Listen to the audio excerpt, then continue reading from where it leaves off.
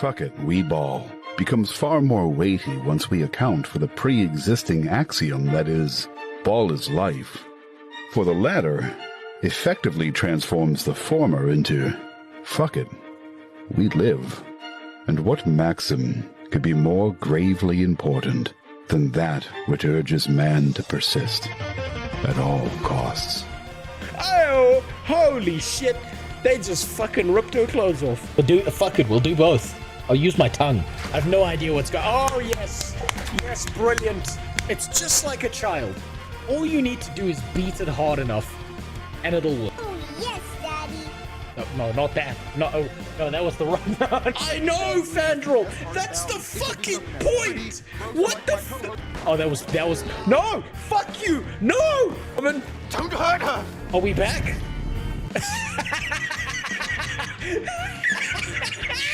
Wait, shit. Did I? Son, I don't care about artificial insemination. I impregnate all my employees naturally. This is a place to be racist towards Asura, goddammit. That's better. Anyway, I'd pick suicide. Only they spent more time thinking about diversity, then the game wouldn't have bugs like this. Shoulda mentioned your name when Jeff Bezos is deep up inside my asshole collecting his $2.50 from me. What the fuck's this red stuff? Why didn't he explode into light and wave goodbye? I can't do shit, I'm stuck. He can't. I'm pressing everything. I can't do it. He's fucked. Take this out of context. What you're telling me is that these fucking riggers are a problem in our society. Community has had over the course of these last several years Of being and insane. be polite. Give them the He had a 24-inch cock around. Retarded's coming back into fashion. I tried to say it without laughing. Oh shit! Really fucking shitty to me. Oh Jesus, fuck. Only the real connoisseurs will understand this one. Fuck them kids. How wide my fucking legs are on this thing. I've ridden a before, it wasn't this wide. His sister drank his ball water. By that same standard, Sawman, you're 100% responsible for murdering ESO. Now, I know that a lot of what I said is very non-acceptable in society and stuff. But there's two things I want you to understand. Number one, a lot of what I do is jokes. And number two, I'm allowed to do these racial jokes because I'm actually mixed race. You see, my dad's white. I wouldn't do that if I were you. And my mother's Italian.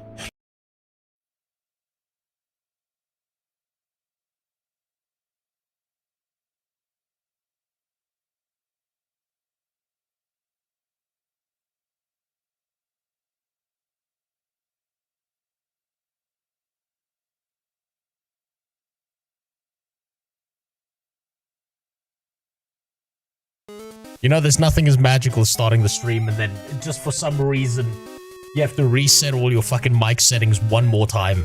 God damn it. Now, I have finally done something. I finally fixed the multi-chat and at the same time broke the fucking multi-chat. So give me a second, let me just fix that.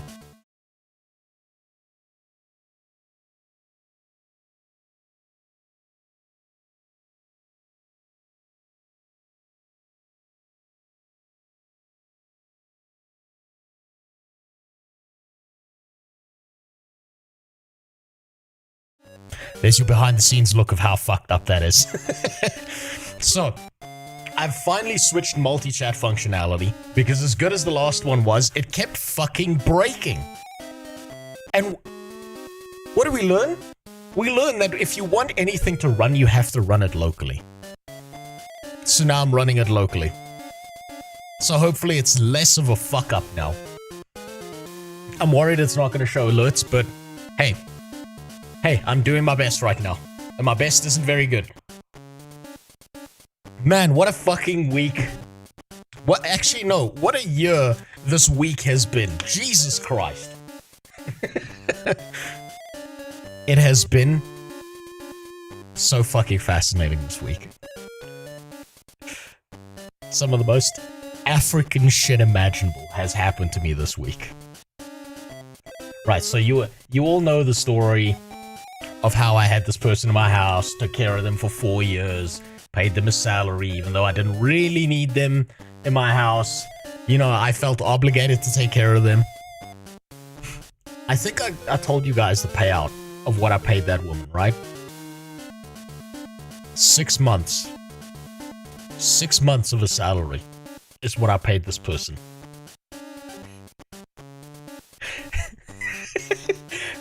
And I got the world's funniest phone call yesterday.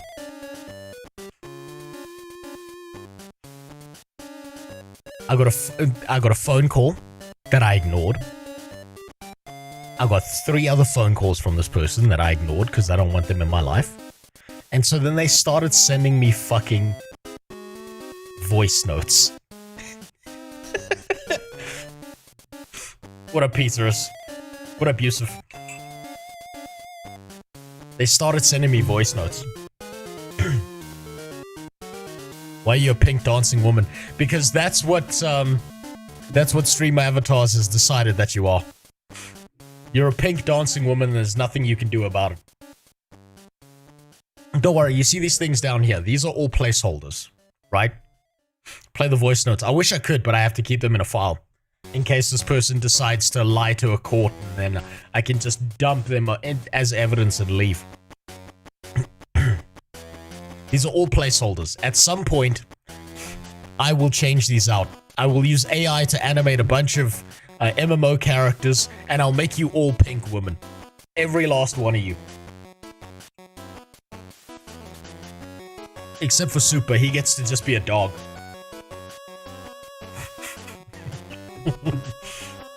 So, I get a voice note from this person. And you know what they say to me? Please help. I have no more money. In the space of a week from a payout, they spent 6 months' salary. Just gone. I don't even know how they did it. I'm impressed. I'm not even mad. I'm just fascinated. This is the most African shit imaginable. Anyone in my country knows how this works, right? That there's like a certain subsect of people where they have no, like, I suppose this is a global phenomenon, right? Where there are certain people where the second they have money, it evaporates, right? Doesn't matter how much they have. It just vanishes. I gave them a severance package of 6 fucking months' pay. More than they actually deserved. Just to get them out of my life. And in the space of a week, somehow they spent all of it. How do you manage that? I'm still trying to figure it out. And when I told my wife, she was like having like Vietnam flashbacks. When I told her about this, she's like, how the fuck do you spend that much money? That was all of our savings. And it's just gone. You should change your number. I'm going to. I'm going to be cutting contact. They're going to be changing my number. I got to do all of that. But I do have to hold on to that stuff for, I think it's another 35 days. That the lawyer I'm dealing with said, because I have to wait to see if I get served by a court. Which country? South Africa. So that's been magical. Oh, black people, gypsies, but darker. No. Gypsies at least know how to steal without getting caught. No, you can't blame all black people for this stuff. Honestly, I mean, look, the cops that helped me get these people off my property were black. The security who helped me get rid of these people are black, right? My lawyer, his assistant's a black guy who was super useful, right? So, what's really funny to note about this is that the black people in my country are so fucking exhausted by these kinds of people themselves. The look of sheer exhaustion whenever you bring them up is fascinating. Also, what's up, Woodle? Reminds me of my cousin. His dad died. He got 80,000 shekels, blows it in 3 months. How the fuck do you even do that? I'm so, like, I feel like someone needs to track these people. Where does it go? It just it vanished. Gone. I have no idea how they did it. That's the worst part. I'm not even mad. I'm just fascinated. God, I wish I could track these people and their behavior. Just so I could know. Now, moving on. I just want to point that out because I've been fucking laughing my ass off the whole week. And right, obviously, of course, apologies. I didn't stream yesterday. Didn't stream the day before that. I've had to pick up some contractual work. I have 0 savings left. That means that I have to rebuild everything from scratch because this person literally took every single one of my, like, every fucking penny out of my bank account to get rid of them. And to watch it just vanish has been fascinating. The snake oil salesman tracking first. I don't even know. Dude, I don't even know, Albert. I don't know where it went. I don't know what they did with it. It just vanished. It was just gone. It's amazing. Right, but anyway, moving on. So today's stream, I got 3 things we're gonna do. I'm still catching up on the Discord reacts. I'm getting there. I'm finally getting through them. But before that, I've got to talk about an old love of mine. This music is too upbeat for this. We're gonna get sad about this. Hold on. There we go. I've got to talk about an old love of mine with you. We've spoken about it before. I've bitched for like hours on end, telling you how much I used to love World of Warcraft. How fucking amazing the lore was. How the lore was so good that I was embarrassed to tell anyone how much I enjoyed the lore. I showed you the old cinematics. And we got some new cinematics today. And man, do I have some hot takes based on the pictures I've seen on Twitter. Now, I'm gonna preface this before we start this, right? I'm gonna preface this. Whenever a new World of Warcraft cinematic comes out, people lose their fucking minds. They can't help themselves. They have the most ultra positive response to it, and then are immediately disappointed when they play the game again. Think about it this way. Do you know how Arcane set people up to play League of Legends? And then they're sitting there like, League of Legends wasn't like Arcane at all! And they're like having a breakdown over it. Would you make a WoW retrospective expansion by expansion? Wait, would you make a WoW retrospective expansion? You gotta explain what you mean. I'm not sure what you mean. So, everyone who plays WoW loses their shit, talks about how the game's coming back, how it's undefeated, how it's gonna be the next best thing because it was the last best thing. And then you play the game. And you get so goddamn disappointed. It's literally what you just said, Unreal. It's the eternal cycle of we're so back, all the way to it's so over. And it never ends with WoW players. I know, because I was one of them. For the longest time, since Burning Crusade. I thought Battle for Azeroth was gonna be the most amazing fucking expansion. And then it released. So, today we're gonna start off with that old cranky bitch called World of Warcraft that people just can't seem to get away from. They just can't. They can't help themselves.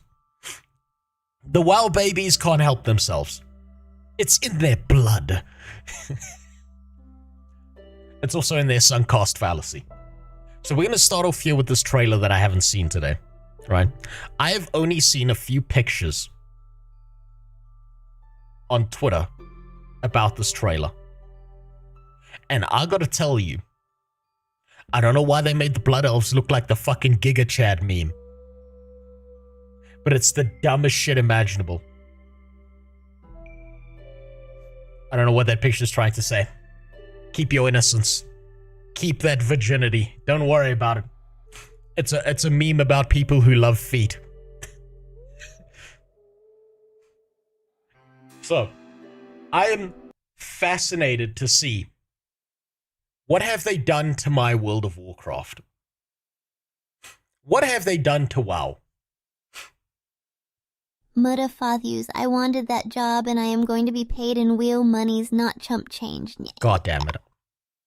And that's the next thing I'm fixing on this goddamn stream. Is that nightmare. God damn it. That shit needs to go.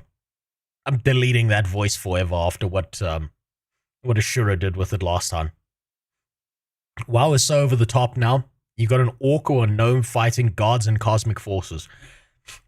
I've actually got a theory about this, Yusuf. WoW has fallen into the same trap that Pokemon did. At least it was short. Yeah, thank God. Also, what's up, Super? So, Lizard, WoW lizard, has fallen lizard, into the... Lizard. You motherfuckers. Lizard. I'm gonna have to find a way to get rid of that shit. Oh, look at that. We got our first kick bot, obviously. There he is. He's a channel growth expert. Get the fuck out of here. Fucking rat. God damn, I hate them. There are so many bots on Kick. So, I have a theory about WoW. WoW is the same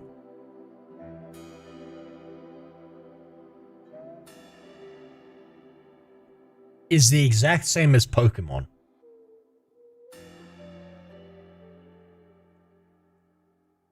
You know how Pokemon started off? You're some 11 or 12-year-old kid.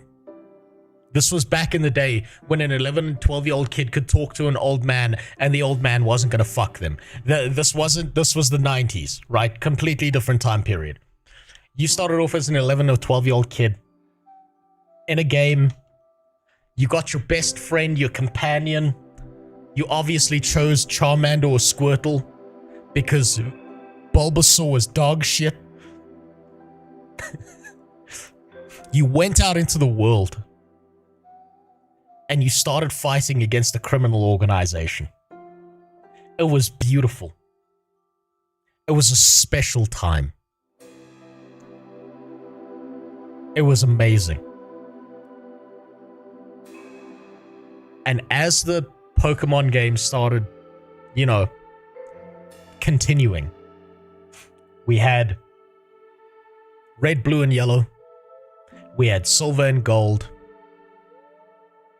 Sapphire and Ruby, and slowly we started developing to this point where we were fighting a criminal organization and the Elite Four. Then we were, you know, finding a legendary, one legendary. Then we were fighting against the elements, you know, earth and water. And I believe it was black and white. By the time we got to black and white Pokemon, we were fighting against the forces of the fucking universe, like space and time, and gods that can warp reality. And we're supposed to be an 11-year-old kid with his fucking dog, trying to beat back the world. And it started to make so little sense. It's like, honestly, these fucking Pokemon, these like world-ending gods that we're keeping in a ball should honestly be able to distort time and just rip you to pieces if they felt like it. Diamond and Pearl with time and space. Ah, you're right. Diamond and Pearl with time and space. It got so fucking weird. And that's exactly what happened with World of Warcraft. What was the first expansion of WoW? I mean, not even the first expansion. When World of Warcraft Vanilla released, you had to get to max level. When you got to max level, you had to build a fucking army just to deal with one elemental. Just to deal with Ragnaros. You had to go through the most contrived shit to even stand a chance. And we literally aborted Ragnaros before he was fucking born. You know, what? Galatasaray. I don't even know what that means, dude. So, WoW started off as doing all this wild shit just to deal with a premature elemental that you had to fucking abort.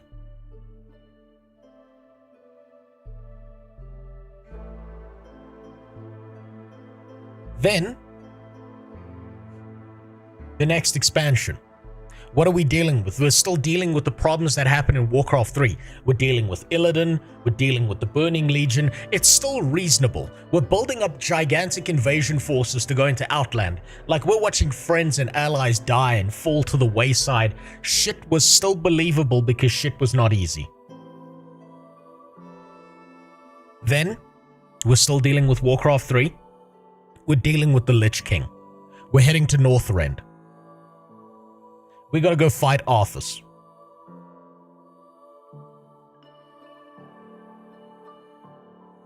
Then we're dealing with the dragon.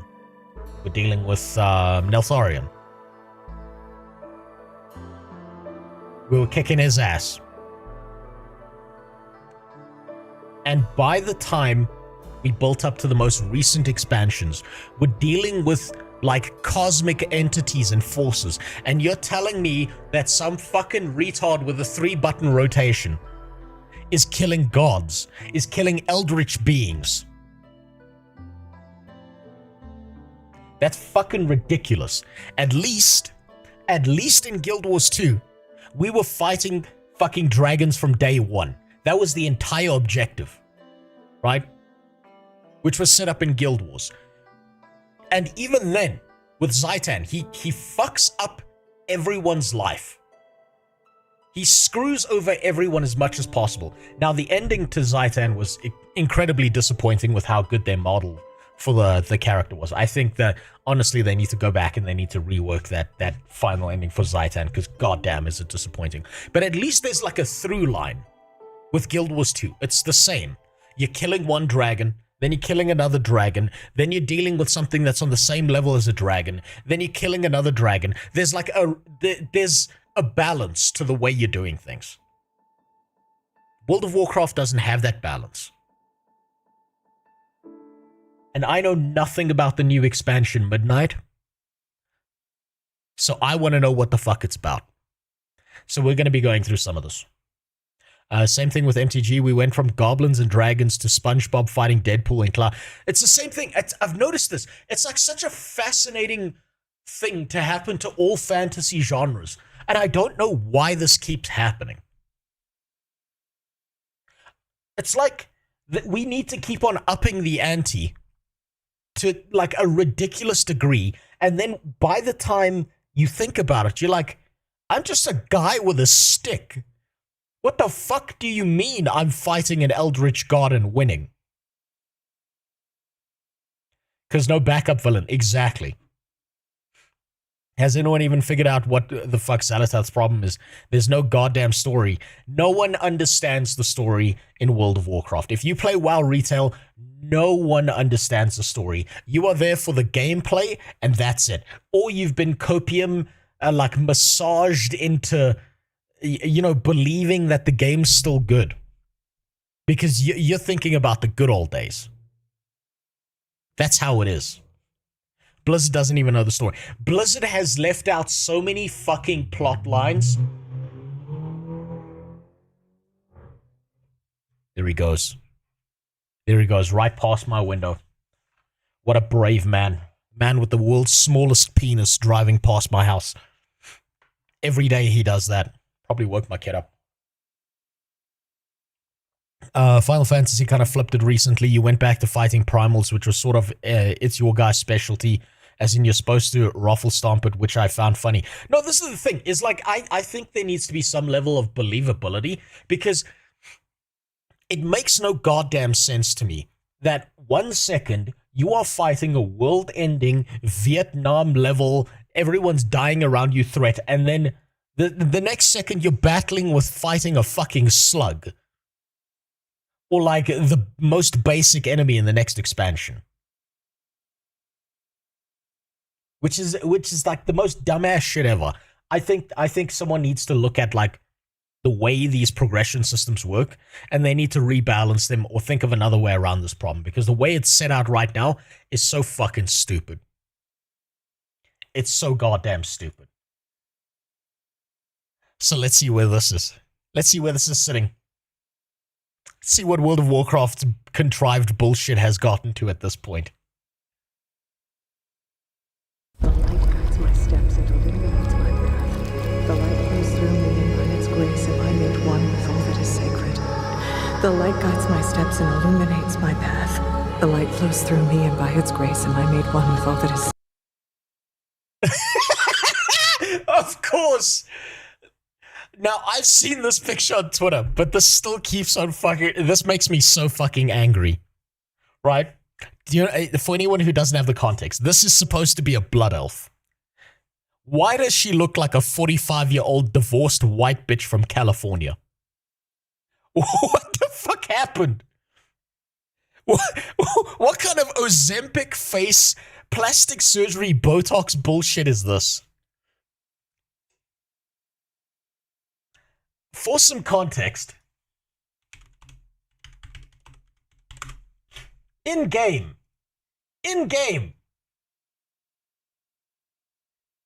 this is what the Blood Elves are supposed to look like. Right? Kind of Barbie doll-esque, kind of, you know, very pretty, very attractive faces. Do you know why they did this? Do you know why they made this character? What they found out was that the Asian player base of World of Warcraft refused to play Horde because they didn't look at they like hated the way the characters looked. Because aesthetics is everything to them. Right? So they made the Blood Elves and made them join the Horde so that they would have people who would play on the Horde side on the Asian servers. That's the canon reason that they actually made the Blood Elves join the Horde. Now, I'm gonna show you. We're gonna put this next to an old video.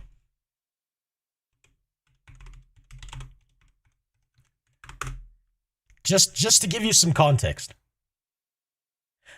This is what Blood Elves used to look like.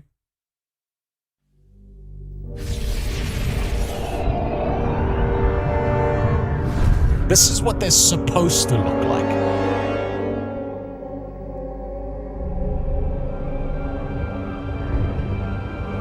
Imprisoned for 10,000. Wait, is this the wrong one? Where is it? So that's the Draenei. Look at this. Look at this. Look at the face on this Blood Elf. I'm just saying this. How much more fuckable is this character than that character? What the fuck happened? What in the fucking crack horse shit happened between here and here?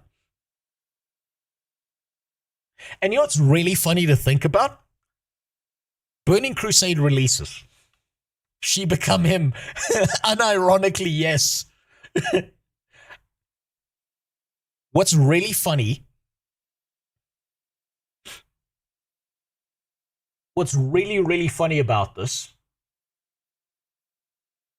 is that at this stage, in the Blood Elf story, in Burning Crusade, these are all drug addicts. Every single one of these fucking Blood Elves is a drug addict. They all have a mana addiction that they can't get rid of, right? And if they don't get their crack rocks, they turn into basically your average Walmart enjoyer. Your average Walmart American that's walking around that looks like they're about to fall over fucking dead. This was the Blood Elves on drugs. This is the Blood Elves not on drugs, apparently. This is after they get redeemed by the light and so on and so forth. What the fuck happened? Liadrin doesn't look like a Blood Elf. She fucking doesn't. She doesn't look like a Blood Elf at all. What the fuck happened? How do you go from this right here to this right here? What the fuck? What happened? Are there still high elves? As far as I'm aware, there are like still pockets of high elves and shit. I think they were brought back in Legion. They were linked to the elves in Suramar, and there are a few high elves out there, but not very many. The Blood Elves are essentially high elves that got addicted to magic. What the fuck happened? Scientists discovering a skeleton 1,000 years. Wow, a human. You know what? You're joking, Death, but you're probably right. Darth Plagueis visited her and told her she's the chosen one. Holy shit. She looks so fucking terrible. Holy shit. What happened? Oh. Few, but the Void Elves are also now considered high elves. That's true. There's also the Suramar elves as well. There's too many elves in World of Warcraft. There's too many furries and there's too many elves. It's man, it's a shit show. Liadrin, it has begun. I need you with me on the wall. Oh my god. I think that's Lorthamar. The void will envelop us soon. Okay, Lorthamar doesn't look that bad there. Lorthamar at least looks like he's okay. I don't know what happened. I don't know when Lady Liadrin fucking transitioned, but at least he still looks like an elf. He was always the Giga Chad elf. Don't forget the visage of the Draxia is also fucking elf. There's just elves everywhere. The trolls are elves. More lip syncing in. Yeah, the lip syncing's bad. But what did you expect? All the old guard who used to work at Blizzard have now retired and left. And, like... Ah, man. I heard something very depressing and I hope it's not real. There was someone who was talking about game development. And they said, like, their dad used to be a game developer who's retired now. And they asked their dad... like, why is it, like, how much would it cost to redevelop some of these old video games? And their dad told them, we can't do it because we've forgotten how to. I'm starting to believe that was real. I'm resubscribed to the channel for 2 months.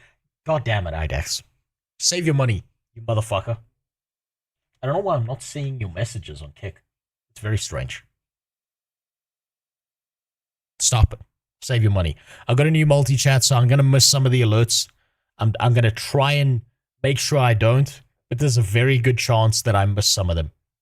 I'm not doing it on purpose, I promise. Jesus.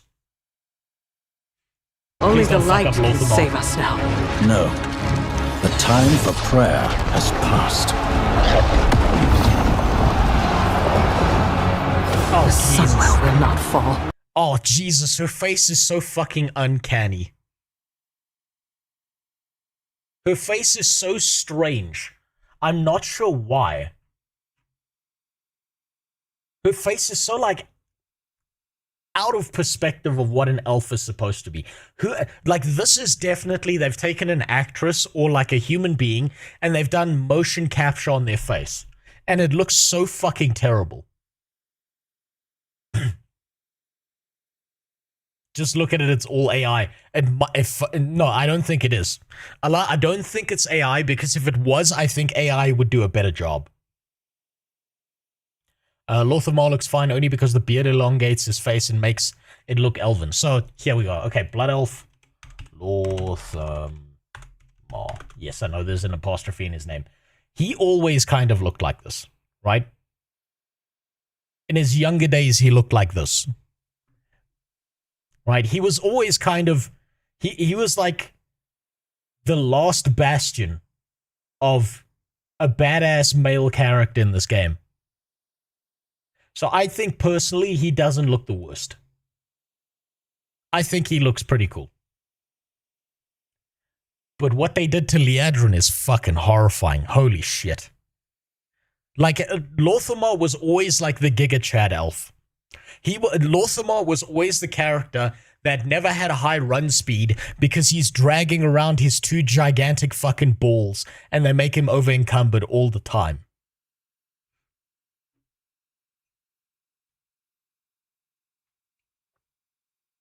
Grab some old school Warcraft 3 pics and ask an AI to make them realistic. I might actually do that and then post it on Twitter, Metal. Liadrin is the only elf that looks horrible in that cinematic. Why did they do this? Why did they fuck her face up like this? Again, for reference, this is what Blood Elves used to look like. Why did they fuck them up like this? What was the logic here?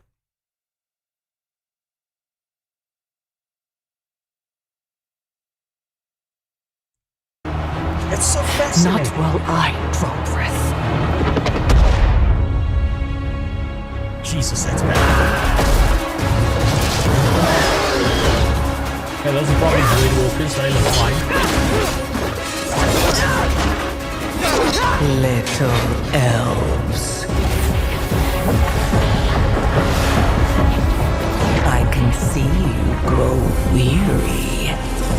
How much longer can you... What did they do to... Why did they fuck up the female elves? I'm assuming this is Xalatath, right?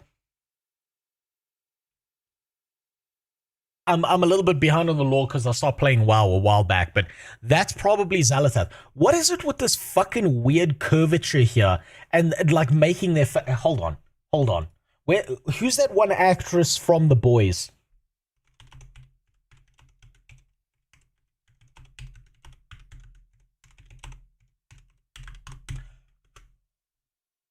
Yeah, there we go. There it is. Why the fuck did they make all female elves look like the after picture on this fucking character from The Boys? What the fuck? What in the fresh double-dipped Kentucky Fried Fuck did they do here? Why? Ozempic look. Yeah, it's the fucking Ozempic look. I just said buccal fat removal. Well, I missed that message. You're fucking right, Faith. Can someone explain to me, like, okay, World of Warcraft, over its lifespan, has now gone out of its way to remove any hyper-masculine male character. Right? Thrall became a bitch. They killed off Varian. They took away Garrosh. They made Anduin into a pussy. And it seems like now that they've run out of male characters to bitchify, it seems like now they're going to go after the hot female characters. Holy shit.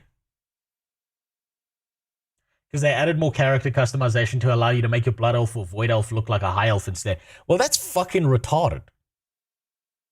They're literally breaking the like genealogy, the physiognomy of their goddamn characters. Women's after they worked in Blizzard be like, you know what? Bolnar, I can forgive them now for doing that, because if I was a woman working in Blizzard, I would also want to transition into being a man so that people stop trying to suck my tits under the desk every time I'm trying to do my goddamn job. I also want to put a dick on myself to try and stop people harassing me. But what they don't know about Blizzard employees is the dick just makes it better. Zal looks like her dad is Jay Leno. You're not wrong. You're not wrong. What is, like, oh man, it's so fucking odd. Damn. You hold out. It's just the face. And save yourselves. Liadrin, don't. Light be with you. You see? She understands it's hopeless. Soon, you all will. The light Okay, now guides we're my running steps back to the and sun well. The light flows through me, and by its grace am I made one with all that is sacred. The light guides my steps and illuminates my path. The light flows through.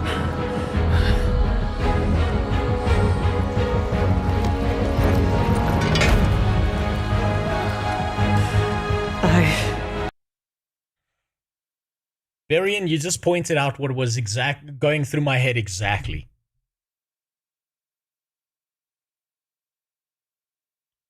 Does this cinematic feel like it makes no sense?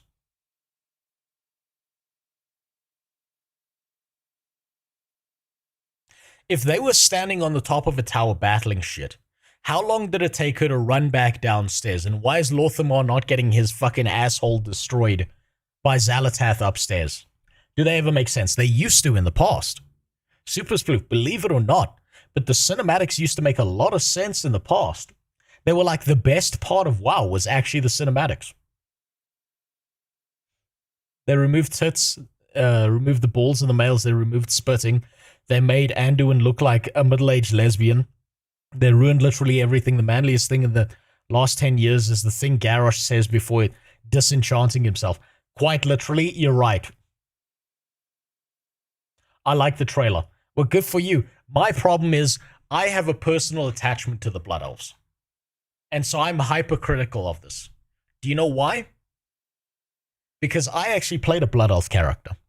I played a Blood Elf Warlock, and it was one of the most special times of my life. Now, granted, once I was able to summon the succubus, I never leveled that character again, but I did log into it a lot as a kid. Man, I used to spend hours just standing in place. Was your ex a Blood Elf? No, she wasn't that attractive.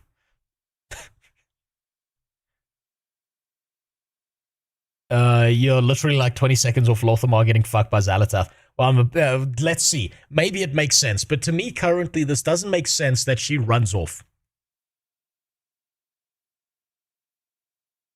Does anyone remember the Wrathgate? You know when Bolvar and Sarfang's son are facing off against the Lich King? You know what Sarfang's son didn't do? He didn't run away and start praying. He was like, enough talk. I'm going to kick your ass. Now, he got his shit pushed in, granted. But he didn't run away. Also consider how long it would take to run from the walls of the Sunwell Plateau to Sunwell proper. Exactly. Oh, man. Oh, man. I feel like this is going to go bad. I know that I am unworthy.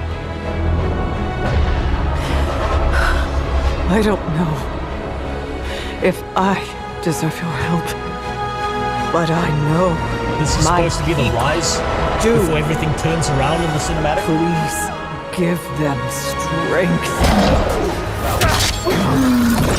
I admire your spirit, but that will not save you. Soon, I will break your...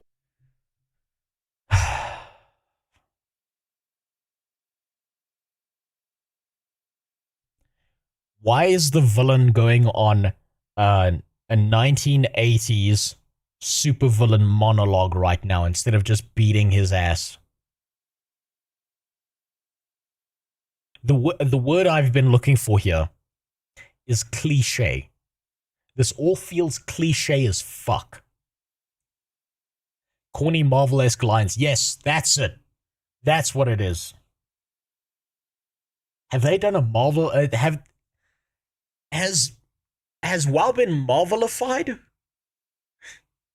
Is Leandrin gonna come back upstairs, shoot a beam of light, and then go, yeah, so that just happened. Jesus. You know what, I wouldn't put it past him. I just want to point out that Xalatath has her balls on display for all to see. Well, yeah, of course. She's got her lady balls out. The only one who's allowed balls in WoW anymore are the women. World. You can't even break one elf.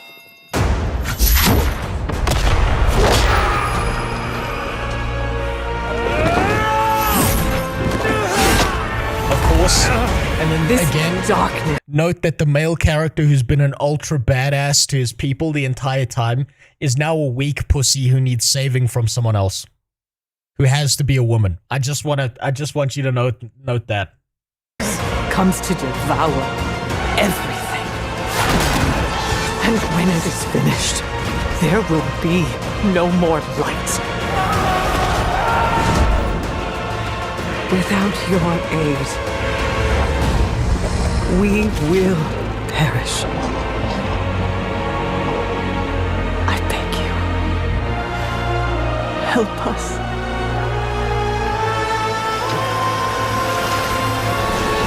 Okay, whose hand is that?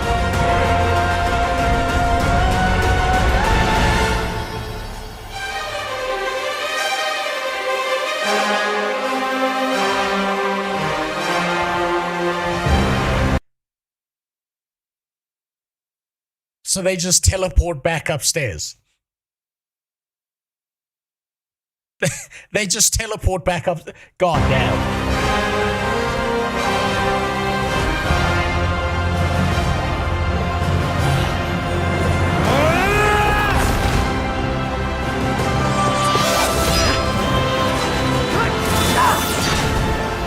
The Sunwell will not fall! Not while we draw breath.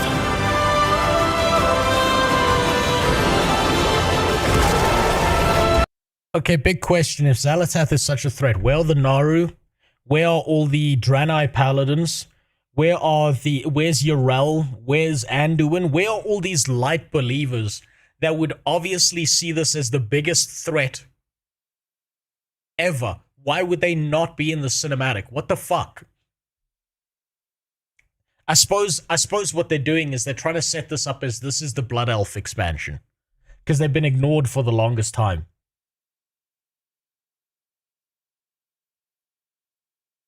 It's just a bunch of random paladins.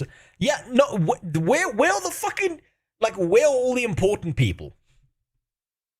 It'll be like, where's my hunt? Yeah, exactly. Man. They either teleported or they slow walked all the way from the Sunwell to the walls of the Sunwell planet. Yeah, no, just magically. Jesus.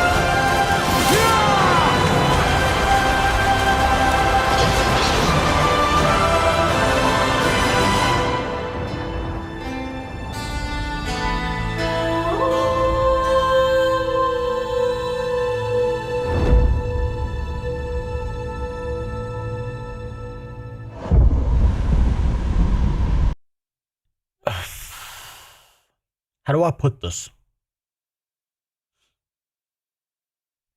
That cinematic felt pointless. That cinematic felt like it didn't have an aim or objective behind it. Thanks for the follow, Abbas. I want to give you some context, right? As to why I say that feels pointless and aimless, right? By comparison,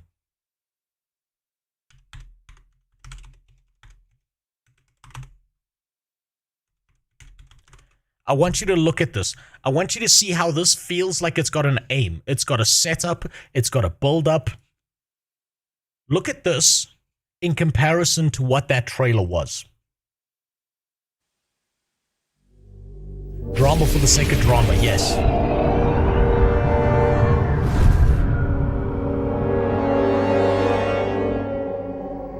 A lot didn't make sense in that trailer.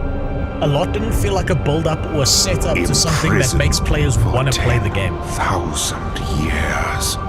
Look at this by comparison. Banished from my own homeland.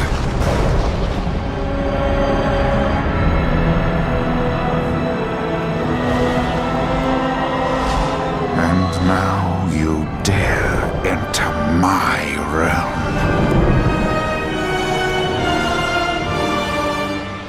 You are not prepared.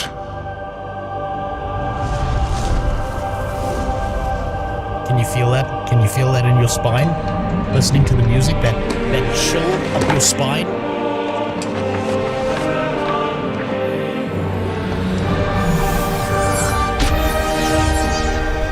Can you feel that by comparison? That this is a setup, this is a build-up, this is the beginning of something?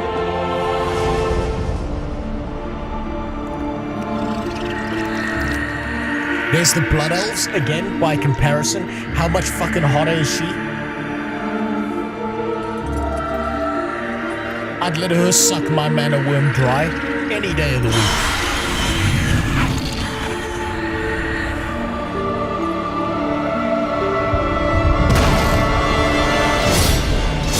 Even the fucking warriors get some time in this.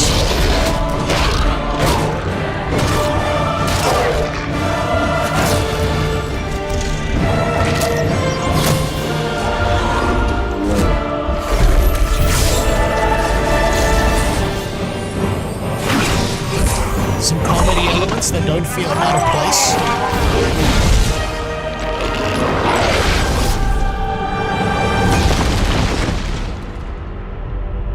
That was a showcase of some of the abilities for the priest. And then to the main story, the main objective of the expansion. You are not prepared. Do you see that? Do you see how that trailer leaves things open-ended? It leaves things like, okay, shit, this is the beginning of something. We're building towards something. We've got little story elements that are tracking in. The players are involved directly. These are the different classes on Showcase. By comparison, what does this tell us? This one. It tells us fucking nothing. It feels contrived. It's not left open-ended. It feels like they're trying to cobble together something that feels badass, but just isn't because it feels pointless. It's also kind of dumb that in the beginning of the cinematic, what's his name says it's past the time for prayer. Then what's her name runs off to pray. Yeah, no, exactly. It's like. Fuck. I don't even know how to describe it. I don't even know where to start. That's the problem. This doesn't seem any different from the new stuff. Then again, I dislike Burning Crusade. I'll tell you why this feels different. The setup is different. The music was better. The design on the characters was better. It gave you small, short action clips of things that you could potentially imagine your character doing in game.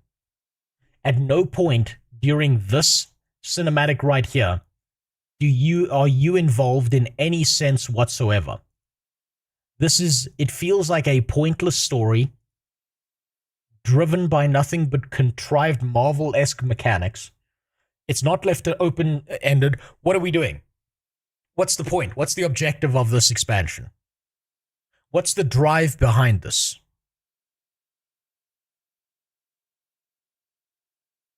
It makes no sense. Funny thing is that this trailer doesn't even have a proper narrative, just a bunch of scenes spliced together, and yet it's better than the Midnight trailer. That's the thing. That's the point. The narrative of the Burning Crusade, of Wrath of the Lich King, of any of the other previous expansions, when you saw these cinematics, the narrative behind it was, this is the starting point, Go have fun. They left it open-ended because it's supposed to be the beginning of something, not a full, complete arc of a story. This is trying to be a full, complete arc of a story that involves none of the people actually playing the fucking game.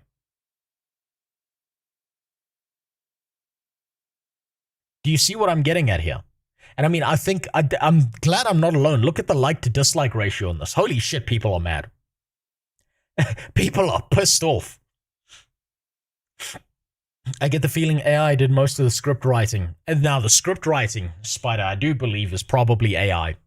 They probably cranked out a script and they were like, what is the, like, excuse me, ChatGPT, can you give me the most badass script that's going to make people feel something? And then the AI gave just the most generic shit imaginable. That I can believe happened. Art-wise, I don't think it's AI generation, because if it was, I think it would look better. I think she would look better. It's like one of those fan videos that have zero story and it's just editing showcase. Unironically, Metal, there are people who splice together movie length cinematic things trying to tell a different story than World of Warcraft using World of Warcraft's cinematics, and they did a better job. Everyone is pissed off, all those people who cared for this game. Of course they're pissed off. I want to see what the comments of this are. I don't know what's happening in WoW anymore, but it looks like the NPCs have it handled. No, what did I fucking say? First comment. What did I fucking say? It's like the NPCs have it handled. Why the fuck am I here? What's the point of my character? I expected someone important would come back from the well, but they were random soldiers Lamau. Did you guys know, pirates? They're fucking cranking on this man so hard.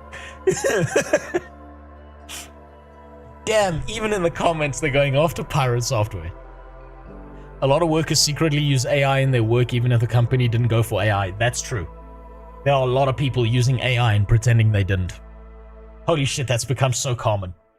Are we just gonna ignore the fact that the Sindorai all have human eyes now? The green glow that used to be there that then got purged because they got blessed by the light. That's like a paladin specific thing and got replaced by a yellow glow that's just gone now. A plot twist pirate made this trailer. You might be right, Tyler. You think they're pissed off? Look up the trailer for Blop 7 ABK's not having it good. I might take a look at that later. Remember when WoW cinematics used to make you feel something? What did I say? Yeah, that little tingle up your spine, the goosebumps, that feeling of, oh shit, something cool is about to happen, not relying on cliche bullshit lines. Ooh, damn, they weren't kidding. That night was mid.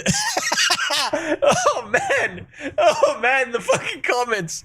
They're just fucking roasting these people. I want to see if there's like an interview of this.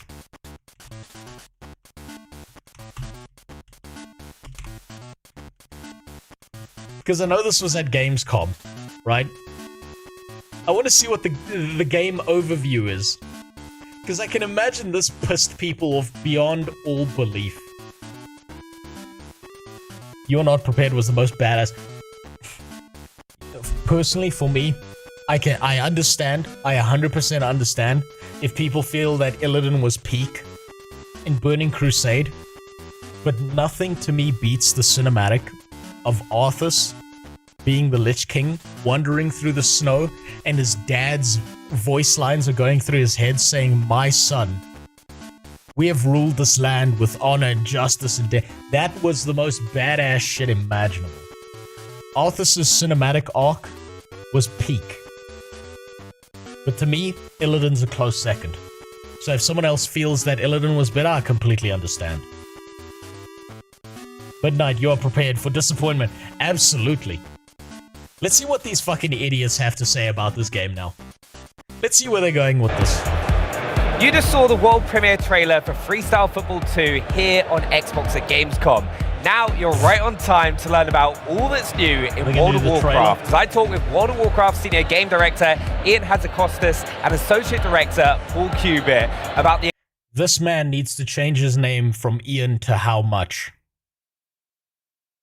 Exciting updates in store for players. Now, first of all, right, Paul, welcome to the show for the first time. Thank you for having us. I'm glad to be here. Yeah, and Ian, welcome back as well. Like, you were here last year revealing the World Soul Saga with the War Within. Welcome back. Time for Chapter 2. It's a pleasure to be back. Yeah, I can't believe... Fire the whole team, get a Ouija board, and try to get the old developers and writers back. If they are still living, pay them in gold. I've got a better one for you, Internet Spider. It's also cheaper. Get a chimpanzee from the zoo. Put a bunch of ideas on a whiteboard. Give the chimpanzee some darts and make them throw the darts at the board. And whatever the darts land on, just put that together in a story and you'd have something more coherent.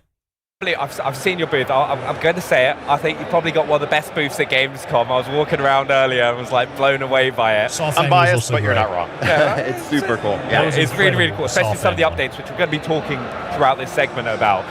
But you kicked things off last night with Opening Night Live and that cinematic. Could you kind of explain for people that need to know about what that kind of showed, what's happened up to that moment? Also, I want you to note that Gamescom has no fucking idea what they're doing with audio if you can hear the background crowd. Right. Nvidia has noise-canceling background shit that they could just strap on to whatever they're doing. So someone needs to fire their audio engineer because I think they're probably a DEI hire. And when I say DEI hire, I don't mean like there's a black guy there because you know black people love their fucking music, so they would never let this happen.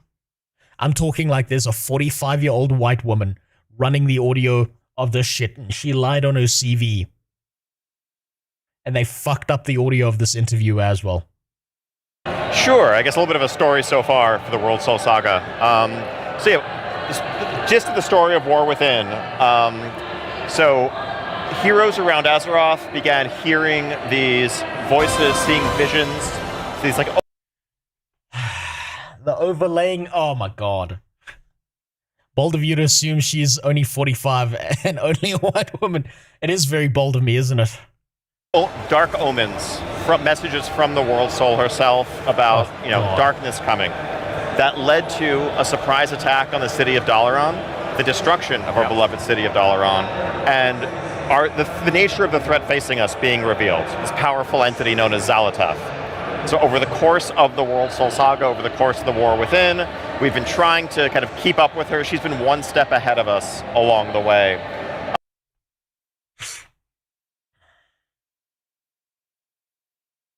They're repeating a storyline here. I'm going to give you guys a chance. She's been one step ahead of us the whole time, and we're trying to catch up all the time. Which character in World of Warcraft was that exact character before Xal'atath?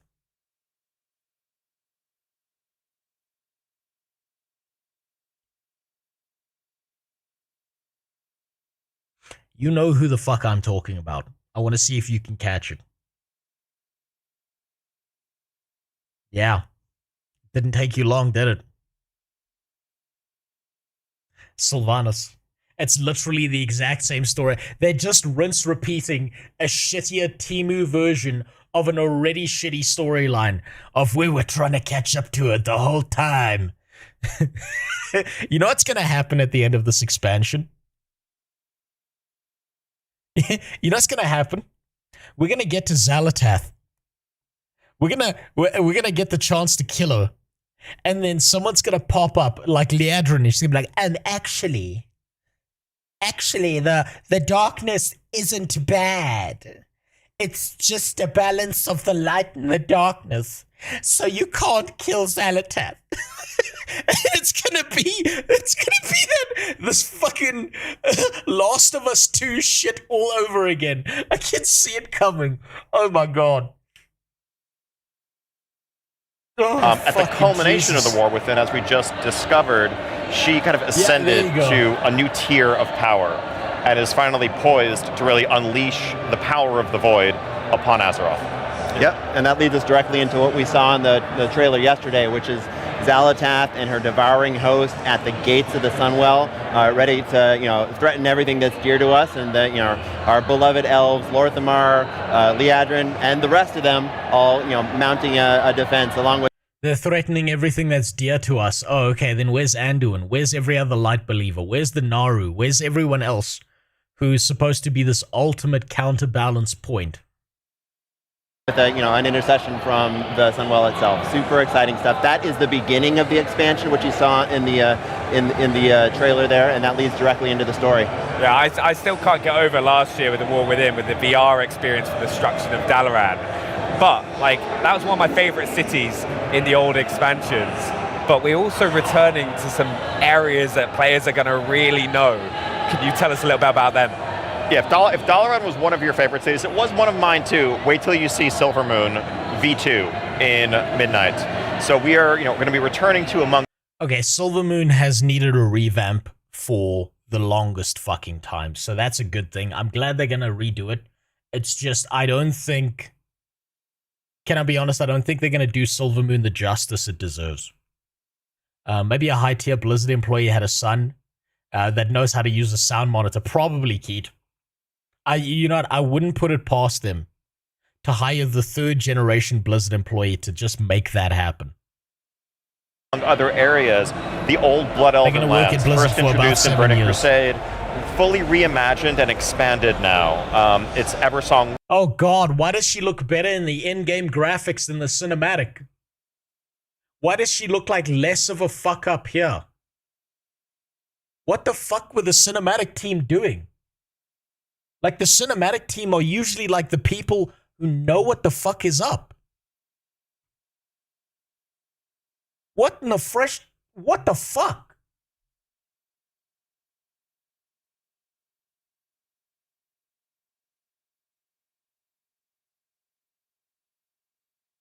Look at him talking, he doesn't sound confident at all. So forced, trying so hard to sell this weak story. I think he's phoning it in. I don't even think he's trying hard to sell the story. I think he knows it's over, and he's just doing his fucking job at this point. Woods, the Ghostlands, and of course Silvermoon City. Still, a Horde city at heart with some Horde-only districts, but under these pressing circumstances, they have opened their gates to the Alliance to mount.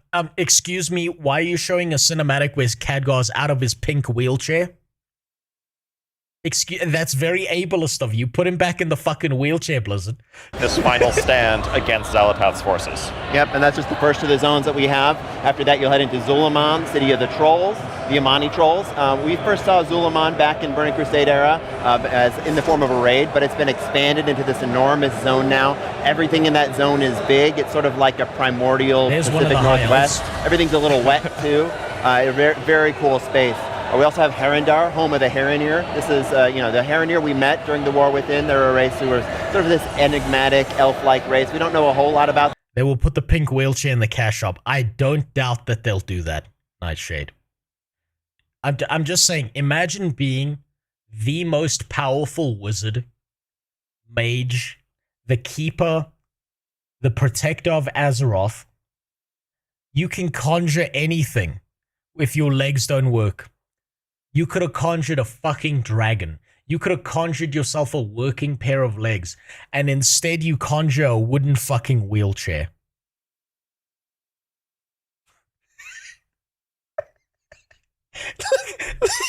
What the fuck? I'll never get over that.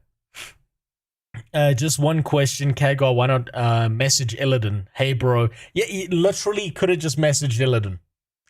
I think that Blizzard has fucked the story up so much that they can't keep it straight. I don't think they know what they're doing. We're going to learn a lot more once we go to Herondar and learn that not all of them are as welcoming as the few we've met, Orwena and her crew in the War Within. And lastly, we're going to go into the Void Storm. This is basically Xalatath's space of operations where she is mounting her attack against Azeroth. We find our way into the...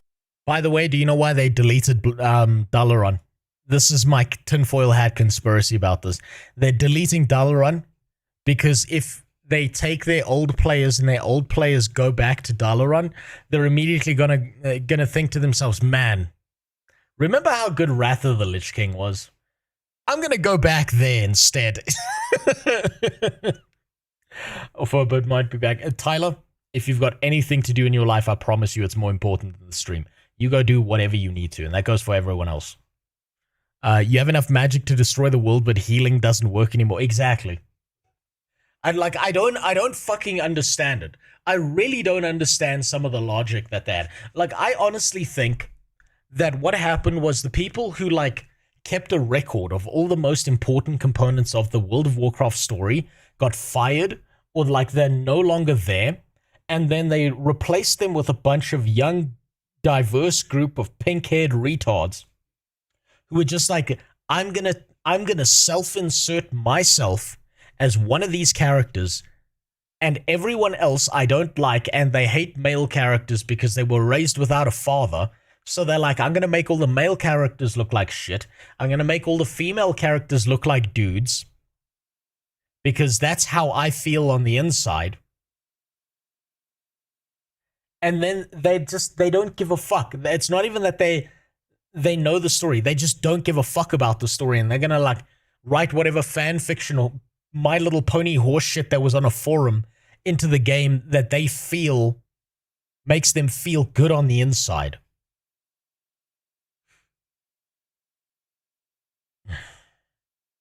Have you seen WoW has an official one-button rotation? Yes.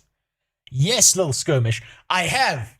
And I said to people, I was like, this is the beginning of the end for this shit. If you can slam one button through an entire raid, I never want to hear a WoW player talk about how difficult the fucking game is. And do you know what? I got comments on that short. People were like, but it's not going to be optimal. It's just gonna, it's just for people to be lazy. It's a disability button. Yeah, but all WoW players are disabled, so all of them are going to use that fucking button. And guess what? Guess what? It's already creeping up. It's already creeping up. There, that's the wrong percentage. It's not the one button is better than 85% of the players. No. So it's currently one button rotationing in World of Warcraft will put you in the 73rd percentile, which means that you're already better than almost 30% of the player base slapping one fucking button. 1/3 of the player base is worse than you if you just one button rotation. And guess what's going to happen? In a few patches time, it's going to be 50% of the player base. It's going to keep happening. In my opinion, the best new expansion would be if Terralion went too far right and literally took over Stormwind, and we had to raid it to stop him, and he literally got... Yeah, you see, but here's the problem, Sober Paladin. You're thinking like someone with a brain. You're thinking like someone who gives a shit about World of Warcraft, and that's why you'll never work on the story team. You want me to give you the ideal story?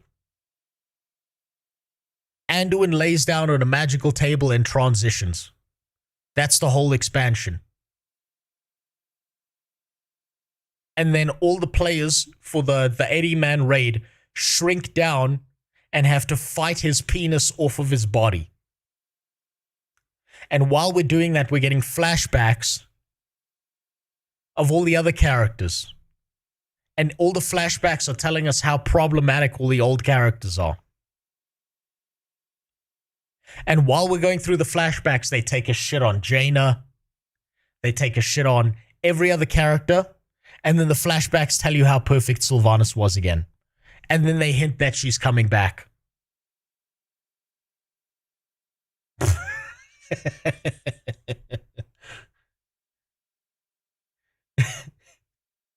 I've noticed this. This is such a fascinating trend with video games. And with World of Warcraft. Have you noticed how they attack female characters that are feminine? Have you noticed how they've made it out to be like femininity is a bad thing?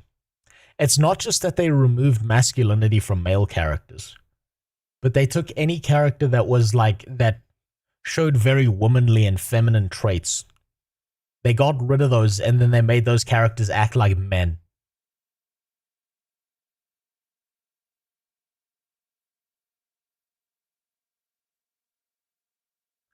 That's the most fascinating thing I've noticed.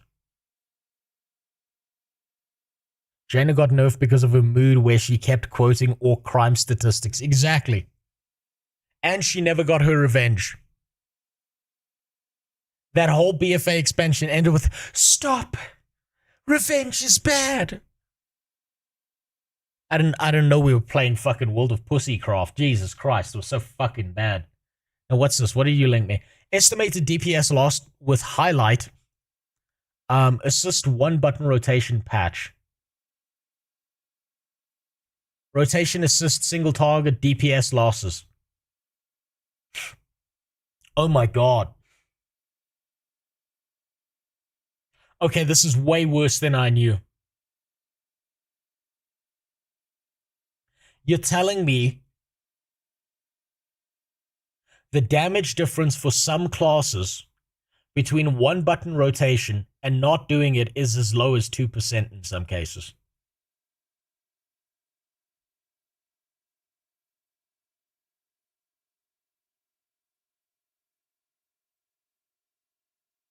Oh my god.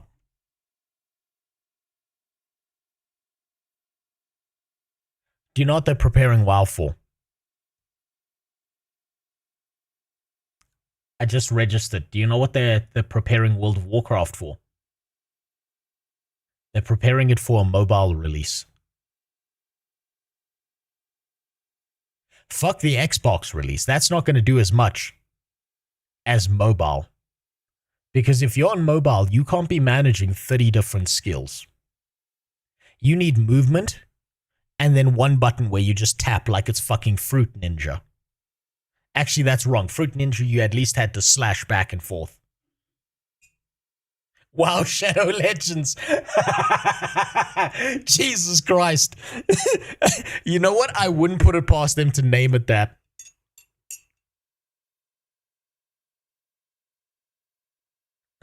Jesus. If World of Warcraft comes out of a mobile phone, I will never leave my house again. Well, be prepared. Get ready. Get ready. You're going to develop agoraphobia and you're never leaving your house again. The Void Storm and take the fight to her and the Devouring Host. Super exciting. A bunch of beautiful zones. Yeah, I can't actually wait for Zulaman again. I still have memories of just the endless attempts of trying to get the Amani Warbear with that speed trial. Of course, they're bringing back Zulaman. They're bringing back Zulaman because they're like, hey, remember when the game was good? That's why you should keep playing. So it's going to be really fun to go back and, of course, go to Silvermoon as an Alliance player. It'll be fun. I'm so mad at WoW. But with all these new areas, what are some of the activities that people are going to get into when they go there? Well, the first, I think, is you're going to have the campaign. A new campaign that takes you through these zones, and it does so in an interesting way. You'll start by going into the city of Silvermoon and then into Eversong Woods. But after that, players are presented with a choice. Do they want to go to those two of those? By the way, if you played during Burning Crusade and you played through these beginning areas as a Blood Elf, these areas were so fucking based. They were so incredible. They were so well designed to tell the story of Silvermoon and the Blood Elves and why they were joining up with the Horde. They were so good. Like, they pointed out every problem that the High Elves went through that turned them into Blood Elves without making it overwhelming. But like showing how they've still got like their current glory, but it's nothing in comparison to their former glory. Those other zones I mentioned, go straight to Zulaman and learn a little bit more about the Amani trolls, what's going on there. Do they want to go into Herondar and learn about the Heronir? Or do they want to go on a third chapter of the campaign, which is actually a little bit different? It is not tied to any particular zone, but it takes you to some of the older places in the world. Places like Light's Hope Chapel, places like Stratholme, a couple other interesting places as well. And in that quest line, you'll be working alongside Eritor, son of Turalian and Ilaria, and helping him sort of interrogate his relationship with the light. Really interesting chapter. After you complete those 3 chapters, those 2 zones in the Eritor chapter. Metzen said that the story writing team is now a democratic group rather than a single head guy. Well, that makes sense. Because there's no coherent vision. So everyone's just voting for the most retarded shit. Do you know when the story was good? was when there was like one or two guys talking about how awesome they were going to make the game and then focusing on that. When you've got one director I mean, you saw this happen in Game of Thrones, right? What's the bigger number, 5 or 1? Right? 5 or 1? Right? One force, one direction, one goal in mind. 5 fucking retards going off and doing their own thing.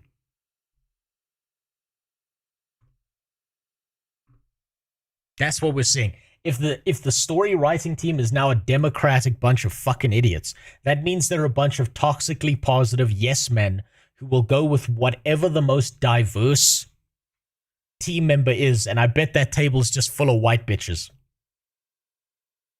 And I bet anyone who gives a shit about the game no longer works in the story team.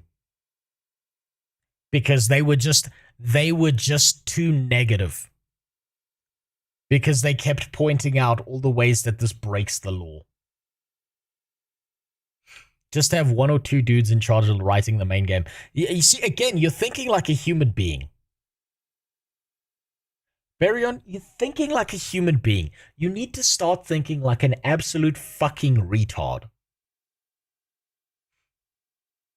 Then you move into Voidstorm.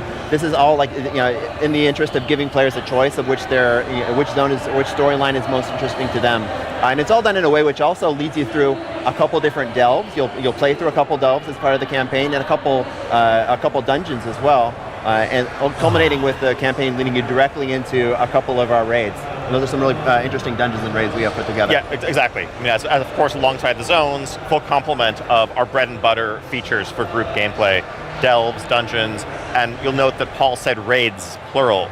So I think we were kind of breaking from recent tradition in Midnight. And man, Zulaman used to be so fucking good. Man, grinding for that Amani Wolf Bear felt great because the content was so repeatable and so enjoyable. And now they're desperately trying to drag it back. You want to know what though? The WoW sucks is literally the best MMO, and I honestly hate that because I think that there should be a new MMO which is better, but I love WoW because it plays pretty smooth, and if you want to try retail... So this is the thing, Sober Paladin. I cannot be mad at anyone who plays World of Warcraft because it does have one of the best tab target... It has the best tab targeting system out there on the market, right? It... Straight up tab targeting, it's the best. I understand why people play it for the gameplay. What makes me so fucking mad is to watch it go from its former glory, this beautiful, well thought out, very coherent story, down to this pile of shit where it's obviously very like politically motivated and driven from a place of spite instead of a place of creativity. That's what hurts the most. There are no, I'm going to say it like this. There are no old MMORPGs out there today that any of us should be playing. Not Guild Wars 2, not World of Warcraft, not old school RuneScape, not Black Devs Online. None of us should be playing those games because there should be a new MMORPG that blows all of that out of the fucking water. But there isn't one. Because somewhere along the line, we added monetization into these games, and they all became a fucking shit show. Every single one of them. I think World of Warcraft's best hope is you fire every single one of the morons working on this game. You put World of Warcraft into maintenance mode, and you restart with a new MMORPG. With a new team of up-and-coming, really creative, a small, tight team that has control over what happens in an MMO. And whether that's a WoW 2 or a fucking StarCraft MMO or something like that, that would be better than watching Grandpa here slowly die of fucking Alzheimer's every single time a new expansion is released. So shouldn't anyone be reading Lord of the Rings anymore either? That's not what I'm saying, Khaldun. I'm saying if you read Lord of the Rings in the past, you shouldn't have to read Lord of the Rings again. There should be another Lord of the Rings or something of the quality of Lord of the Rings for you to read as well. That's what I'm saying. I'm not saying don't go enjoy Lord of the Rings. I'm saying Lord of the Rings has been out for a long time. We need more that is closer to the modern age, that gives us something beautiful, that becomes part of the zeitgeist. And books have this problem as well, right? I mean, the last big phenom book that took over the planet was probably Harry Potter. And that's a teenage book, right?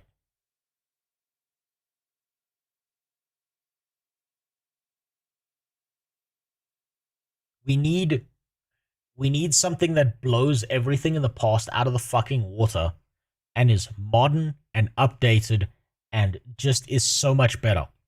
But it just doesn't exist. That's the problem. Our initial season is going to have not one, not two, but three separate raid zones for a variety of environments, a variety of foes that will kind of unfold themselves over the course of season 1. I actually love that, because like back in like Karazhan and stuff like that, where you'd go to like Gruul's Lair, it's nice to have that variety hopping in. That's the best way I can think to put it, is the way Little Skirmish did. Basically, all MMOs out there have had their time in the sunlight. Where's the next generation? Where is the next gen? Where's the next development on the formula? But for players that are hopping in for the first time, right, because I think the World Soul Saga has been great at bringing in new players and also returning players. He says that statement. It's brought in new players, but did you notice that while Blizzard doesn't release player population counts anymore, I would love to see how many new players actually started playing the game at each of these expansions. What are we on? We're on, like, what, 10 expansions now? For WoW? TBC. Wrath. Cataclysm. Mop. Legion? Midnight is number 11. Jesus Christ. I would love to know how many new players are joining in World of Warcraft at expansion number 11. I can't even remember all the fucking expansions. That's how many there are. What kind of features have you got for them to hop back in? Yes, so I think we want to make sure that, you know, whether you've played War Within and you're ready for the next chapter, or whether you're coming to World of Warcraft for the very first time or coming back from some long time away, that you can jump back in, understand what's going on, and join the action. And so we have a revamped and reimagined new player and returning player experience. The leveling experience. Man, I played through the retail experience from level 1 to max level during Shadowlands, and I did this offline. I played a druid, and let me tell you, the fucking story is so incoherent that there's no way a new player knows what the fuck's going on. Experience seamlessly incorporates both Dragonflight and War Within content to get you fully caught up to speed. For returning players who may be, you know, a higher level but not quite ready to go straight to Midnight, we have a new experience set in Arathi Highlands that's going to kind of get you back up to speed on your mechanics, recontextualize you in the story of the world, and send you on your way so that you can join the fight in Midnight. Yeah, we've also added a catch-up quest line for the War Within. So sort of going into Midnight, if you never played the War Within, or if it's just been a little while and you want a refresher, you can play through all the major beats of that story in one quest line. It should not take the couple dozen hours that it would normally take to play through all 6 zones that make up that quest line. But it'll be a couple quick hours to go through all the big cinematics, all the major beats. By the time you're done, you should know everything that happened from the beginning of the Isle of Dorn to the end of Ghosts of Koresh, and be fully up to speed to hop right into Midnight. Yeah, no, that's amazing as well, because it's a bit more like welcoming as well to kind of. Okay, so what they're telling me is they've invalidated every other experience expansion before Dragonflight. That's what I'm hearing here. I'm gonna point this out again.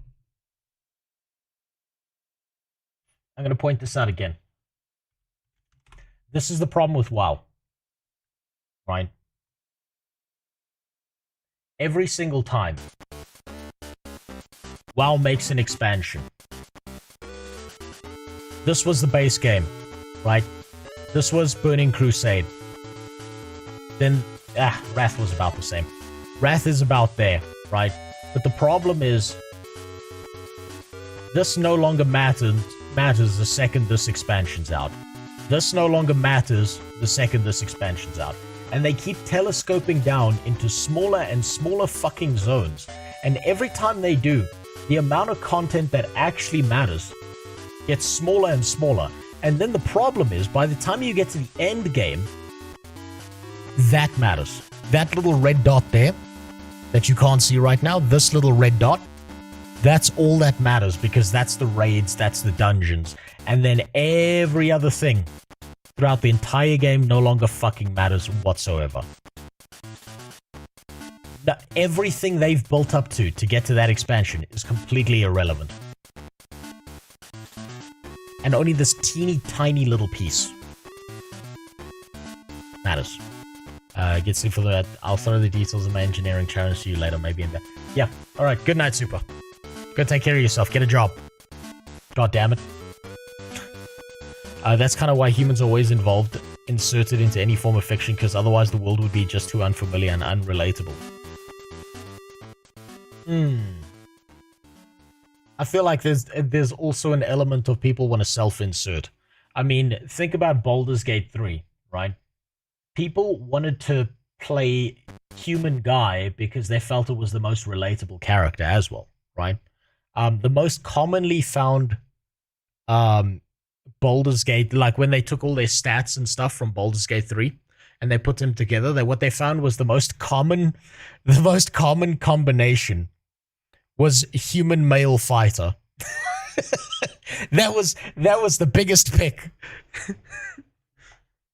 Because that felt the best. Plus fighters are fucking OP. It's just how they are.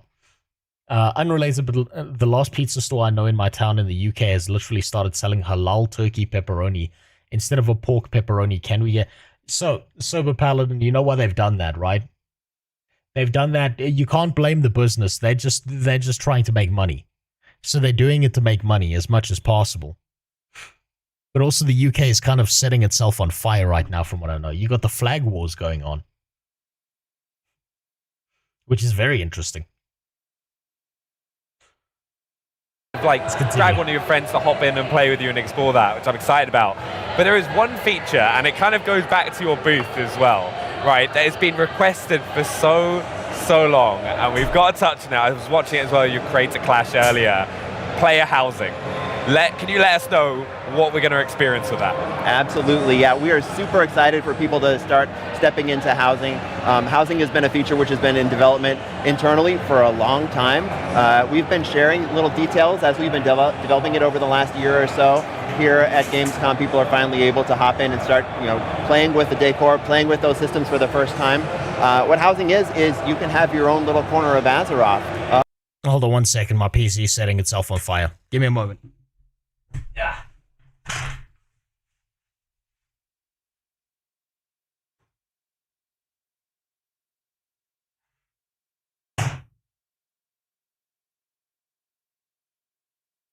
God damn it.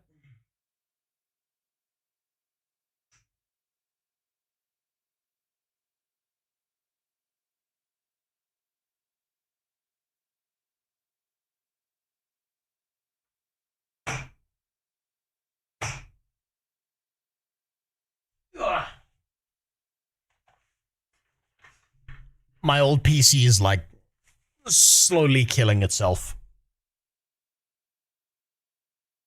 Okay, you can't hear that rattling in the background. One of the fans is just like giving up on life. If you play both Horde and Alliance, you can have a Horde home and an Alliance home and start decorating those spaces with decor that you'll start with the generous, creative decor that the system sort of just gives you, but then you go explore the world. You might find vendors who sell some interesting tchotchkes here. Housing.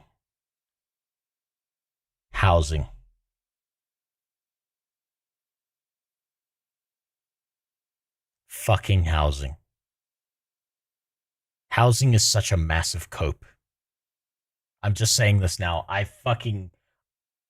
there are so few games, there are so few MMOs that do housing correctly, and this problem has only gotten worse ever since games got over-monetized. Because housing went from being this cool little thing that you could show off to your friends, all the way down to, we made this system just so we can sell you shit in a cash shop. Oh, by the way, it's instanced, so you're going to be all alone, and never mind, you're not going to be interacting with anyone else. Modern day housing in MMORPGs is not the same as it used to be in the past.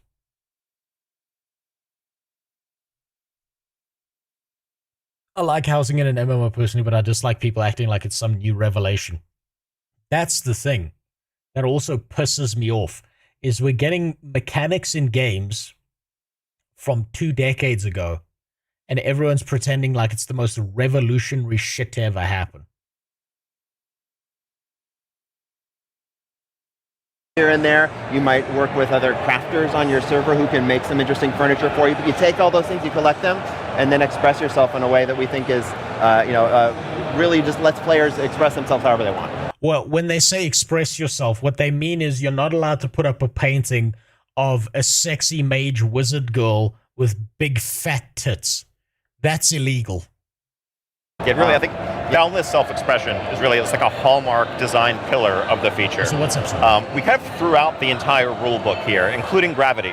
If you want a table that floats in midair, you want a table that's upside down, you can do it. I think we really wanted to unleash players' creativity to make their houses the full expression of their personality. And it's not just a single house that is your own, you're also going to be part of a neighborhood community. So we wanted to make sure when designing this feature that it didn't feel solitary if you didn't want it to be. That you were kind of connected, there's reasons for others to come into your home, for you to go into theirs, and for you to feel like part of a group. Oh, that's amazing. Also, for people that have been playing for a long time, so one of the first things I wanted to know when I heard about player housing coming in, been playing since the Burning Crusade, am I going to have some extra cool bits to add into my house for that? You should, yeah. If you've been playing for decades, as it sounds like you have, then yeah, there's plenty of achievements that you would automatically have completed. Achievements in World of Warcraft are worthless, by the way. Again, that's another cope system to try and keep you busy and make you pretend you actually played the game. Oh great, Mechanome's the most useless addition to WoW in years. You know what I think's really interesting about Mechanomes?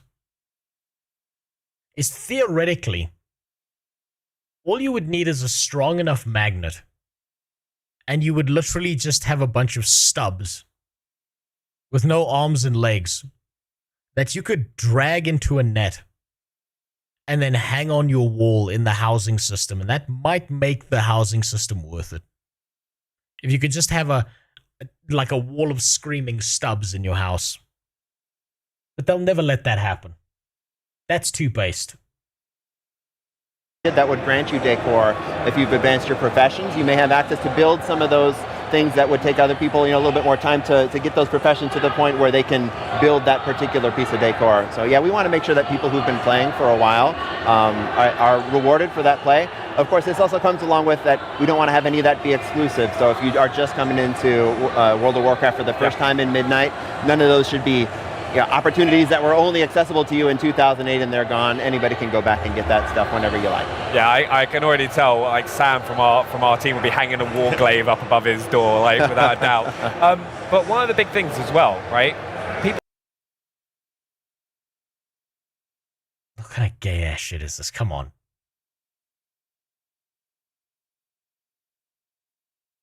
If you're gonna give me paintings, bare minimum, I want to see Sylvanas with an oversized fat ass in a thong that you can hang on the wall. People aren't going to have to wait for the launch of Midnight to get their hands on player housing, are they? No, they are not. Player housing will actually be coming before Midnight in our final War Within patch, 11.2.7, coming later this year. So anyone who owns Midnight at that point can claim their first house, begin decorating it, and all players, even if you don't yet own. Basically, they're bitching out That's what I'm hearing. What I'm hearing is that they've run out of ideas, and so they've defaulted to giving people housing because they can't think of something new to add into the game. I don't know, WoW and ESO are becoming very similar. Yes, they are. WoW is like maybe 2 steps behind ESO, but they're gonna get there. They're gonna end up in the same spot. That's gonna be really sad to see.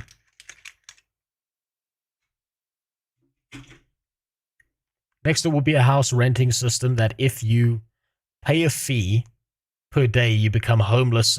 So if you have to play...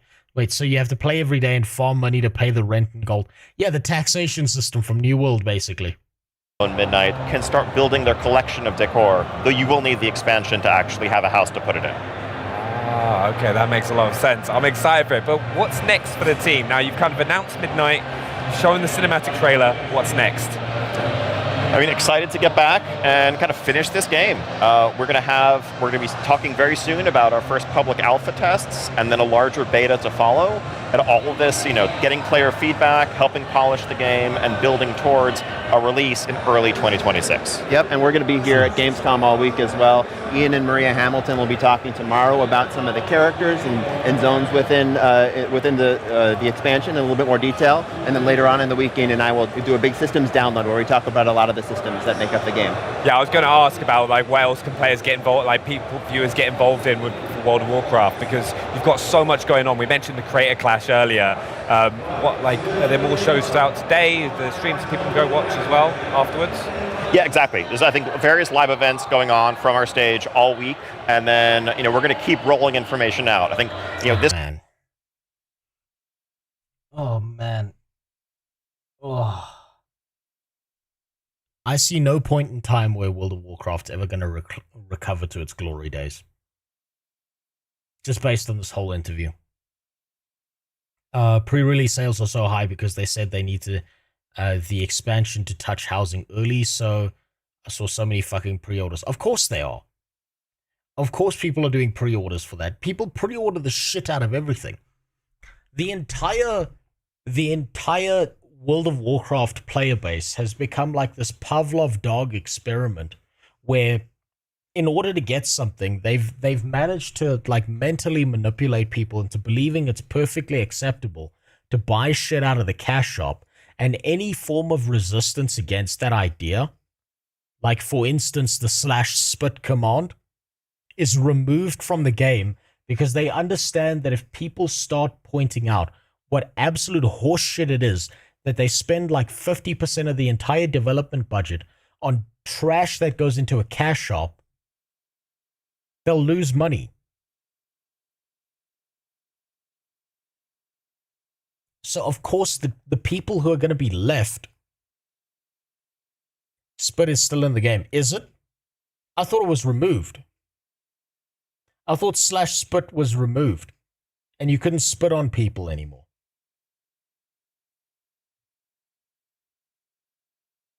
I thought that was gone.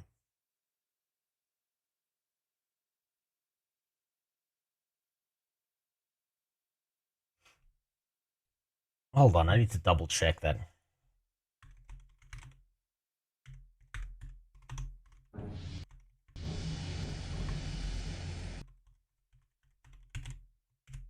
I need to double check that.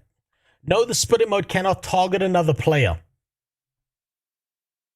It's gone. The entire point of the spit command was to spit on other people.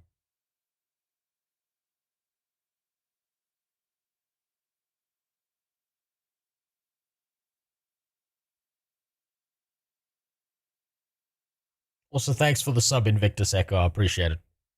You bastard. God damn it. So you can't spit on people.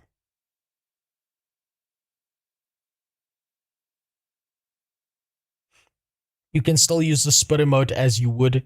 It just doesn't target a player. Well, that's the point. Because there was a whole movement. There was a whole time where people were buying the cash shop mounts. And the way of resistance against that was in-game, if you saw someone with a cash shop mount, you target them and you press /spit. That's why they got rid of that. so you cannot target people and make them feel like shit for buying stuff out of the cash shop. They knew exactly what they were doing. Yesterday was the beginning of just letting people know what we've been up to, and we're going to have more and more information and opportunities to engage. We'll have, videos, streams, and more just coming all through the fall. Yeah, honestly, I can't say thank you enough. Like, from coming on the show last year to talking to us midnight today, Paul, Ian, thank you so much. And also, from tons of new titles coming to Xbox Game Pass, the Final Fantasy VII Remake integrated on Xbox. We've already witnessed so much cool stuff here on day one. There's also a way to get around that restriction with weak aura. You mean with mods that fix the game? So you mean you need to go through some contrived method in order to try and fix the thing that Blizzard took away? One of Gamescom, and we're not done yet. We're about to get down and dirty with everyone's favorite archaeology professor, but first, let's refresh with a quick... Real disappointing. Let's see what they got to say. This is as close to owning a house as I can get. Okay, I take back what I said about housing. Maybe there is a reason. Oh, no. Oh, God. Okay, I get it. Okay, I get it. No, it makes sense now. That's all I needed to see. Jesus Christ. All right, let's move on from this. Holy shit. Man, I think WoW's in a real bad spot. I don't think WoW is ever going to recover back to its glory days. I don't see how it could. I think they need to start again from scratch. Does WoW have a milk emote? I don't think it does. I hate Ion. He looks like the type of guy... Oh, you mean Eon. You mean how much? How much has he cost us? Looks like the type of guy who plays with dinosaurs in his mom's living room and also shits on the carpet. I don't think he looks like that at all. Because if he did, he would be doing a better job with the game. I trust the guy who shits on the carpet more than I trust current Ian. By a long margin. Holy shit. Speaking of mods, have you heard about what happened to Final Fantasy XIV this week? No. I haven't heard about Final Fantasy at all. My sweet virgin ass cheeks have not touched that game.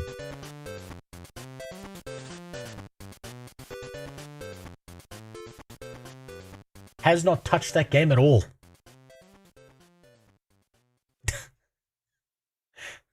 And I'm gonna keep it that way, at least for a while. Damn.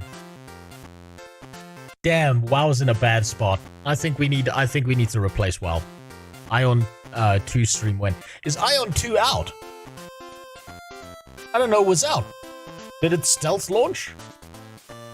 EVK Guild Wars 2 new Elite Spec beta has restarted and is live. I might take a look at the beta. I've been thinking about it. But the problem is I'm not the right person to give any kind of assessment when it comes to anything in Guild Wars 2 because I'm not proficient enough at the game to know what the fuck I'm doing. But right, you filthy animals put a bunch of stupid shit in my Discord. A bunch of stuff that I have yet to look at. So before we play some Guild Wars 2, we're gonna run through some of this. I believe I was about here. I may have seen some of this. Wait, hold on. Where were we?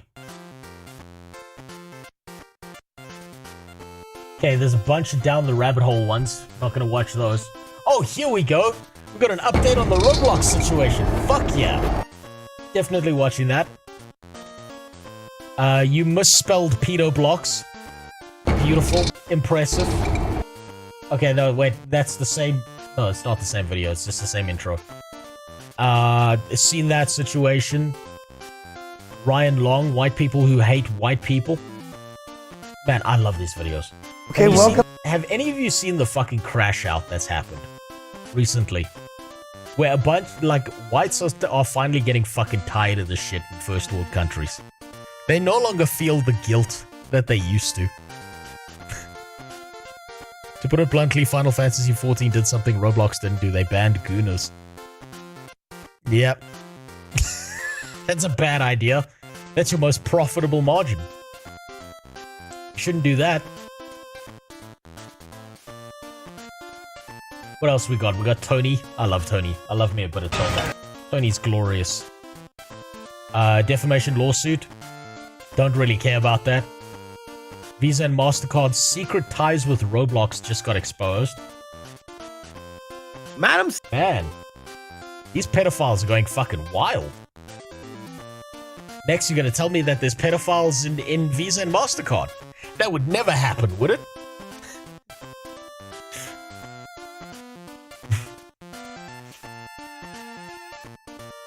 Apparently they managed to fix Guild Wars 2 beta crashes and it's up again.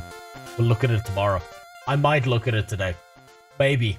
If I get bored of hunting for components for Caladbolg, I'll take a look at it. Truth about slavery. God damn. God damn, people are getting fucking real mad about this shit. I've noticed a lot of this. I don't know if you've noticed that there's been like a wave of change that started to happen. Where people are getting like real fucking sick of all this race shit.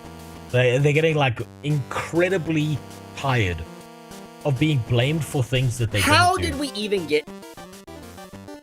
Right. It was about there. Good night, Spider. Let's start with who is basically one of my favorite creators ever, Gideon. I love this man. This man is incredible. He does such a good job. He's been funny as fuck since day one. Since the first video I watched of this man, I was in love.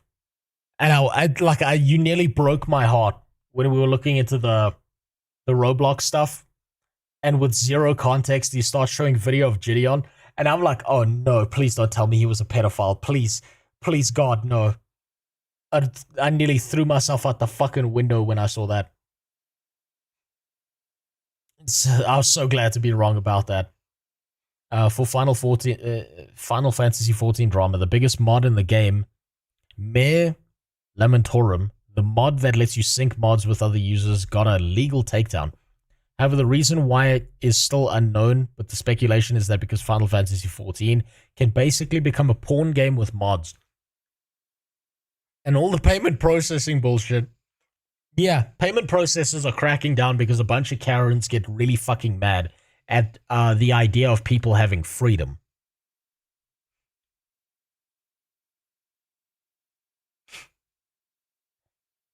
That's like the biggest fucking thing. People get really, really mad about it. Who cares about properly testing? Only use it to test how a spec feels. That's the thing, is like I'm at the point in Guild Wars 2 where I'm just having fun with the game. I'm not even testing different shit out. I'm just having fun with it. Now then, let's see what Gideon's had to say. It's been a while since I've looked at his channel. Oh, look! Look at that! YouTube unsubscribed me again. Damn. Every fucking month. God damn.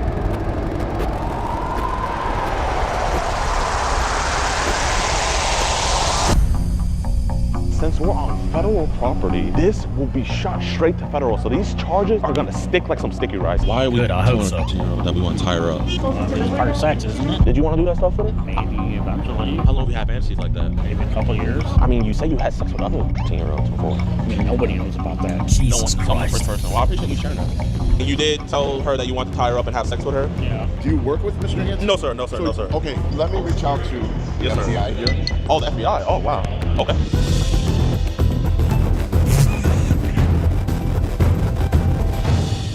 What's good with y'all boys? The fucking cupcake. Of course, the fucking cupcake. I love this man. Oh man. He's so good.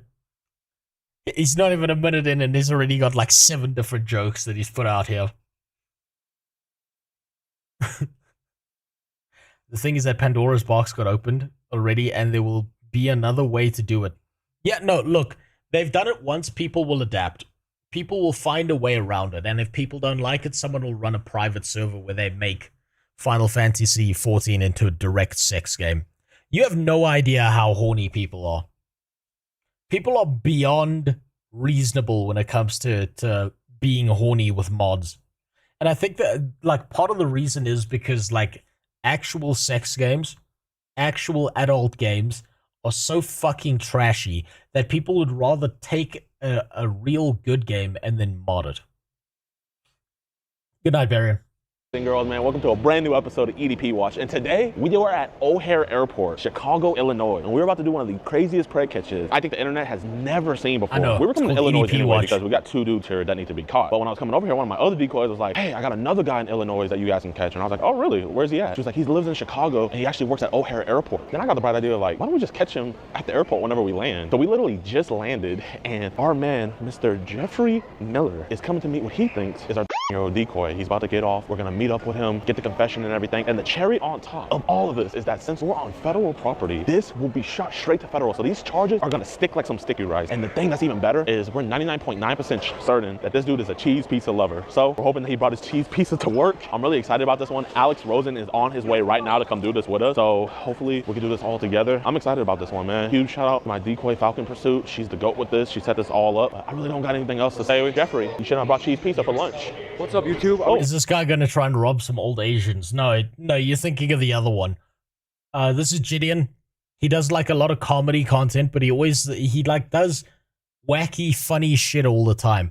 So a good example is like he dressed up as animal control and went to a furry convention and started like capturing people with a net and shit. He used to be a menace to society, and that's what made him incredibly funny. Are we catching some people today? Yeah, man, he's right here. We got him. How's it going? I just got some bad news. Mr. Rosen isn't gonna be making it with us, ma'am. The worst losers of my life, my GOAT, Alex Rosen, he's not coming. Now I gotta catch child predators without him. We're gonna get this dude. He's gonna get locked up for a long time. He's gonna be here soon, so we'll see. I'm gonna keep on doing laps just to kind of look. Yo, Jeffrey? Hey, Jeffrey, man. Hey. Listen, I don't think you're a bad dude or anything. Just wanna have a conversation. Is it cool if we just talk real quick? Yeah. Yeah, just talk over here, okay? No, hey, I'm not talking or anything. Urgent message that demands your immediate attention. EDP-itis, a silent but deadly condition affecting 1 out of every 445 individuals nationwide. I knew it was You may gonna not do know some who has dumb it shit until like it's this. too late. It could be your local ice cream man. He can't help neighbor himself. with a suspiciously friendly golden retriever. Your helpful college professor who just wants to help. Or even that one sprightly mailman. So if you care about the survival of humanity, and heck, even your sanity, take the cure, save yourself, and log into EDPWatch.com. You'll get early access to raw, uncut predator catches like this video and this. Exclusive chat logs, audio calls, 50% all merch, and God yes, damn. a chance to appear in an EDP Watch episode. Looks better with than the ready Midnight gifts. trailer. You're not wrong. So protect yourself, protect the youth, and please, Oh my for the God. love of Earth, go to EDPWatch.com before it's too late.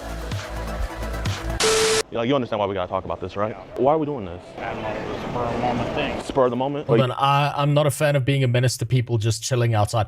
This is the thing is, the way he does his pranks, or the way he used to, he wasn't ever a menace the same way that other pranksters were. Does that make sense? He wasn't the kind of guy who was like ruining people's fucking day. Most of his pranks were harmless and funny and stupid, but they were entertaining at the same time. What's up, Wojciech? How you doing? But you know what you were doing is wrong, right? I'm doing good. I appreciate that, honestly. Listen, we're gonna go talk over here. You know, if I wanted to put you out there, I would have told your bosses and stuff already, you know? What are we here talking about? What do you think it is about pedophiles that makes them so comfortable just talking? Instead, like, God, if in my head, like, if you were someone who was a pedophile who wanted to fuck kids and you got caught, my immediate thought process was, you gotta run for your life. Like, why do you think they're, like, so comfortable being like this? What is it about these people that want to fuck kids that make them, like, every time Chris Hansen says, do you want to take a seat? Instead of bolting for the fucking door, they sit down. Do they think they're normal? Hey, I appreciate that. Okay. What did you want to do with her? Nothing. So, like, what all were you saying in the messages? Why would you want to tie up a team? Well, listen, man, we all make stupid mistakes. We're good right here. You want to just talk right there? All right, Jeffrey. So, we're just going to talk, okay? It's just you and me. So, how long have you been talking to team members? Not very long. Not very long? So, what's not very long? Maybe a few days. I mean, you said you had sex with others. 16-year-olds before. That's a lie. But why would you lie and say you did that? It makes it sound cooler. I don't know. You think it sounds cool to have sex with 16-year-olds? I lie about stuff a lot, though. What happened to your finger? I see your finger is amputated. Something stupid is riding my bike, put it in the chain, tried to pull it out. Oh. You're on Telegram, right? I can't get into that. Why can't you get into that? Okay, I don't think this guy's all there. I think this guy might be like fucking retarded. Like actually fucking retarded. Yeah, a long time ago. Oh, so you used to have a Telegram? Yeah. So when we were on Telegram, did anybody ever like add you into any group chats and we're putting some like nasty stuff in there? There might have been. Okay, what about on Facebook? I see you follow a lot of girls. They seem to be like a lot younger girls. Do they ever be sending you pictures of themselves? Sometimes, but they do? Really. Is it just selfies or? Usually selfies. So they never seen like sexual pictures or anything? No, I'm not into that part. You know, I don't want to show you the messages, but like, I mean, you said some really like dirty stuff. You said you wanted her to suck on your cock. What were you gonna do whenever you saw her? Go to lunch. So you just want to get lunch with her? Yeah. So what about that hotel room you were talking about? Fake too. So how do I know what's fake and what's real, Jeffrey? You came to where she told you to meet her at. Well, I was gonna go down and get my other jacket anyway. Are you a Christian man? Yes. You know it's a sin. No, you're not. Right? Yeah. So you're telling me you didn't walk down that way looking for her? No. You put that right hand on the Bible, your soul be damned for eternity. Yeah, so going downstairs to B14. B14 is that way though. Yeah. You went to B11. I have the messages where you told her you'll meet her there in a little bit. Why are you lying to me, Jeffrey? I'm not lying. I mean, if you don't want to be honest with me, like obviously I can't keep you here, but like I'm just here to have a God's honest conversation with you, and I'm not getting that from you right now. You say you wanted to tie her up. You say you wanted to suck on her tits. You say you wanted her to suck on your... You know, this is a bad look, man. No. If I wasn't a good guy, you know how much trouble that can get you in? So I need you to be honest with me, okay? Yeah, there's some social losers that grew up to 40 and don't have friends. And the only people they can impress are teenagers. We had a drug dealer like that in my home city where I was from. Yeah. There's a few of those. There's something about not being involved enough in like a societal sense that fucks you up mentally. And I wonder if they're just predisposed to being insane, or whether these toys came out the factory fucked up from day one. Jeez, it's like looking into a different universe. It's so strange the way these people behave. These people are worse than VR chat people. Okay. Did you want to do that stuff with her? Maybe eventually. Eventually, okay. Where are you going to get that hotel room for Saturday? Elk Grove Village. So you were going to get it? Yeah. Okay. So what were you guys going to do inside the hotel room? They have a pool there. Okay, yeah, I remember you said something about a pool, but like, let's say when you guys got into the bedroom, what would you want to do? At that point, I have no idea because that wouldn't have been my first time. You say that, but like, how do I believe you? Because earlier you said that you did it 2 times with kids. No, I said, but I never did it. Why would you tell her that? It makes sometimes it makes the person look cooler. Do you think it's cool for an adult? Not that though. Are you a virgin? Yeah, kinda. Kinda? Why kinda? I never had no girlfriends or anything like that. You don't have to have a girlfriend to have sex. It's not even easy for me to do. I mean, you're a good-looking dude. I'm sure you could pull somebody. Oh no.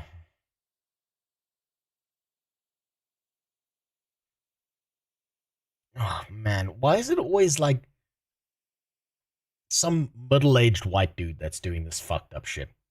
That and EDP.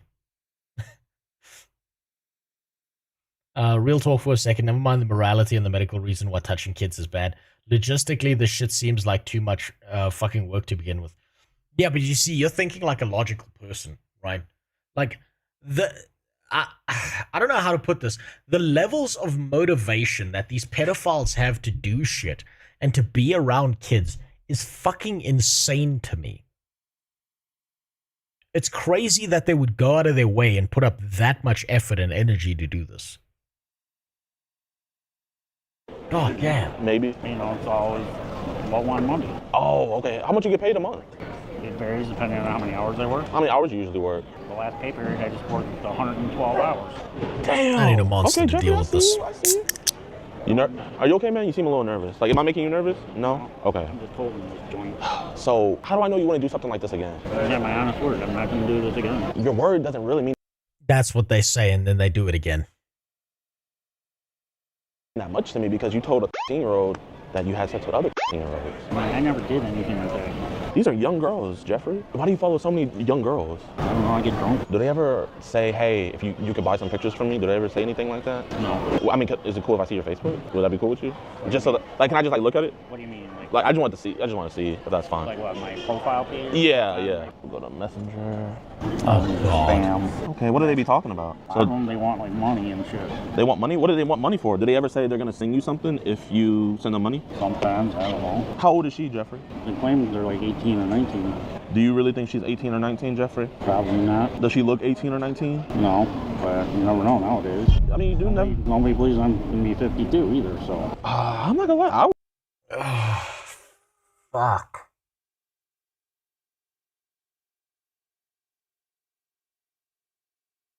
What the fuck is wrong with these people?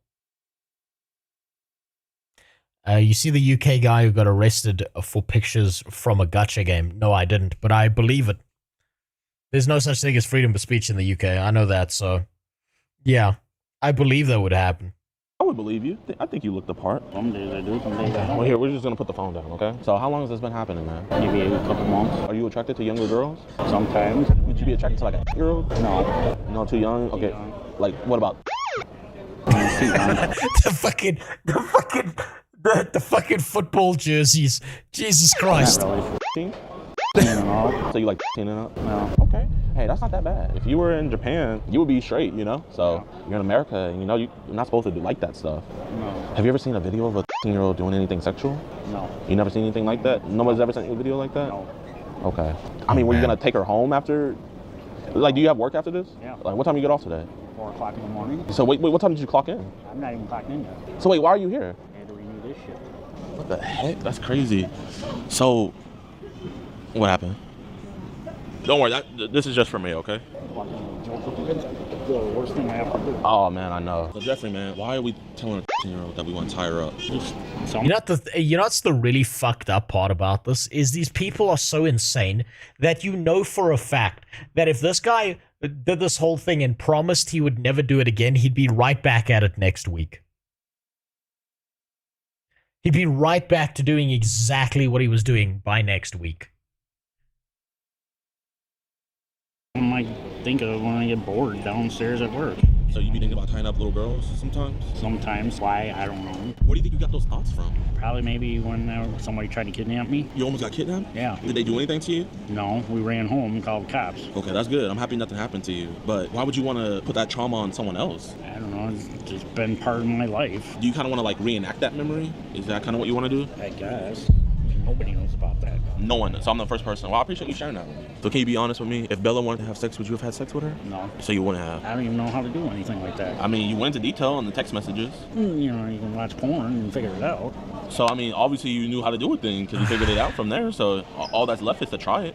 Yeah. Let's say she wanted to do something. Would you have been down if she wanted to? No. Then why tell her that on the Jesus Christ. It's like, you know he's lying.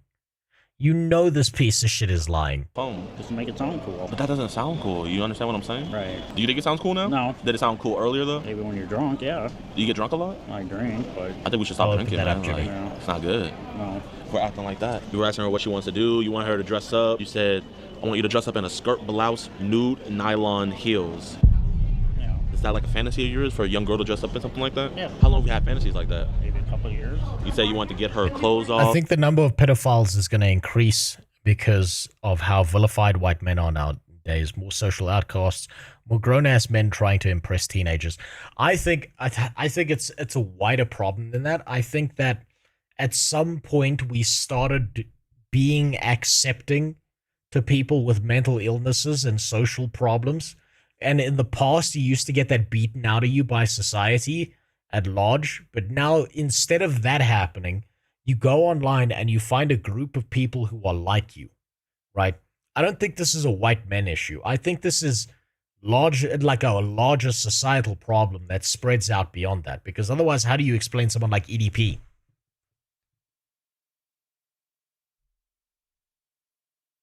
You said you want to play with tits and cum, IU. Then you had a typo right there. Probably. And then you said you want to enter her vagina. It's part of sex, isn't it?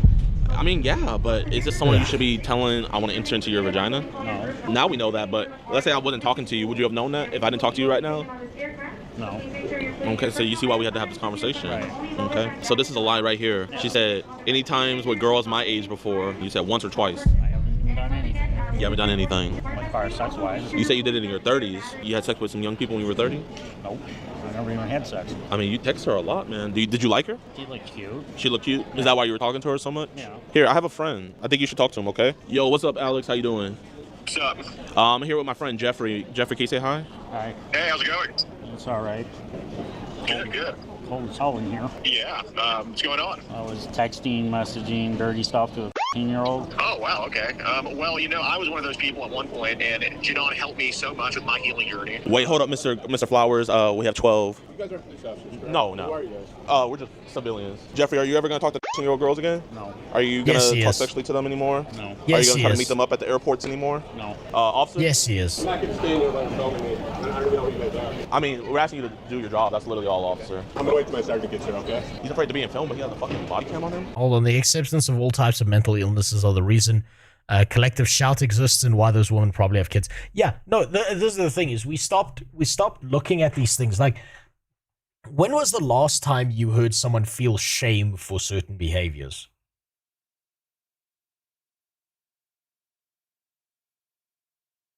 Like, we no longer have the concept of shame in society. It doesn't exist. We need to bring that shit back. That and white vans and long sleeve white jackets that we put people in.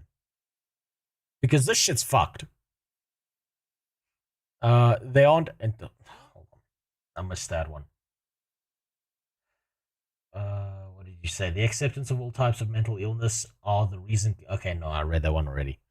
You're going to start posturing towards spending more time with them even if you're not aiming to be sexual.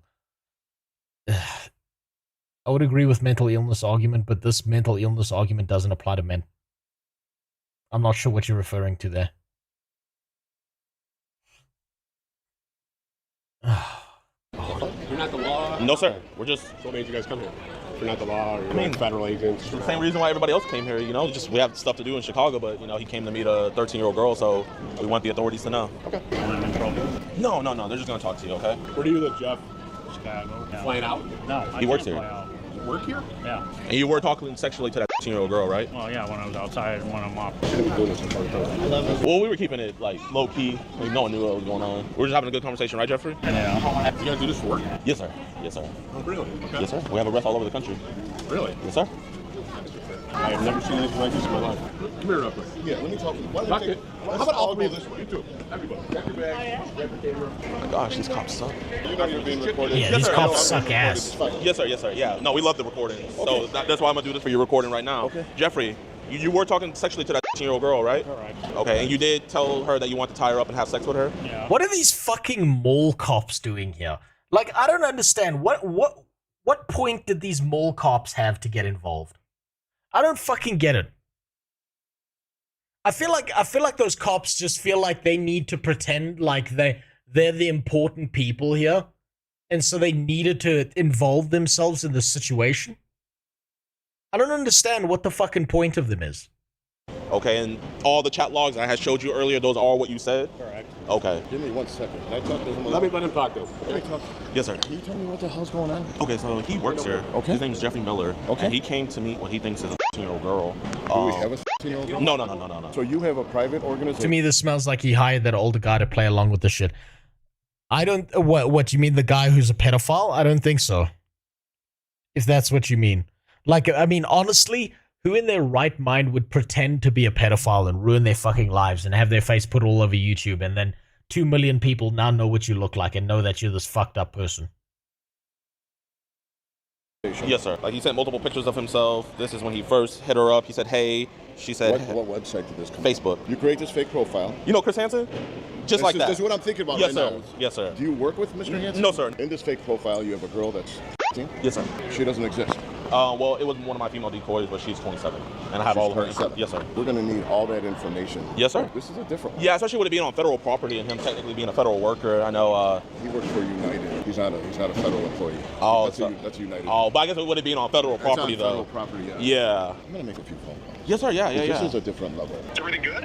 I think they're just a little puzzled. Just putting the pieces together, and then you guys appear in court for the arrest. Yes, sir. Yeah. That's what Whenever you we guys appear in court. Yes, sir. That's Okay. Okay, so at least he's doing it the right way. He's working with, like, he seems to be working with law enforcement. I know this is not the right time to ask this question, but I saw that you got a DX Racer chair. Is it any good? This is a chair that someone donated to me way back in the day. Like, God, like 5 years ago or so, where a streamer I used to know saw that I was, like, kind of sitting on, like, a metal pole with a fucked up chair. And they donated $500, and they said, you will get this chair. And so I went and got it. It's okay. It's not that good. Honestly, if you want a good chair, go get yourself a proper office chair. Get yourself one of those, because those are made specifically with the understanding that someone's going to be sitting in a chair not moving for, like, a good fucking, you know, a good fucking 8 hours or so. Most people get $500 from sitting on a metal pole. No, they just saw how fucked up my old chair was, and they were like, get rid of that disgusting piece of shit. So yeah, they made me promise to do it. Exactly what I was getting. Let me reach out to the FBI here. Oh, the FBI. Oh, wow. Okay.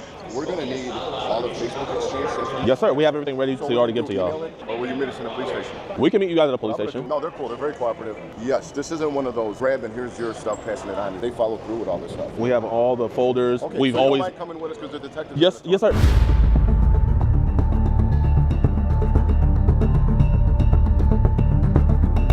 Ooh. Been a while since I've been in the back of a police car.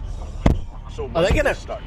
Let me check right now. What's up? Hey, when? What? Are they gonna fucking arrest? Are they gonna go after the guy who's going after pedophiles? You're like, what the fuck? When did you start talking to him? Okay. May 18th.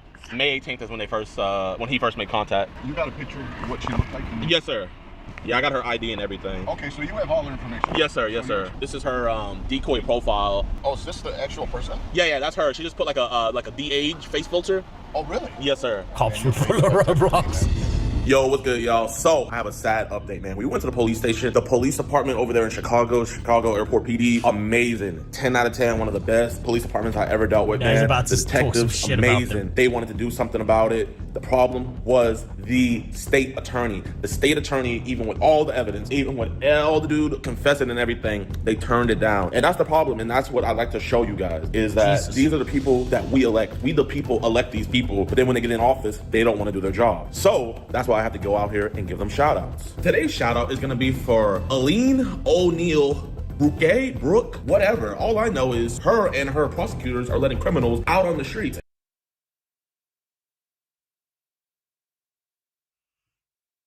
We wonder why there's so many pedophiles out there, but every time they get arrested, they just get put back on the street.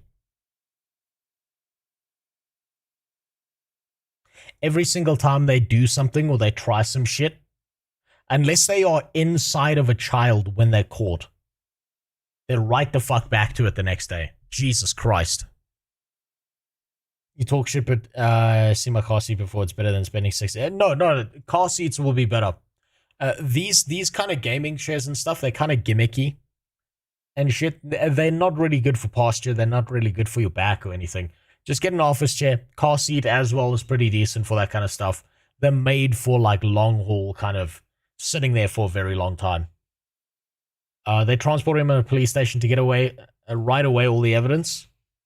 So his arrested defender couldn't tell them they fake them off the arrest. So you think it's fake? And you know the crazy thing about this dude? I had so many people that worked at the airport telling me how this dude would creep on minors that work there. Some of the women there even caught him taking pictures of them. So this dude was already a predator on the job. And then he decided to bring his predatory actions to the job, admitted it to the police, admitted it to the detectives. But Aline O'Neill here, she just wants to drop all the charges and everything. So that's the phone number to the Cook County's state attorney's office. And then also this is their email address as well. And I mean, here, I'm gonna read some of the reviews. Like I literally just Googled them, and on here they got 1.5 stars. Oh, and nice. That's the highest review I've ever seen for a government office. of the reviews. We got this one guy here said, people like this are not worth serving my country for. The state attorney refuses to charge carjackers and other criminals. So Miss Brooke or Miss Aline, whatever, I think you're a criminal. Why would you just let criminals out here? I mean, they're over here saying in the review section that you guys don't even charge carjackers. This is why the city of Chicago, a beautiful city by the way, is in a state of decay because of people like Aline. The police want to do their job, y'all. The police officers that were in there, they wanted to keep him in jail. They kept him in jail for as long as they could, which was 48 hours. But Miss Aline here let him go. So if you guys are as pissed as I am, please call that number right there. Please email this email right here. And please share this to all the groups in Chicago and everything. Everyone out here baiting male pedophiles to protect women, but where's the pedophile hunters going for female pedophiles? So, well, you see, that's never going to happen, Sasha. Because we live in this kind of fucked up mental state in society where if like an older woman touches a boy and he's a teenager and takes advantage of him, everyone goes, wow, you're so lucky. Oh God, I wish that was me. You know, they don't actually think about the idea that this mentally fucks up a kid for the rest of their life and ruins them. So it's seen as like socially acceptable for that to happen. And like people will celebrate and call the kid that shit happened to as a champion and shit. Most of the time. And most female pedophiles seem to at least work within the schooling system. They're not out there hunting for kids to fuck out in like airports and shit like the male ones do. It seems like a lot of the male pedophiles are out here like actively tracking kids down. Whereas the female ones, they have like a base of operation that they work from. So the entrapment element is not that easy to get into. That's at least my perspective on this. What about women who do things that I was told which nail it? What the fuck? Mother of 32 weeps uncontrollably as she's cleared of having sex with a boy aged 14 after claiming she thought he was over 16. Well, yeah, of course. Well, it's like I said, it's socially acceptable for that to happen to boys, not girls, though. And let's see if the Cook County State Attorney's Office is going to do the right thing, come back, and charge this man. But other than that, I really don't got anything else to say, y'all. We got a lot of videos for you guys over on our website on edpwatch.com. Exclusive content, crazy stuff, man. Crazy stuff. Yeah, good video. You guys decent. I'm glad he caught that fucker. I'm glad he's actually calling out the politicians who keep letting these people go. That's wild. That's fucking wild. That you can actually catch someone, get an admission, like confession on tape, and nothing happens to them. That's fucking insane to me. That's fucking bananas. Now, what else did you send me? You sent me a bunch of shit. I think, look, honestly, the pedophile shit, it actually makes me physically upset, and it pisses me off. So I think I'm gonna save those videos for another day, or just not watch them, because honestly, like it makes me feel like a fucking crazy person, like watching that kind of shit. And watching them get away with it makes it even worse. So I'm gonna skip on a lot of those because it drives me fucking insane. I hear there's at least one time every month a case where a female teacher abused one kid and she got arrested and released in less than 2 weeks. Of course. That's what I mean when I say it's socially acceptable. The fuck is this? Old habits die hard. Anyways, check out this sign. Put it in your storefront and make your business great again. Any size, any shape, any color can be customized. You know the gag was fake. You know that gag wasn't fake. Was fake. Fucking, I love Tony. Tony's so good. My God, what a palate cleanser. Holy shit. What's this other shit here that you've sent me? What the fuck is this? A support group for white people against white people. This is going to be interesting. What do I expect out of this? Most white people who have an active vendetta against other white people, it tends to come from a perspective of, I'm desperately trying to get laid, and this is the socially acceptable thing to do. Or it's coming from a place of, You don't give a fuck and you'll make fun of anyone, right? I see no problem with making fun of white people for being white. I don't see any problem with making fun of black people for doing crazy black people shit. Like, you should be comfortable pointing out the wild shit that people do, regardless of their race. But I have noticed a trend, particularly in first world countries, where it's socially acceptable to go after whites. It's also slowly becoming socially acceptable to go after Indians. But if you go after any other race aside from that, then you get in trouble. White guilt to me sounds retarded, to be honest. Why would I blame someone for some shit that happened before they were even conceived? You see, you're thinking about this logically, Jimmy. You've got to think about this from the perspective of someone with a gigantic chip on their shoulder, who, instead of being able to take some level of personal accountability for the state of their life, right, despite their circumstances, it has to be everyone else's fault. Think about it that way. If it's everyone else's fault, then it's not your fault. And so you've got to think about it this way. They treat people like they're a monolith, right? Like, if someone says to me, I hate black people, right? Well, now I've got to go through a list in my head. I'm like, okay, which black people? American blacks, the South American blacks? Are you talking about the Zulus, the Sutus, the Tsonga, the Venda, the Tswana, the West Africans, the North Africans, the Nigerians? Are you talking about the Congolese people? Which group are you fucking talking about? But the idea is to just hit everyone in this monolithic state, because it makes it easier to dodge accountability for your own behavior, right? That's just how it is. They'll be like blaming me for some shit in the Boondocks. I don't interact with the hood crowd. But you see, that's the thing, right? It's so easy to just be like, I'm categorizing everyone as the same with zero nuance, and then just continue on in life like you did nothing wrong. Just bring back segregation. That wouldn't work either.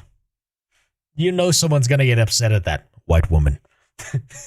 It's just going to happen. Welcome everyone back to Whites Against Whites, a group where white people can hold other white people accountable. Can I just say, I'm not a big fan of whites. Yeah, me neither. We're not great. No, I mean, obviously we're better than we're doing the work. Okay, we're doing the work. Okay, I get it now. This is a comedy skit on this whole idea. We actually have a new member today, Philip, but apparently he's running a little late. Typical white guy, huh? Hey, this I hate white people group. Oh! Hey! Hey, are you okay? Hi. Now I understand. Now I understand.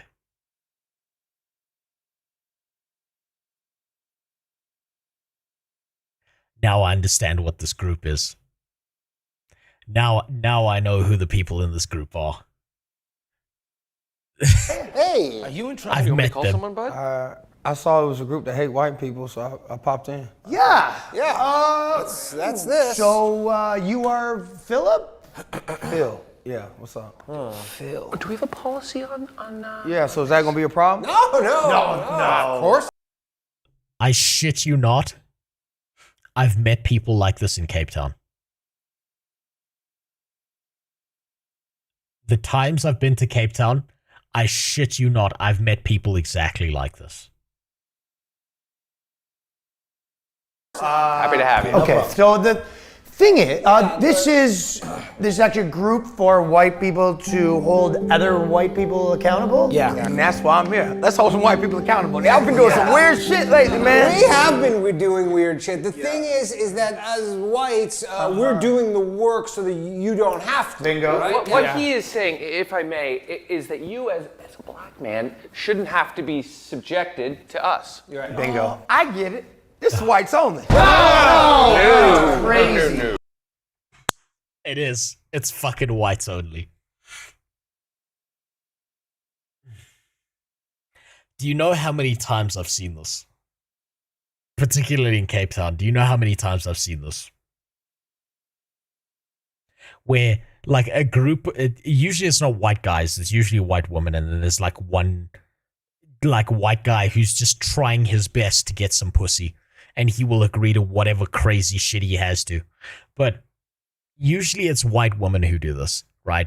Where they act very like liberal and very like, oh, white people are the problem. And then the second a black person like even just walks past them, like you see the death grip around their purse and just tighten. Or they just get super uncomfortable around black people. I've seen, it's so fucking wild. It's so funny. They'll never say shit. They'll never say shit because it's not socially acceptable. But it's socially acceptable to shit on whites, so they'll do that all day. Oh man, it's fucking, I love it. I love seeing that shit. Opposite of We that. hate racism here. Makes me. But y'all saying I need a separate space to hate on white No. people. Yeah, segregate him. We're saying you should get to have a separate space to hate on white people, to not be subject. Have you heard of Dr. Umar? You would, He's right? the best. You'd love him. Oh, is he? I think I'm good here. White people been pissing me off lately. Ah! Okay, hey! White people have also been pissing all of us off, actually. I just want to apologize to you. Can I Oh my get you a couple God. bucks? Yeah. Something to walk around with? Just continue like I'm not here. Okay, well, today we were planning on talking about white dads. Don't even get me started on white dads. Got one myself. Do not care for it. But in lieu of our recent guest, maybe a more relatable topic would be in order. Of course, because he's black, so he doesn't have a dad. Of course. I should have. Oh my I don't god. have a problem with white dads. Continue. Okay, well then get a load of this. My white dad, someone broke into his car and then he called the police on him. Christ, is What? the burglar okay? I don't know. Your dad's got blood on his hands. Yeah. I know, I told him he might as well just cut out the middleman and just have the police shoot a black person. Because you just knew he was black. What? What? No, that's a great point. In the off chance that the man was a black Unlikely guy. chance. He's probably a white man. For sure. But in the off chance, very off chance that it was a black man, Oh my god. your father basically put a hit on us. I just want to apologize on behalf of all the whites and Oh my Danny's God. racist dad. Yeah. The fucking I'm music. very sorry. Why do you keep reaching for your wallet? What? Cash App. He wasn't reaching yeah, for he's his just wallet, Cash App. Danny. I've got this. What are we looking for? We don't want any violence. Hey man, y'all been on some real weird shit. Okay, look at the time. I guess that is a wrap on our session for today. That's it. But the next session we do, I'm going to get your phone number and I will keep you posted. So if you are interested in any of our other meetups, are you WhatsApp or I'll just put it in. It's a little finicky. You gonna text me? Yeah, I could.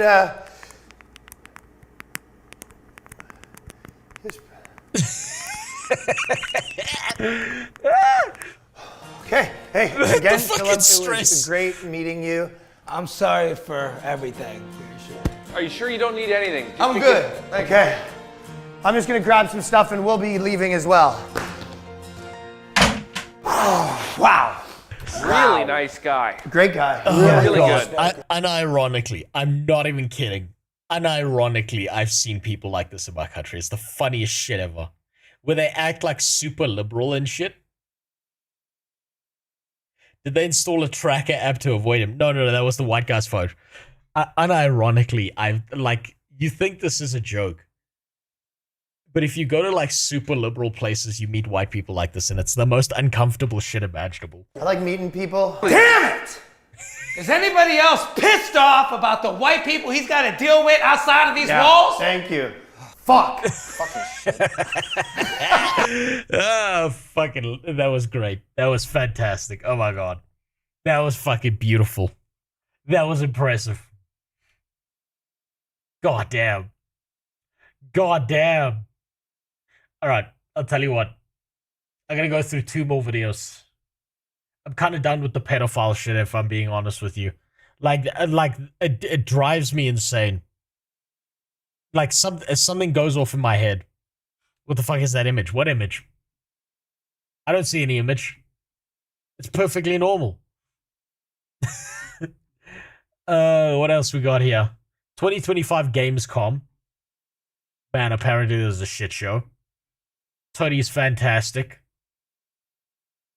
What do we got? Visa and MasterCard. Yeah, we'll go for that one.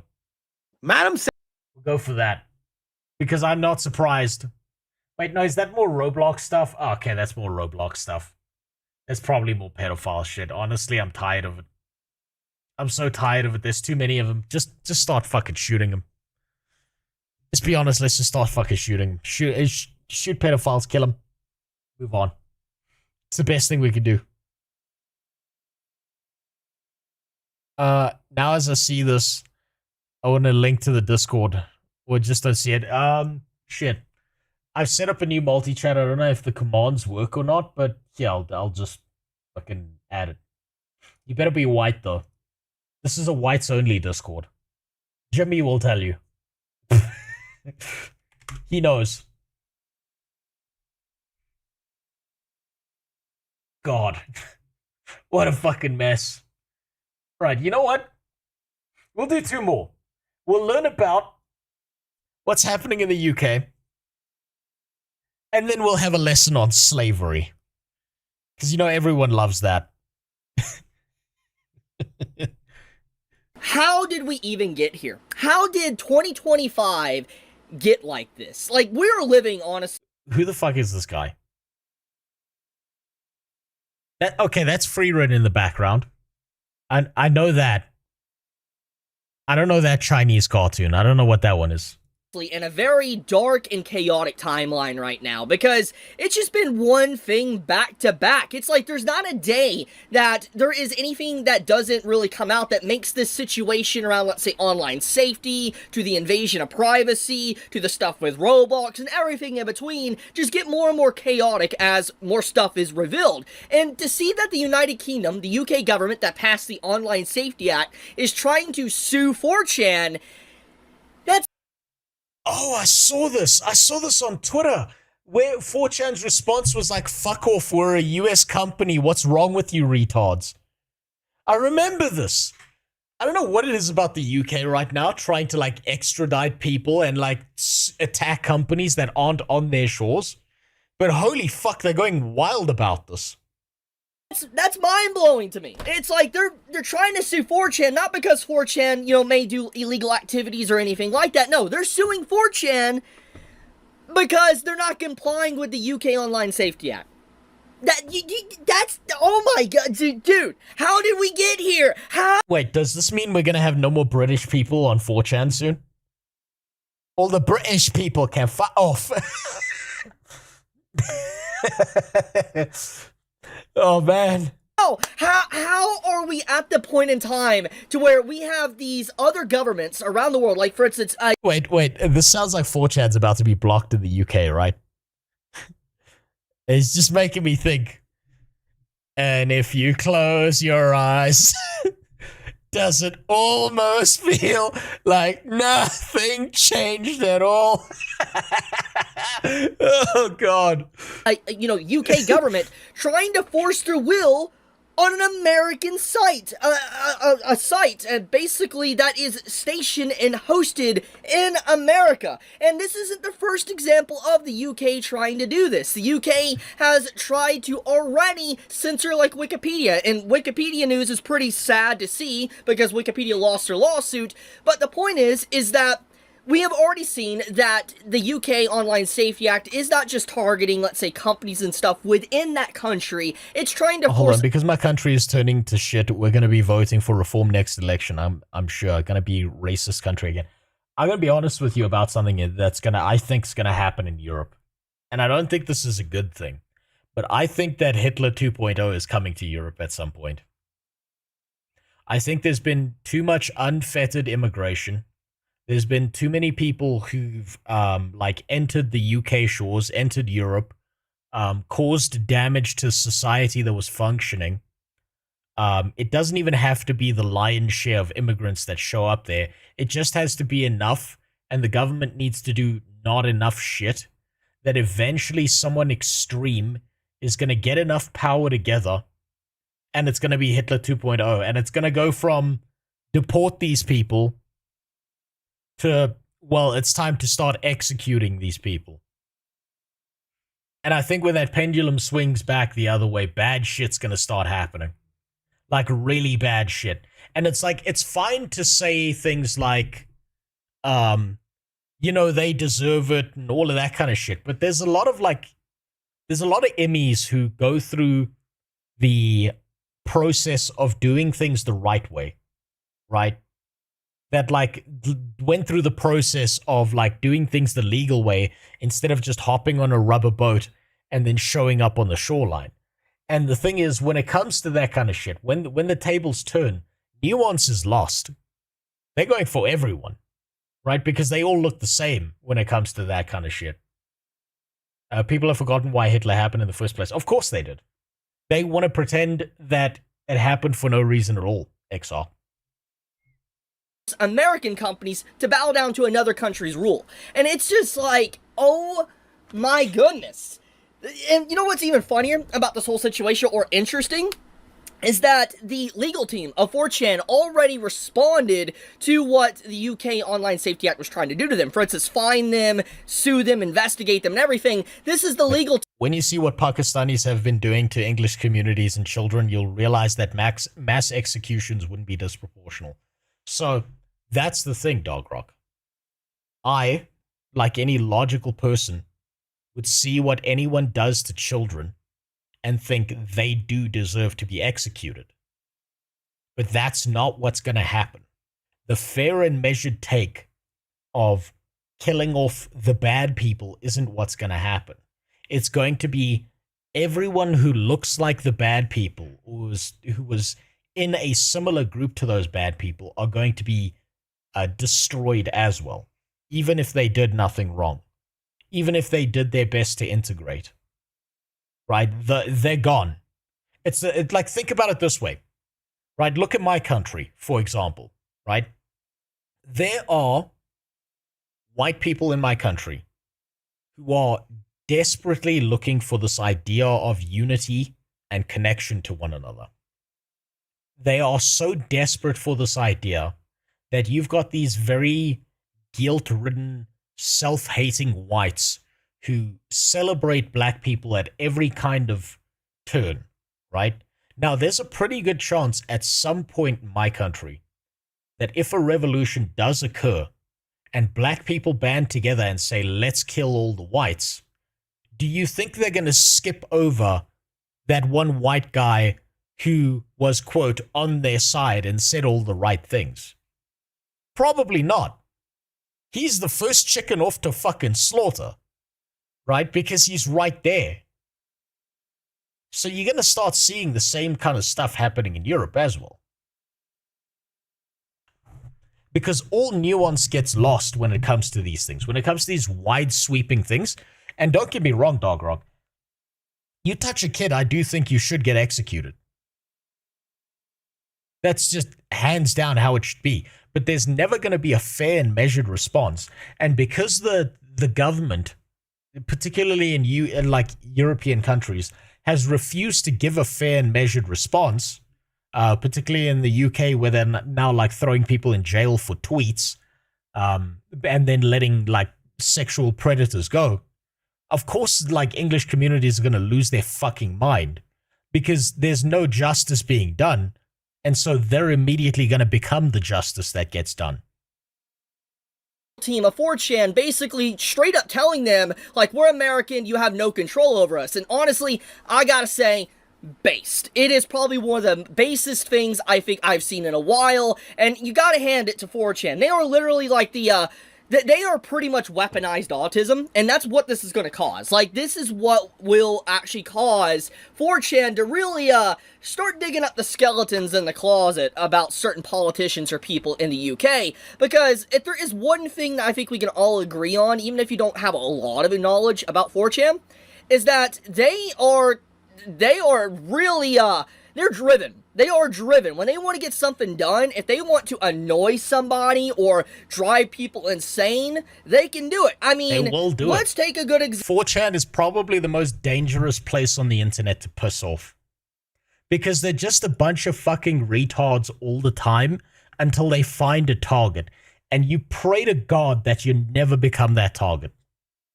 Example here, okay? Let's just think about the situation with, like, Visa and MasterCard as of late. They initiated a whole protocol of fight fire with fire, and they just started spam calling the payment processors. And it got so bad that MasterCard had to make an official statement. So I think it says enough that if 4chan collectively gets together on something, then they can really accomplish a lot of things. But it doesn't just stop there. I mean, we also got to factor in that it's been speculated for a very long time now that 4chan's basically a honeypot for FBI agents. Now, obviously, this is just from... Well, I mean, this has been known for quite a while, right?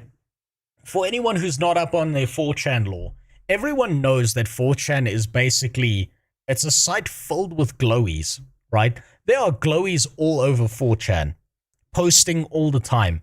And a while back, I think this was like 2 years ago, what was leaked from like the FBI and all of that shit was that they had to keep on rotating out the people monitoring the site, because what was slowly starting to happen is they noticed that the agents who spent too long monitoring 4chan started becoming radicalized to certain ideas as well. They started becoming part of the problem that they were trying to monitor, which I think is fucking hilarious. They stared into the abyss, and the abyss fucking stared back. Rumors, speculations, and different things over the years, but it is speculated that 4chan has a lot of like FBI agents and stuff embedded within the site. And if this is factual, like if this isn't like just like misinformation or just rumors and it actually is factual, what the UK Online Safety Act is theoretically doing here is trying to attack FBI. Do you realize how insane that is? Like, what kind of timeline we're living in, if that actually is real? Like, if there, like, a lot of FBI agents are a part of 4chan? But anyways, I'm getting ahead of myself. The point of the matter is that Wait, the innocent ones are part of the problem. They dissuade people from going after the main culprits. They all got blood on their hands in my eyes. So you see, Dog Rock, that's exactly what I mean.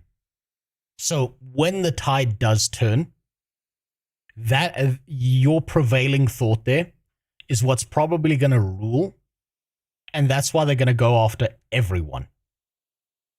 Absolutely everyone. That's just how it is. I'm not even like, it's just an observation. I'm not saying you're wrong. There are people who defend pedophiles. There are people who shelter them. And they should be charged as guilty. But because the legal system does nothing, that leaves justice in the hands of people and vigilantism. And when vigilantism then becomes the main, like, violent force taking over the country, they're gonna wipe them all out. That's how it works. Really appreciate the fact that we have 4chan fighting back against this, and I'm willing to bet you what this is going to cause, thanks to this legal response and this gaining a lot of publicity and stuff, it's going to 100% cause 4chan to probably start really digging in deep into these politicians and not letting them walk away with what they're trying to do. It's 100% going to happen. Now, one thing I want to add on to this before I wrap up the video is this. Apparently, this is a post from someone that lives in the UK, and this was just posted a few days ago, but this is apparently like an advertisement right now in the UK about the internet. You can see University of East London, pioneering futures since 1898. And in this advertisement, you can already see what's wrong with it. It says, Wi-Fi doesn't grow on trees. Your screen time is damaging the climate. Our research is finding ways to make our digital habits... Oh, man. What is the percentage chance that you guys think that the UK is going to kind of become like China, where they're going to isolate their little bubble of the internet? And there's going to be the Great Wall of the UK. And they're going to make sure that they can monitor all traffic in and out of there. And it's kind of going to become like where China has its own like separate bubble of the internet. Because it seems like that's exactly what they're trying to implement in the UK. Habits more sustainable. And I'm just like, these people are legitimately, these politicians, this government, they are not even trying to hide their, like, rampant corruption and trying to control the public. Like, I want to point something out. They are more focused on controlling the internet, reining people's opinions in on politics, than focusing on actual crimes and criminal activity going on within their country. Absolutely. There is many examples, and many other content creators have already pointed this out. I believe Asmongold has already done it as well, to where you literally have actual vicious, savage crimes going on, but they're focusing on, like, catcalling and trying to just get a random... I saw that video. I saw that video while I was in the gym, and I thought it was the funniest shit ever, where they got two police officers, two women, to like jog on the streets, and if there was anyone who like called out to them or some shit, like some cops would show up and start talking to these people. I thought that was the funniest shit imaginable, because it's like, goddamn, it's not even a crime, but they're trying to like control people's behavior and what they're allowed to think. Oh man, this is gonna go bad. When the pendulum swings the other way, oh man. Woo! You're gonna see some wild shit happening in Europe. Person arrested for just catcalling, and then also trying to do stuff like this, focusing on Wi-Fi and how you can lower your digital footprint. Like, that's an excuse. Dude, what is 2025, man? I'm so tired of just this back-to-back crazy stuff that's just going on. And there's even more stuff that's happened recently I'm not even talking about in this video, which I might do a follow-up video tomorrow on. That's just, it's insane to me. It's just every single day, there's something even crazier that comes out that just somehow shouldn't shock me, but it does. And here we are. But I'm gonna leave it at that. Here's one how it final works, thought I will... right? Here's how it's working, right? This is kind of how the UK is working right now, right? From my perspective, looking at this from an outsider. Here are all the people who are in control and making the laws. They live in this isolated bubble where they don't suffer from any of these issues. They don't suffer from any of the law and legislation that they implement. Here's everyone else in the UK who's like your average citizen. Every single other person is getting fucked royally by every single piece of legislation, having their lives ruined and getting thrown in prison. None of the people making these legislative rules are dealing with any of these issues.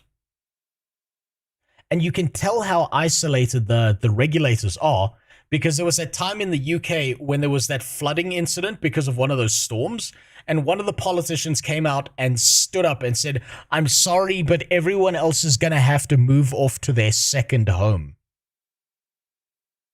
Like, they're so fucking isolated that they think that every UK citizen has a second home on the other side of the country. That's how fucking retarded these people are who are in power. They don't walk around on the streets. They don't deal with the issues that the mass population is dealing with every single day. And so they're not even aware of what's going on in their own country, but they're making rules that everyone else has to follow. They are like these ivory tower politicians who are so isolated and so, like, it's almost like it's some form of monarchy, feudalistic system where your average peasant has to deal with all the nightmarish suffering that these people put into place, and they never suffer from any of it at all. I'll say, based on 4chan and their legal team fighting back against this, basically saying, nah, we're not going to let you make us bend the knee and kiss your boot. I appreciate that. I think the entirety of the collective internet appreciates that. You know what I think 4chan needs to do next? This isn't my idea. I saw someone else posting on this. Posting this on 4chan. Everyone who lives in the US needs to start AI generating pictures of Keir Starmer fucking a pig, right? And just continually posting him fucking pigs and psyop the entire world into believing that Keir Starmer's a pig fucker, right? Because then what the idea is accelerationism, because the UK will be forced into it, like this idea of they're going to respond to this and they're going to go after all these people in the US. And I'm sorry, the US is the global power. The US will turn around and be like, you fucking what? You what, bitch? And the US will honestly bitch smack the fuck out of the UK and ruin every single one of those politicians' lives if they try that shit. I think the way out of this is probably accelerationism, because It's been proven already that the legal system, the legislative system, is not there to protect the people who actually live in the country. Don't give me ideas. This is not my idea. Someone else was posting that on 4chan already. Their whole idea was we need to flood every piece of the internet with, like, every piece of the internet needs to be flooded with a picture of Keir Starmer fucking a pig. That was the idea they had, but it needed to be posted by people who were outside of the UK, and then psyop everyone into the UK into truly believing that Keir Starmer's a pig fucker. Is UK politics better than South African politics? Yes. As nightmarish as the UK system seems, as horrific as it seems, it's not nearly as bad as the corrupt piece of shit country mine is. Right? And, like, you can't blame people in the UK for not understanding that or not even caring about that, because they don't live in South Africa. They live in the UK. And they're trying to prevent their country from falling apart and becoming a third world shithole like my country is. South African politics is way worse, way dirtier, and much more horrific. I'm talking like we had a whistleblower who was trying to point out the billions of dollars that went missing, and that the politicians in my country keep stealing. And the response to that was there have been like 7 different assassination attempts on that man's life. This is like the whole thing that's going down in the UK doesn't even come close to how bad shit is in South Africa. Think about it this way. If the government felt like it, tomorrow, they could kick me out of my house and say, we are reappropriating your house for public use. My little crack house could be taken away from me tomorrow. That's just how it is. Now, they haven't got that bad in the UK yet. They might get there before something happens. But the UK at least has enough people in it that they can fight back and push back against that. Like, my country has an active vendetta against whites. And that's just how it is. So they will do everything in their power to take shit away from white people, even if none of the white people alive today had anything to do with apartheid, had anything to do with what happened in the past. They believe in generational suffering. And I think the UK just really stepped on kind of like a big major landmine right now, because they're going to turn 4chan into weaponized autism. That's 100% what's going to happen. 100%. I don't even doubt that. That will definitely happen probably in the following days as more and more people... I don't think they've pushed 4chan far enough yet, but they will if they keep going. People find out about this, and then someone on 4chan eventually makes a post that gains a lot of traction about it. But I'll leave it at that. Thank you so much for watching. Please share this video, leave a comment, helps with the algorithm.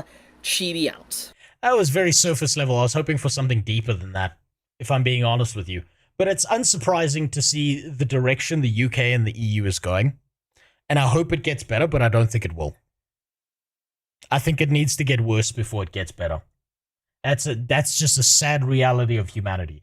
Okay, now we'll end off on a lighter topic before I start playing Guild Wars 2. Let's find out about slavery. Hold on. Read this first. Hold on. I'll download this so I don't show you DMs. How's that sound? That way you don't have to worry about that. There we go. What the fuck did you send me? Oh, I love this guy. I fucking love this guy. I'm gonna be honest with you. I absolutely love this guy. This guy who's like using RuneScape to describe the situation in the UK. I've watched so many of this guy's shorts. Oh, fuck. He's so funny. He's done this in like the most hilarious way possible. He's brilliant. English players are now capturing flags all across the server. This is why they are doing it and why the Labour clan are hella mad. So everyone knows that English players have had enough of the constant nerf upon nerf, especially with the VPN player glitch. Well, English players are now rushing the main POIs and dropping spawn points all across the map. They are even capturing hard points on roundabout. Insane strat. This is to show the server admins that English players still run the server and they want more patch notes that benefit OG players. But here's the thing, server support staff are using mobility to hop round the minimap and capture these flags. And English players are spamming in the chat because when Green Goblin... That's kind of sick, right? If you think about it. Imagine, like, can you imagine the average American flying their flag and then some retard trying to take their flag down? Can you imagine how many, like imagine doing that in Texas, right? Imagine like there's a bunch of conservative, like very proud Texans waving the American flag around and some retard comes and takes their flag away and says you're not allowed to do that. Can you imagine the ass whooping that person would receive? Holy shit. And you know Americans are fat, so if you steal that flag and run away, they're not chasing after you. They're just pulling out a gun and blowing your legs off. That's they're not chasing you. Remember how you made fun of that VTuber a while back? She released a song.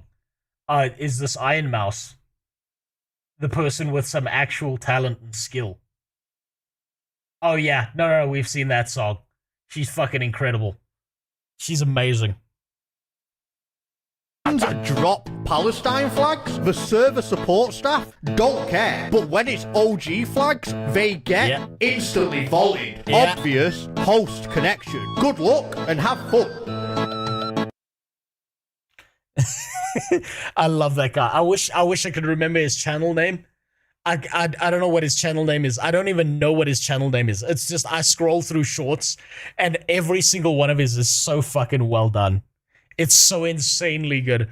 I wish I knew his name. If someone's got his name, post it in the chat because holy fuck, he does such a good job with it. He's so brilliant. He's so good. Right, now let's talk about slavery. A nice simple topic. You know, for some context, right? I think this is one of the worst things that has happened to Black Americans in their educational system is that their history starts with you were all slaves, right? Because it like leaves out the entire idea that historically, through most of human history, everyone was a slave to someone somewhere. Right? Slavery was such a super common thing. And America was one of the countries that was fucking bright enough to be like, this entire idea of slavery is so fucking stupid, it needs to stop. But for some reason, there's this hyperfixation, this obsession with slavery, which happened, I don't know, like, what, a century ago?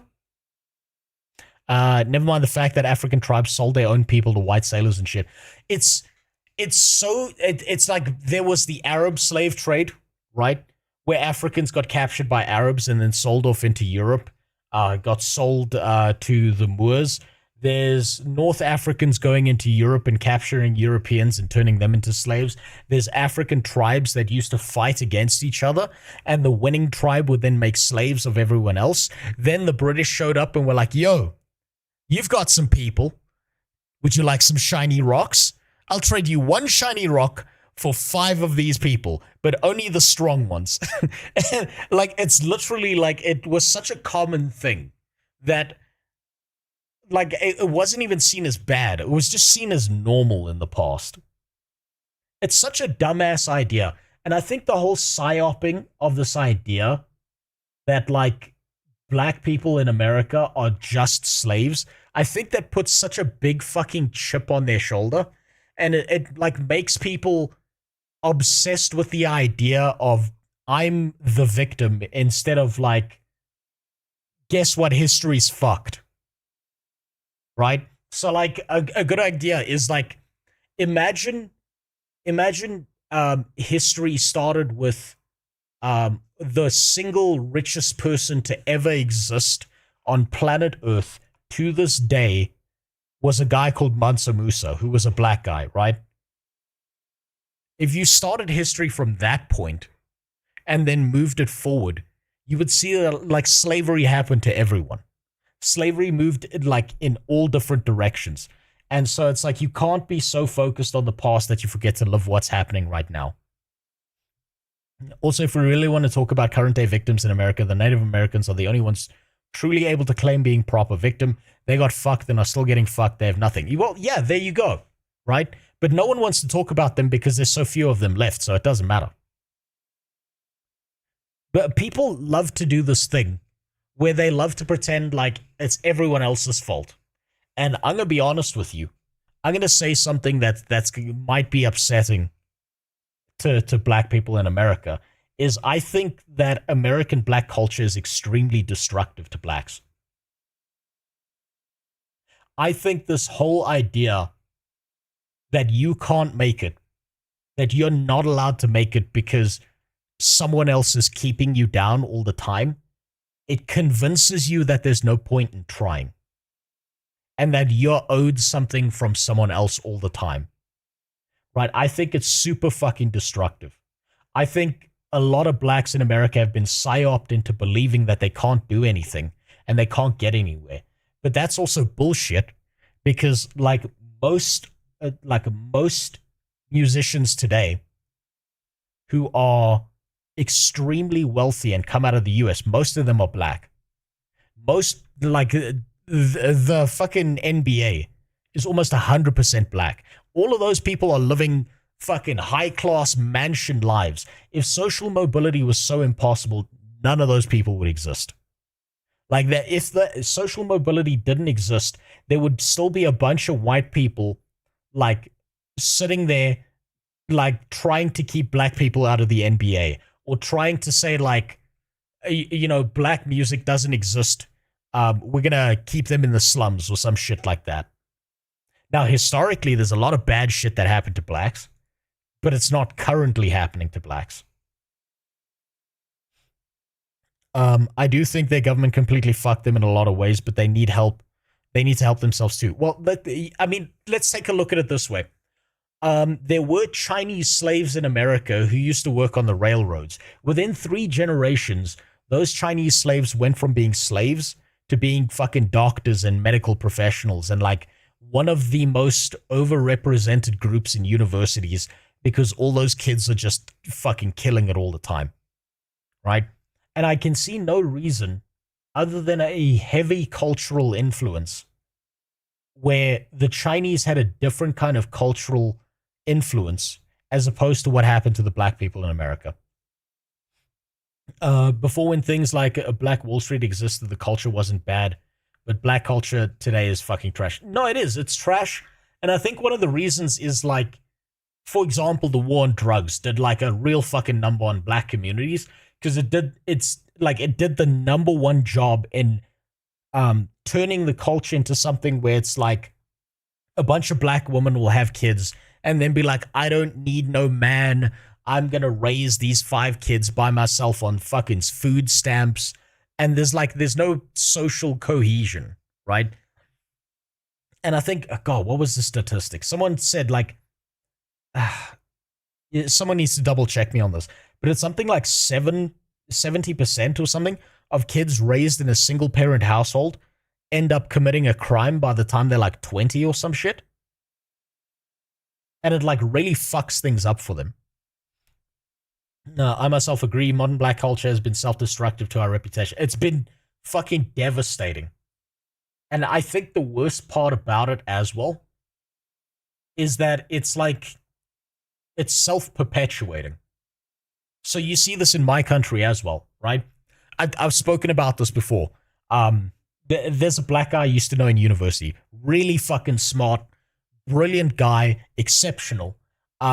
He passed the degree, and in his final year of study, right? What nearly destroyed his life was culture. Because as he was about to pass his degree, he was about to get a high-paying job. He had everything lined up. His mom phones him, and I was there. I was sitting next to him when this was happening. And his mom phones him and is like, yeah, you're not coming home. And he's like, why? His mom's like, because you've been accused by your community of becoming a white person. You are acting white. And for those who don't know, the accusation of being white in my country is a death sentence. Basically, if he'd gone back home to live with his parents or something, or gone back into his community after getting his degree, he would have been accused of being white, and they would have killed him. Like, unironically, they would have killed him. They would have fucking murdered him. And his entire dream in life was to get a high-paying job, go back into his poor-ass community, and help build him up from nothing. That dream was shattered on the spot. Now he's like super successful as an engineer, and he works in South Korea, and he's having like the best time of his life. But his entire dream was destroyed just because he was smarter than the people around him. And that's not like, there's like a jealousy element there, and there's also a cultural element there, where the culture tells you that doing certain things that make you successful makes you not part of your own race or not part of your own group, which is like a horrific thing to do. It's fucking devastating to watch that happen.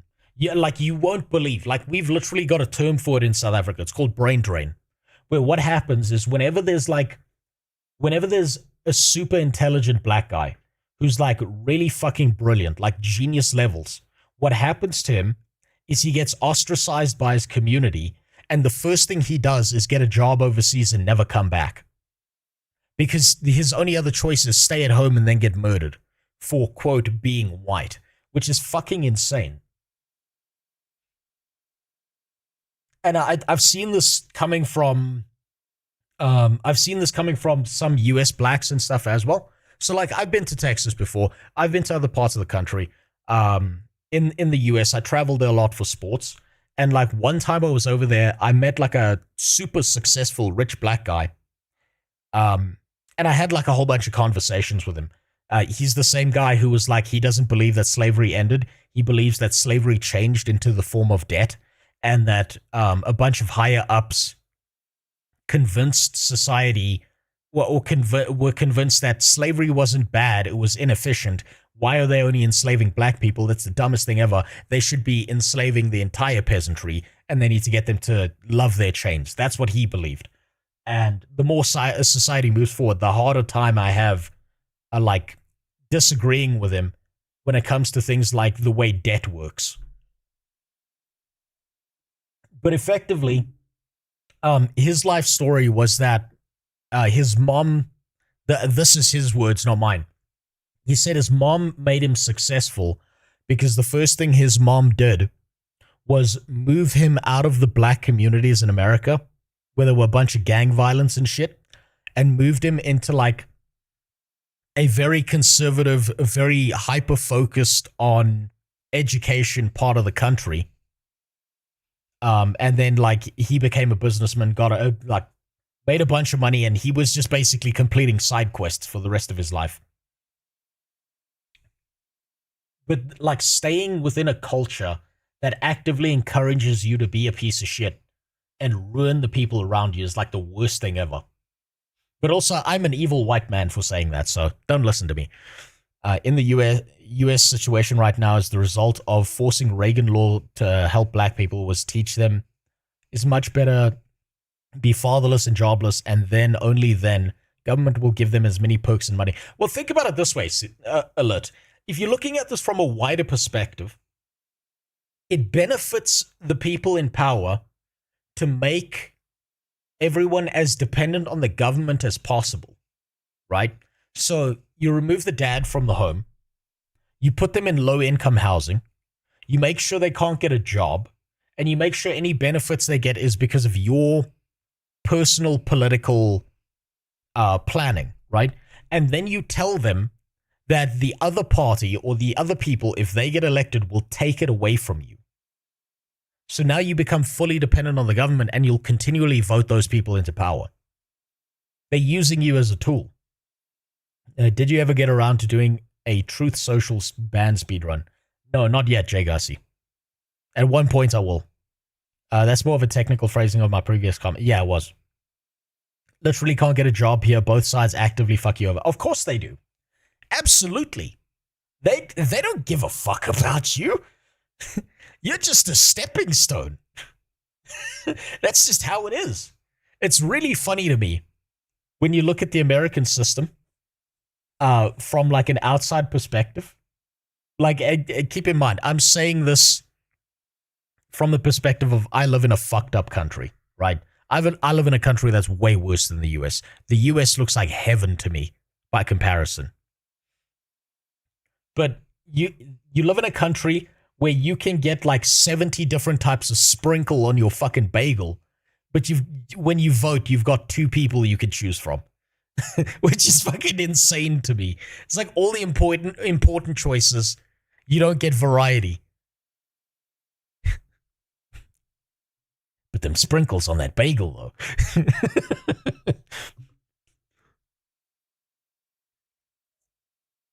I'm half black, half Latino. There's definitely black people that would think that you're not black enough. Of course. That's the funny thing is you will never be black enough. You see this. You know what the mirror of that is? Is looking at liberal white people in the US right now, where even if you agree with them on 99% of everything that they think, that 1% makes you Hitler, right? You see white people doing that now, where it's like, you could think that everything else is 100% correct, but if you decide, you know what, I'm not for abortion after 6 months, suddenly you're the devil. Suddenly you're the othered group. I'm Hitler, watch out, iceberg. They're right though, my dick is big and I was raised by my dad. Yeah. That's probably the Latino side of you talking. That's why you started speaking Spanish when I made that one South American native. That was your conquistador ancestors coming out in you, being like, I need to fuck one of those right now. America as a country let's see where this goes. Slavery for like 90 years. That's it. And we're comparing this to countries that had it for 900 years or longer. It was announced recently that President Trump would be doing a review of the Smithsonian's museum exhibits to make sure that they, quote, celebrate American exceptionalism, remove divisive or partisan narratives, and restore confidence in our shared cultural institutions. Which, yes, that is what our publicly funded museum exhibits should do. So that's very good. And they talked about this on CNN last night, and you could only imagine what their take was. Jillian Michaels. Okay, I can see this going one of 2 ways, right? I wouldn't put it past someone like Trump to want to edit history to benefit him as much as possible. At the same time, though, we've already seen a bunch of people edit history where they're trying to delete certain facts from existing because it's non-beneficial to whatever narrative that they're pushing. So this just seems like a bad outcome that's already arisen from another bad outcome. But let's see where this goes. This was a guest, and but she's the one person on the panel who did not see this move by Trump to be some great horrific act. And so here's how that conversation went. Listen. Have you looked at some of the things that are being reviewed? Yeah, slavery was a bad thing.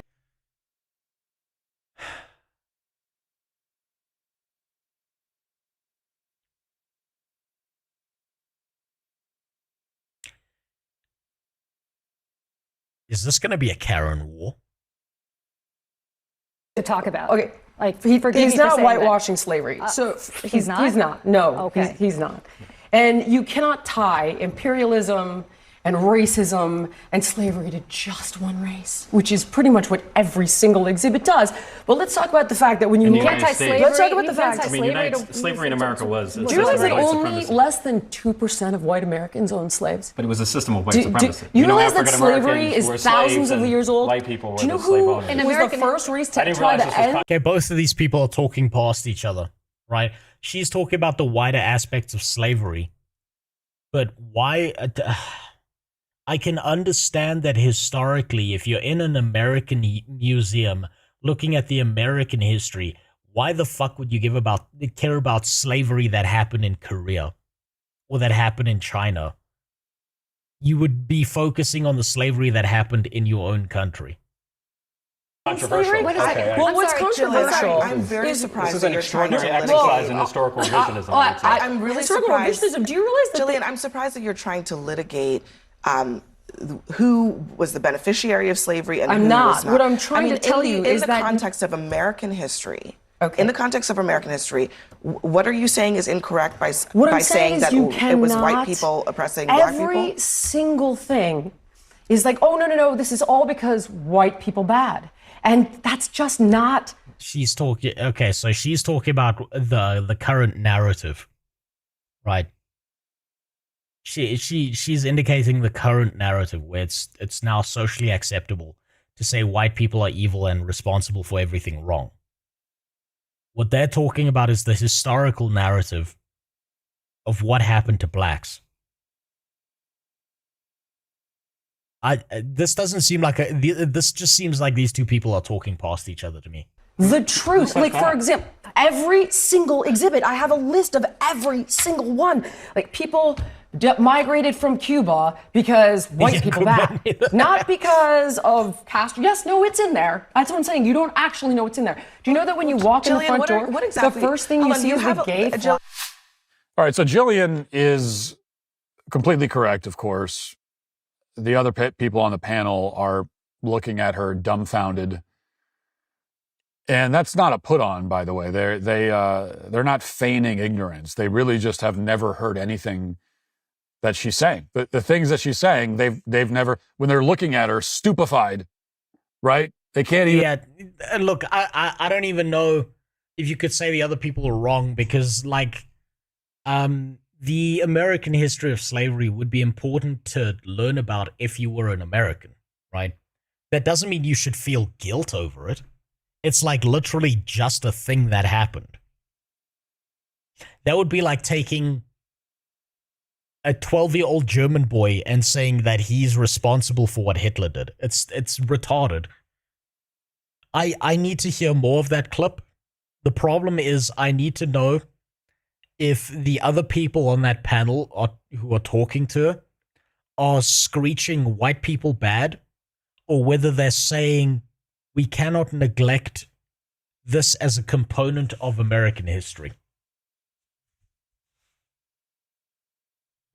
To your point, Grim Gamer, do you know why white people love jacuzzi so much? It's because we yearn to return to the bubbling tanks of Yakub.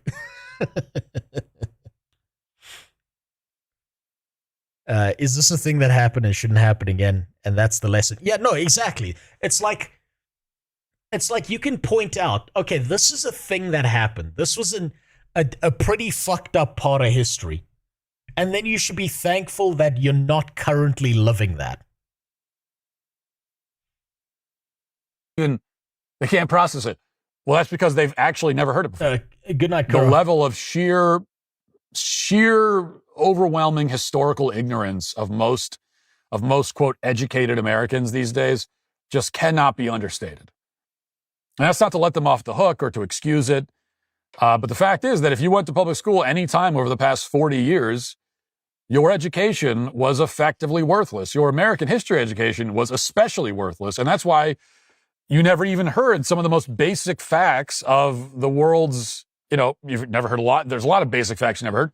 And you certainly didn't hear some of the most basic facts about one of the world's longest running and most prevalent institutions, which is slavery. An institution so prevalent that when two sides of the world that had been out of contact with each other for thousands of years, when they finally met, they both had independently come up with this idea of forcing other people to work. Literally everywhere on planet Earth for like the longest time in human history was like, if we could enslave someone else to do this, then we will. Literally everywhere. Africa, Asia, South America, everywhere. It's literally like a through line of human history. So the claim is that white people have oppressed the vast majority of the world for centuries. Then shouldn't they be more careful about pissing us off? You make a good point, XR. if white people did this once before, look, I'm just saying, right? I'm looking at the US and I'm seeing that most of the sportsmen are black guys who are just fucking killing it, right?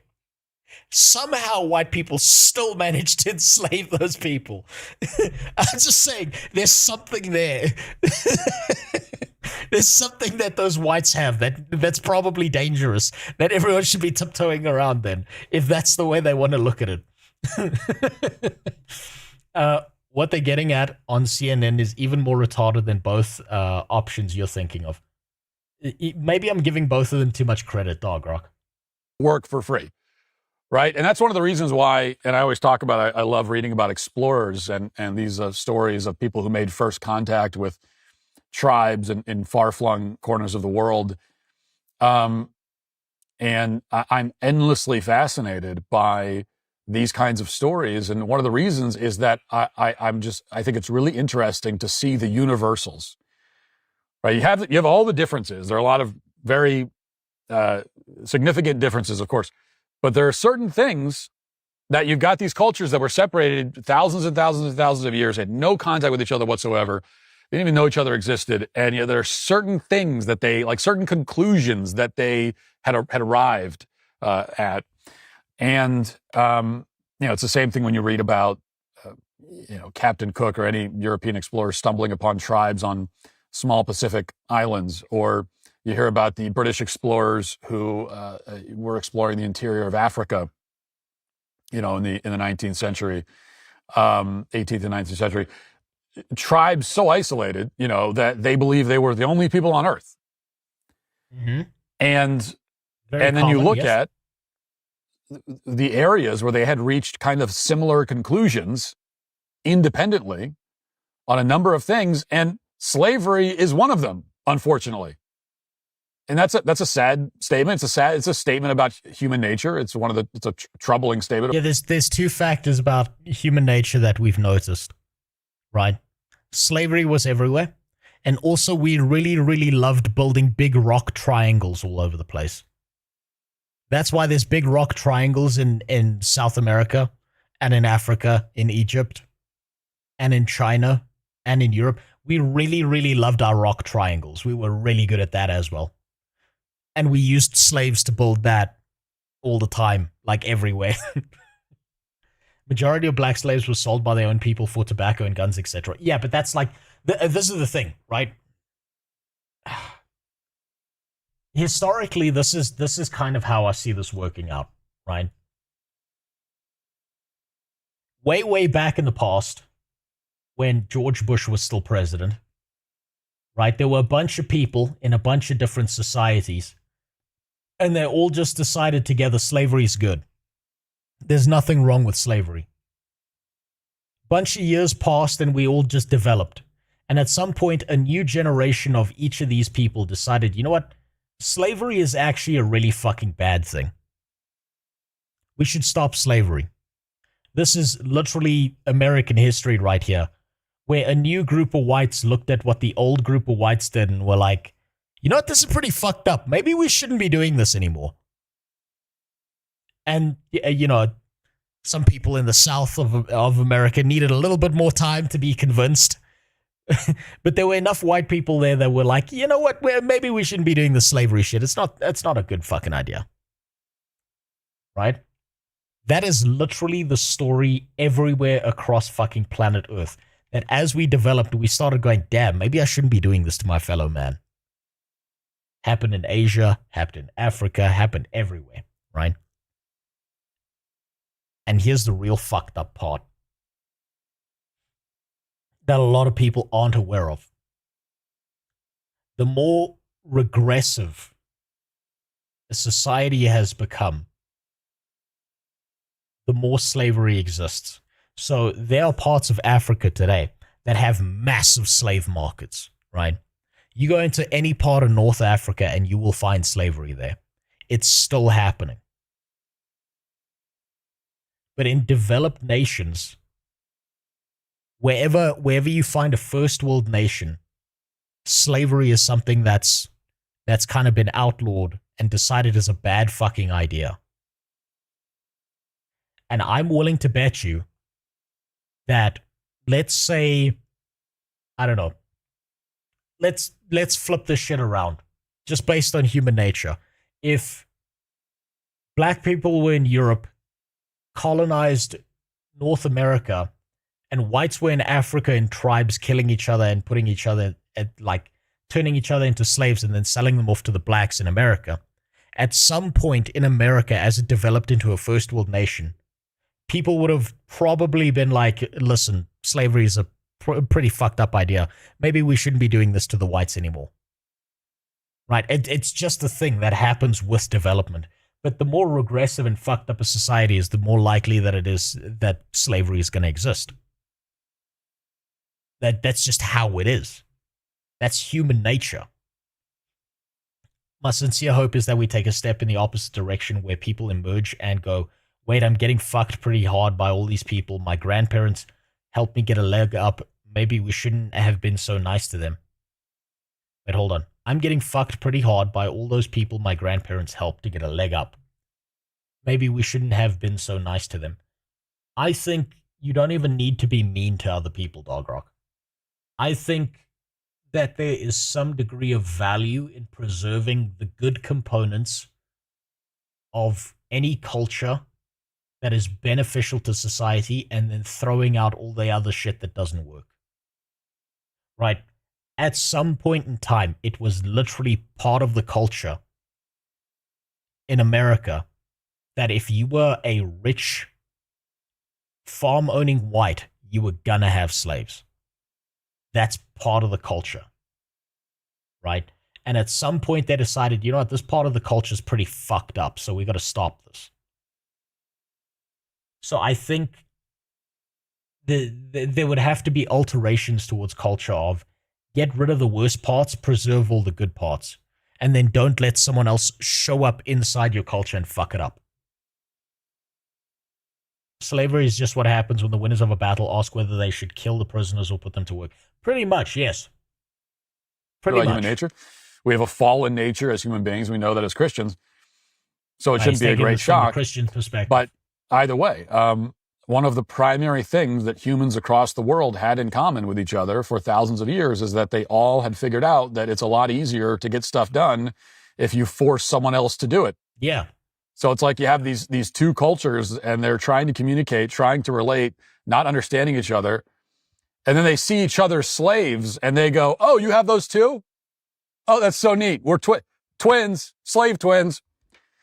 That's actually a direct quote, by the way. That's from one of Vasco da Gama's expeditions, I believe. Yeah, I can imagine. Anyway, so this was universal, okay? And yet, universal, now there are a lot, we'll talk about, there were a lot of differences in how these institutions how they operated. And there were a lot of differences in how long these various different cultures had slavery. But the universal is that everybody throughout the world for a long period of time had slavery. And yes. It was, and they got the slaves different ways. Maybe they had the slaves, but slavery is, okay, you have to work, you have to perform some sort of labor for you, and we're not going to pay you, and you don't have a choice. Like, that's slavery. And it was everywhere. It was everywhere. Every single place on the globe where there were people had this. And yet, somehow, this fact has escaped most of the educated people in our country today. This really, I think, fascinating fact. There's so much to be learned from that. Right? There's so much we can learn about human nature. So important things that we should learn about human nature, we could learn if we would just face this fact. And yet we don't, because we have a lot of people today who don't even, they truly don't know. You have grown adults that went to you know, went to. I think this is part of the issue, right? Is particularly with Black Americans. This is my outside perspective on this.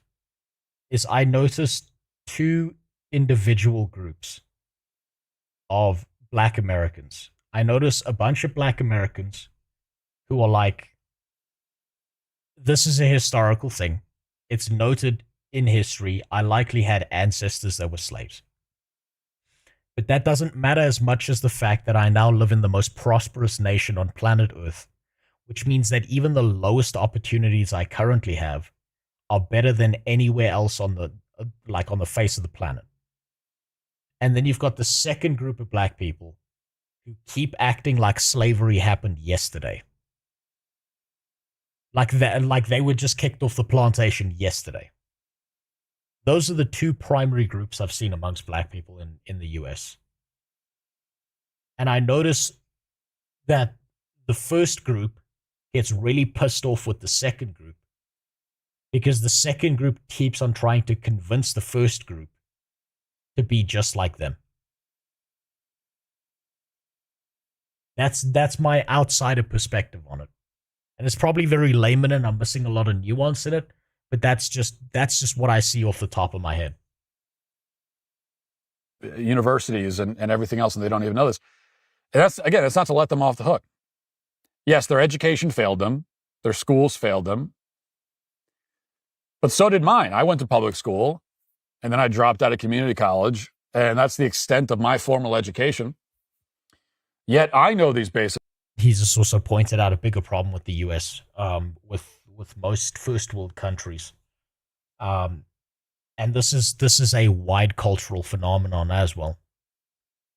Is we've psyoped a bunch of people into believing that you need to get a degree or qualification from a university, and if you don't, you're a failure in life.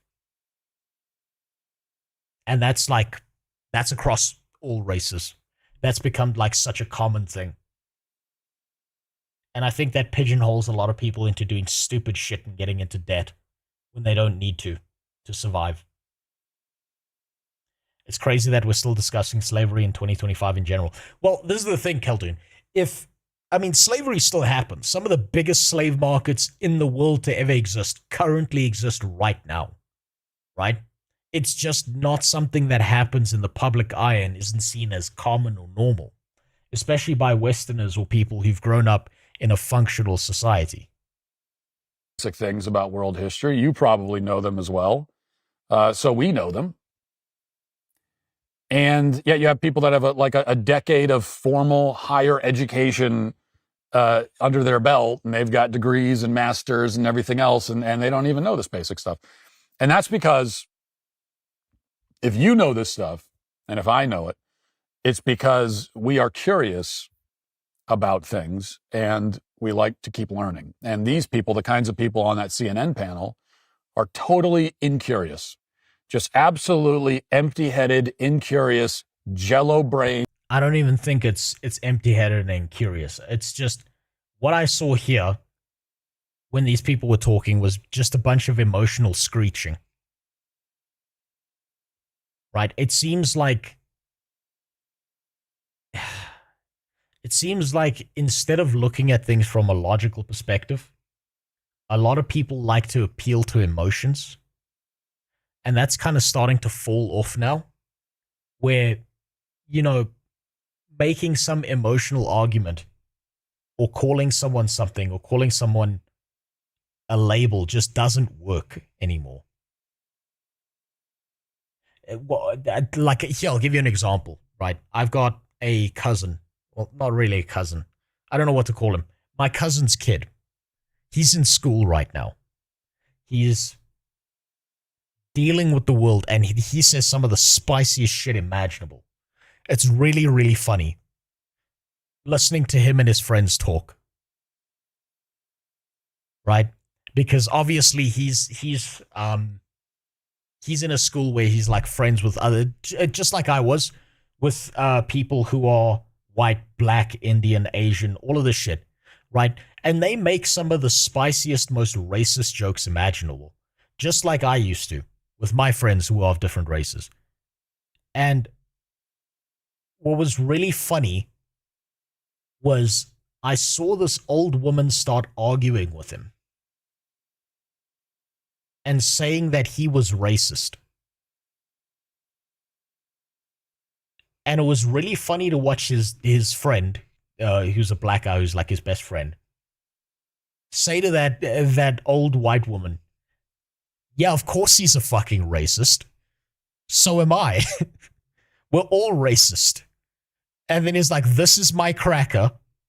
And 50 years ago, I would have said, this is my slave master. And they're just like making all these fucking jokes that were pissing this woman off.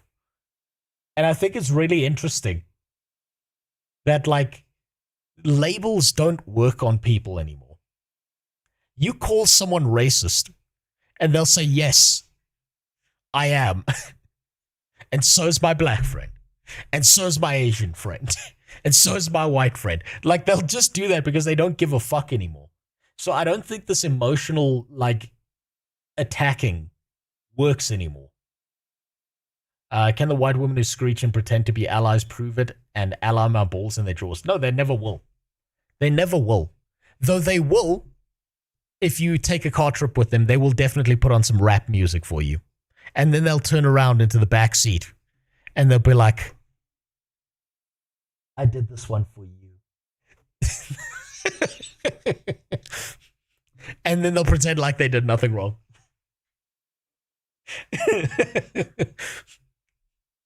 And ignoramuses who really just don't know anything. They really don't know anything at all. Their base of knowledge is as deep as a thimble. They don't know anything at all.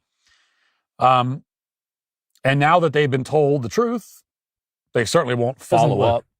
Not going to follow up on it. No, they'll climb back into their intellectual shells because these truths. Yeah, because it's about how they feel.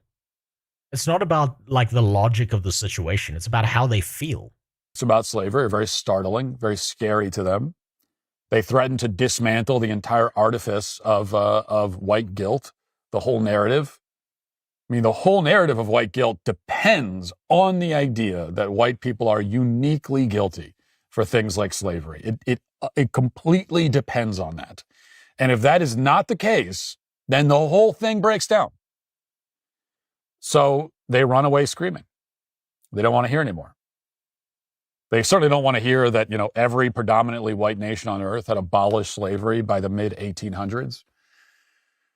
Meanwhile, slavery persisted. Legal institutional slavery persisted in Arabic and African countries for another century. To this day. In some countries, it exists to this day. Sometimes much longer. Slavery was not fully criminalized across the African continent. Okay, get this. It's not fully criminalized. It's like a thing. So like, God, if you go into any Arab nation like Abu Dhabi or Dubai or anything like that, they've got what are technically not slaves, right?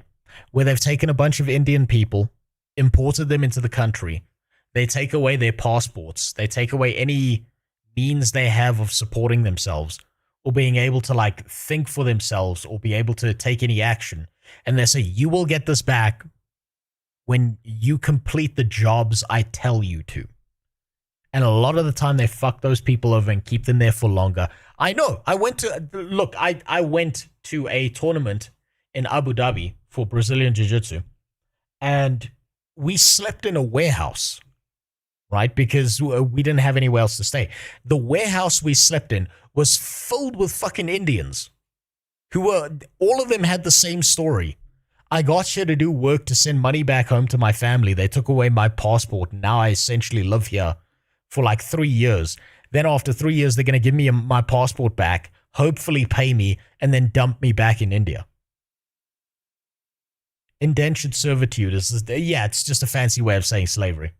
It's just slavery with extra steps. Like, it still happens. It's just, we've changed the words around what we say is and isn't slavery to pretend it's not happening. Slavery was not fully criminalized across the African continent until 2000 2007. Yes, It's still not. 2007. It's still not. They were on like season 6 of American Idol when Africa finally got around to fully criminalizing slavery. That's how recent it was, okay? And it's the same in the Middle East. And that's why I've said so many times, the only thing unique about the relationship between white Western society and slavery, the only thing unique about it is that those societies practiced it for a much, much, much shorter period of time, and also a much less brutal form of it. Because the other thing that you're going to hear about it, well, the other, yes, but slavery. You see, he's getting into arguments of nuance. I think that's a bad idea. Is to try and say, well, our slavery wasn't as bad as this slavery. Even if that's objectively true.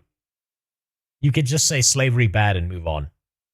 Right? Because the second you start getting into like ideas of nuance, there are people who are too fucking stupid to understand that concept.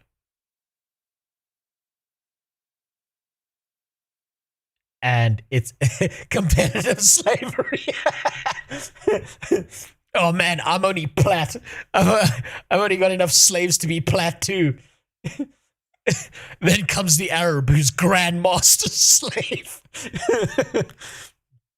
There's also slaves in Russia. Some clever guy promises poor lad in a remote village some work, but ends up sleeping on frozen floors somewhere in Yakuto mining diamonds for... Well, there you go. Right? It happens all the time. We just change the nuances around it. Of course, it's Matt Walsh. I think it's a very fucking dumb idea to start arguing the nuances of slavery instead of just being like, slavery doesn't exist. We need to stop being little bitches and pretending like it ended yesterday.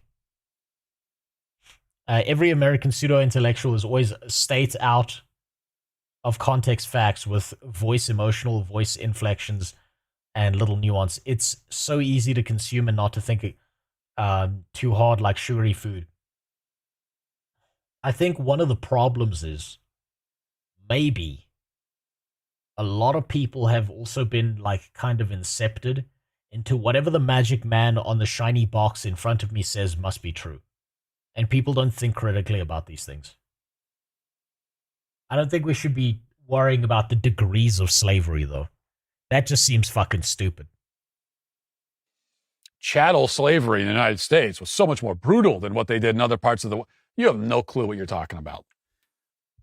First of all, it's like as if chattel, there's something distinct. Oh, well, this was chattel as opposed to what? Like, what do you think they were doing? What do you think the Arabic slave traders were doing?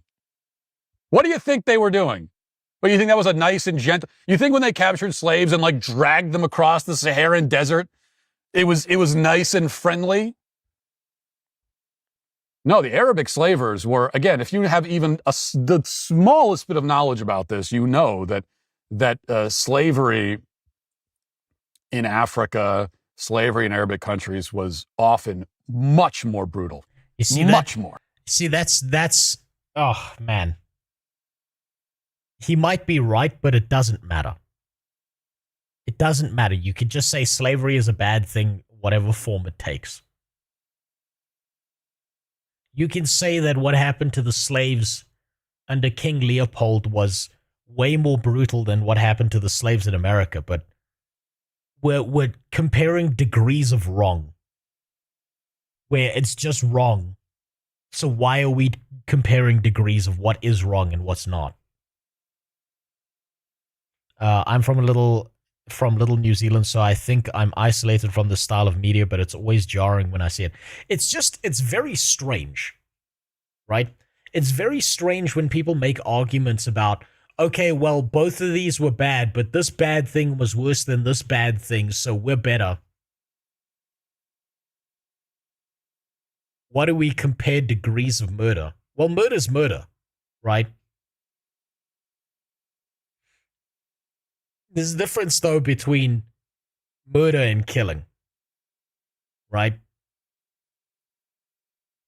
But at the same time, if we want to look at comparing degrees of murder, that murder we would be comparing to is 2 different murders that happened last week. Not 2 different murders that happened like over 100 years ago. That's the problem there.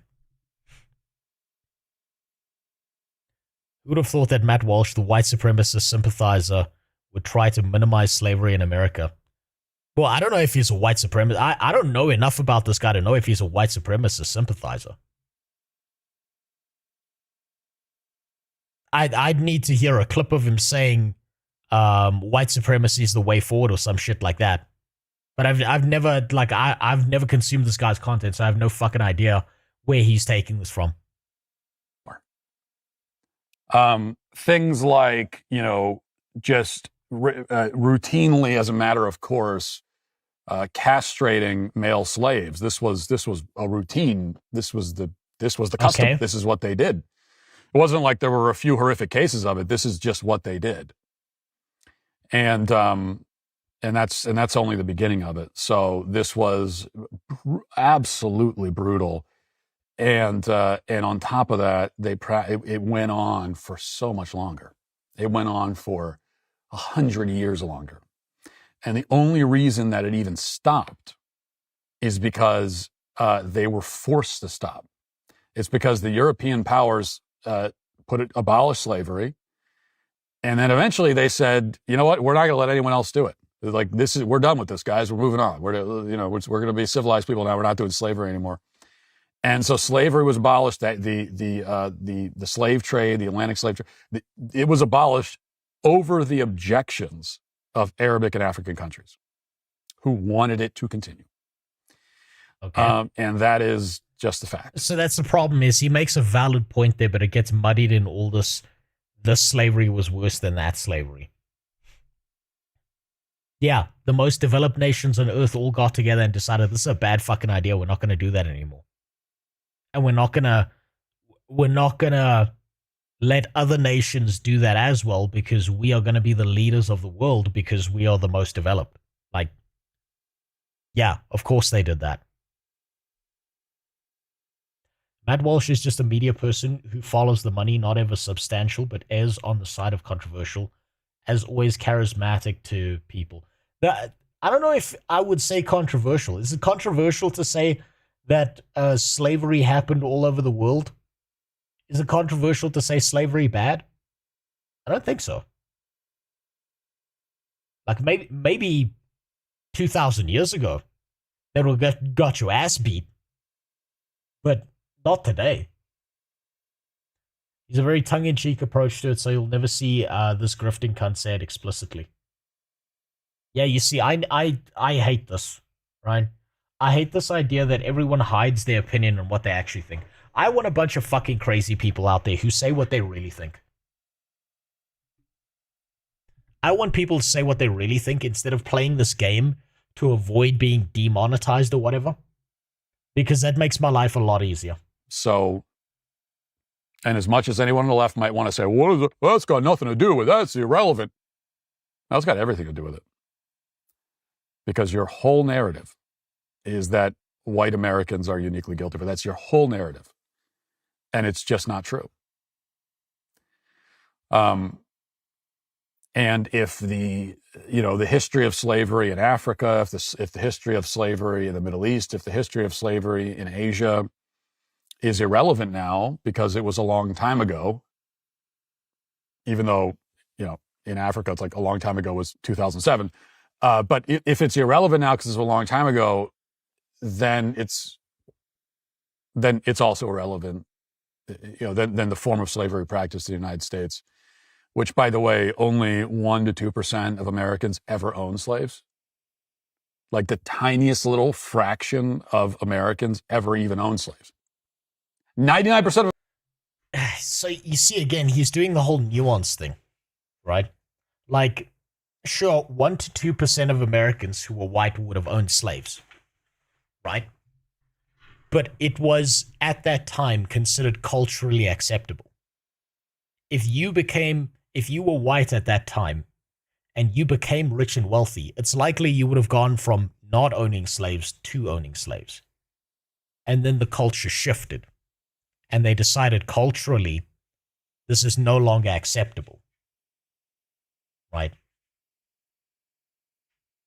I don't know. It feels like he's getting bogged down in nuance. Americans never had anything to do with it. So, and yet this is our somehow this thing. Slavery was an institution in the United States of America United States of America as a country had slavery for like 90 years. That's it. And we're comparing this to countries that had it for 900 years or longer. Okay, but you see, here's my problem is, he's gone on this whole rant, but what does it have to do with this clip? This clip was one woman saying, like, slavery happened everywhere. We shouldn't be looking at it as this a special, unique case. And then a bunch of panelists screeching at her, talking about a different topic. These two, like, she was being talked, she talked past everyone here, and everyone here talked past her. And then he went on a whole, like, tirade that might not have anything to do with the context of this. That's my problem with this, yeah.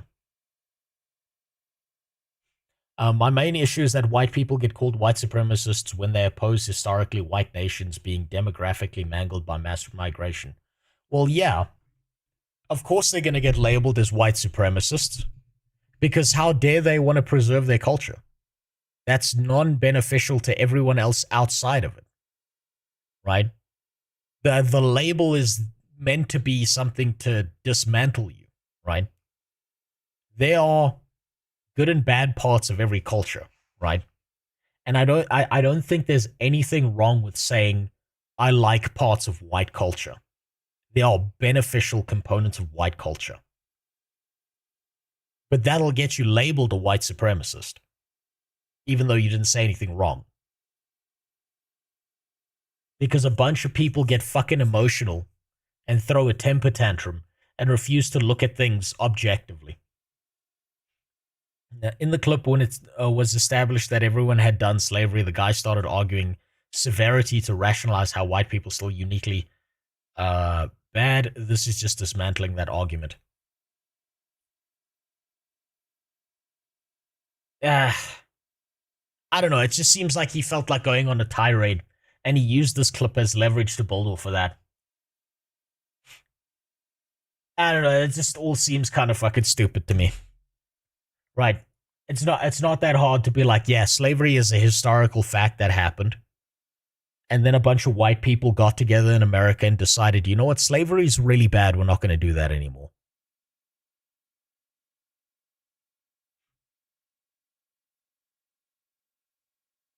But that second part, they don't. I've noticed Americans don't like talking about that second part.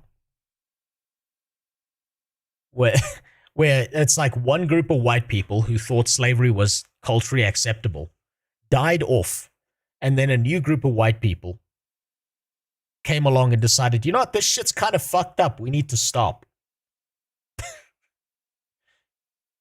What the fuck is that background? What, you don't like your shoes? You sure? Let's play some fucking Guild Wars 2. Fuck this shit. Man, that was disappointingly... Like, I don't know, that was such a shallow thing. I thought we were going to get into some real deep nuance there. That was just disappointingly shallow. And I still don't see what everything he had to say had to do with the first clip that was shown there of a bunch of screeching bitches yelling at each other.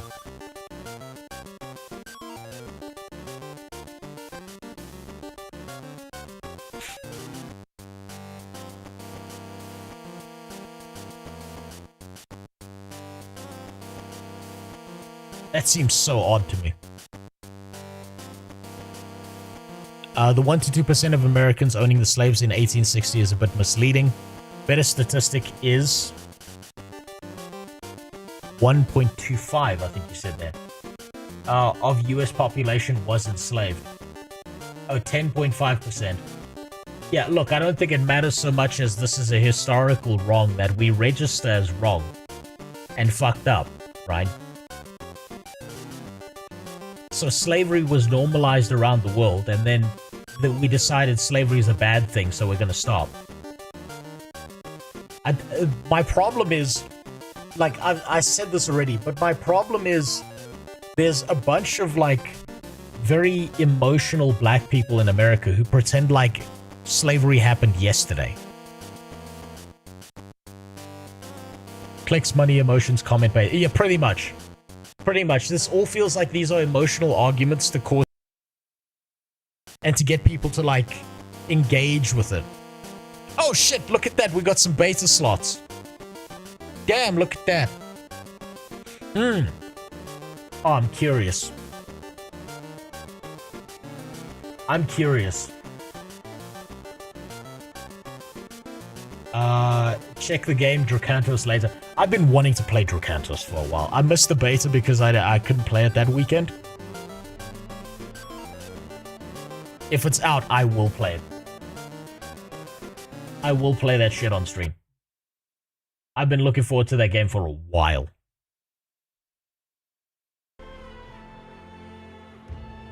I would love it. I love pixel games like that like focus on RPG elements. Try it, free character. Yeah, I'm gonna give it a try. I wanted to play the beta weekend. Sawman got me into that, or at least nagged me about it, and I just couldn't play that weekend. Okay, I'm gonna see what the fuck the beta is about. We're gonna play as the most evil class in Guild Wars 2, which is Human Woman. Just so that I can feel like being a demon. Let's see. Damn, look at the tits on that character. Man. Holy Jesus.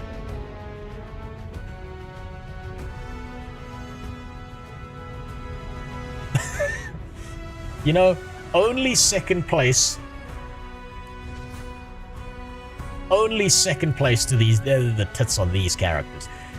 Cause god damn, do I love me a mountain mommy. Jesus. One day, you better pray this is not gonna happen. But one of these days, if this woke shit doesn't die off, they're coming for the tits in Guild Wars 2. I'm telling you now, they're coming for these tits. And you best pray. You best pray all that liberal shit dies off before they get to these titties. Because I will be fucking mad as fuck if that does, and some ex-Blizzard employees start working on these things. Okay, I'm gonna play the second most comfortable class for me, and that's Guardian. Yeah, we're gonna make that nice and tall. We'll randomize. Nope, Down syndrome. That happens sometimes. Life has its ups and downs.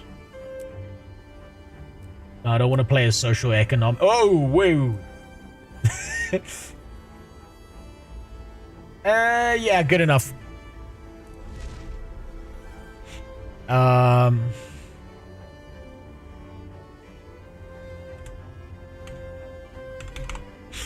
That should be good enough. Jesus, my PC is garbage. I didn't know Human Woman looked that good.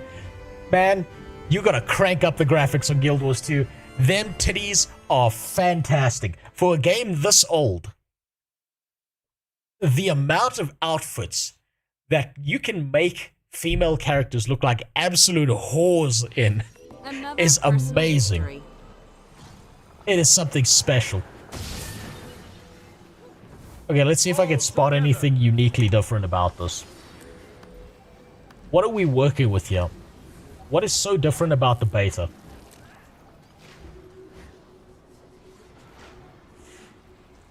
Ugh. Put the worst skin on. Ugh. Fuck it. It's the elite specs. Oh, that's right. That's right, because they released all of them. I should have known. So, I think these guys got Luminary, right? Man, I need to bring up the class chart. The elite spec chart. What do these guys get? Luminary, harness the light and flame to bolster yourself and allies or disrupt your enemies. Gain access to Radiant Shroud stance skills. Feel the fury. Light aura. You use a healing skill. Vita.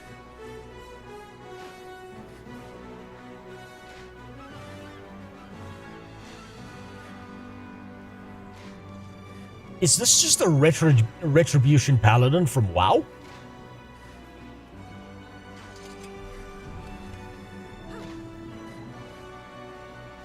I feel like I'm looking at a retribution paladin here, just reading some of this.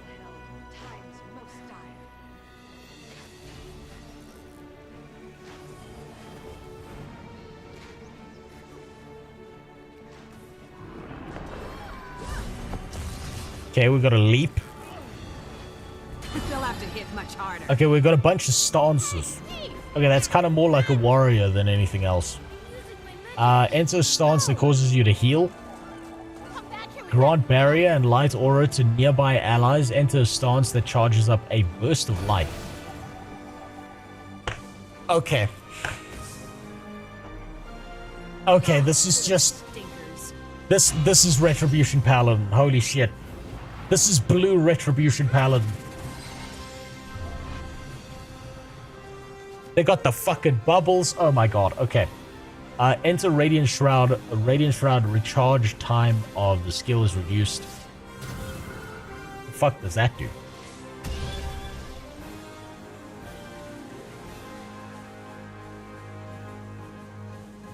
This is Retribution Paladin.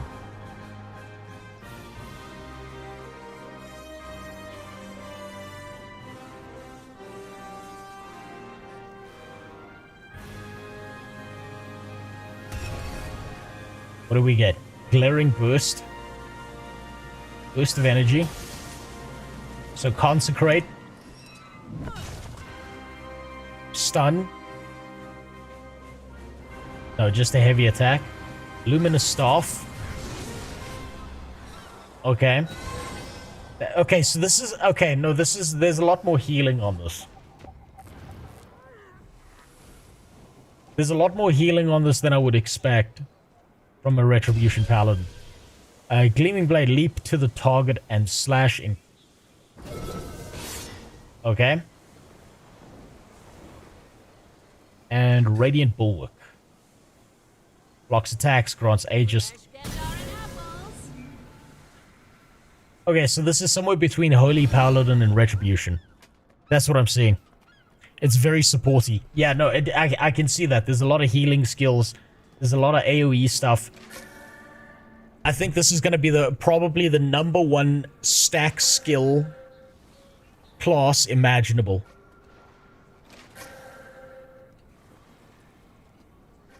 I can see that this is going to be one of those things that people use, where if people really wanted to be bitches about it, they're going to bring like 7 of these into whatever raid and then just stack on top of it and no one's losing health ever.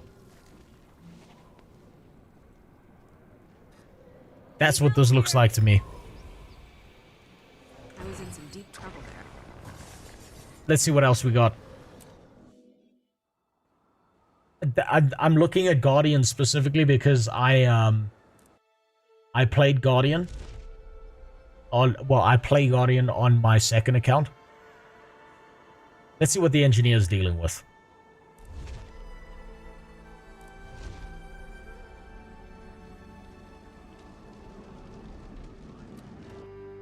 This is the one I care about. Troubadour get 5-man distort, which is 5-man invulnerable. That's fucking ridiculous.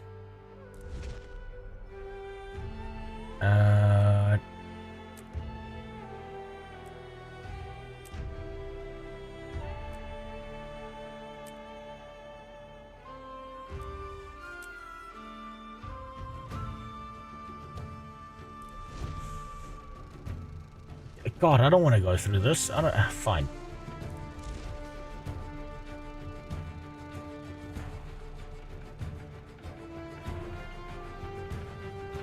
I can't think of a good name.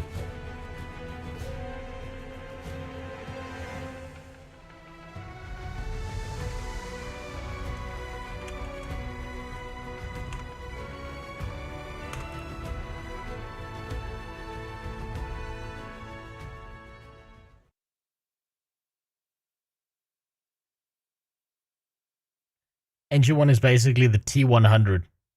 I hope so.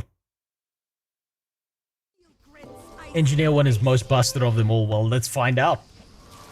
Okay, so what are we dealing with here? We're the Amalgam. That, I'm sorry, but that's the shittiest name imaginable. They could have come up with any other name than that. That is the most dog shit name they could have ever thought of. My god. How devastatingly bad that is.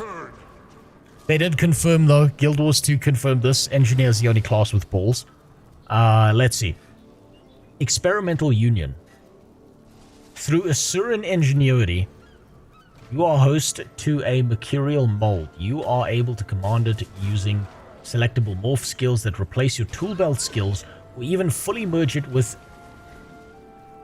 Wait. Am I reading that fucking right? Morph skills that replace your tool belt skills, or even fully merge with it to evolve into a superior being. Morph skills selected will alter the composition of the mercurial mold, changing the bonuses it grants you when you evolve. So this works with kits.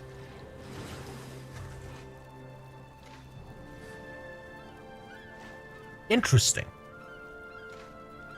Yeah, you're literally that metal Terminator. The lore behind it is that the rat people were experimenting on oozes and now you're a symbiote. I remember some of the quests that the Asura give you are all about the oozes, so that kind of makes sense that they were going to tie that into a class at some point. Convert conditions to boons when you use a stance or skill or evolve. Okay. Gain vitality. Barrier when you use a morph skill. Carbolic composition. Amalgam skills inflict poison on hit. Poison you inflict lasts longer. Is this going to be a Condi? Are these going to be Condi bolts? Using a morph skill increases your damage. Evolve recharges the morph skill. Morph skills deal increased strike damage. Your slime stimulates your cells to okay, so it sucks your nuts, and you heal rapidly over time. Oh, and then these are like different states of matter. Okay, so this whole stance thing seems to be a through line for most of these.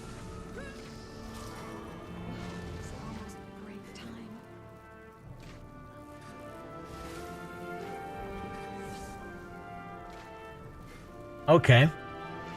Leap into the air as you command your body to compact, stunning enemies upon landing. Gain, but you're fucking okay. You're playing Zac from League of Legends. Heal every second while you have barrier. Heal when you evolve.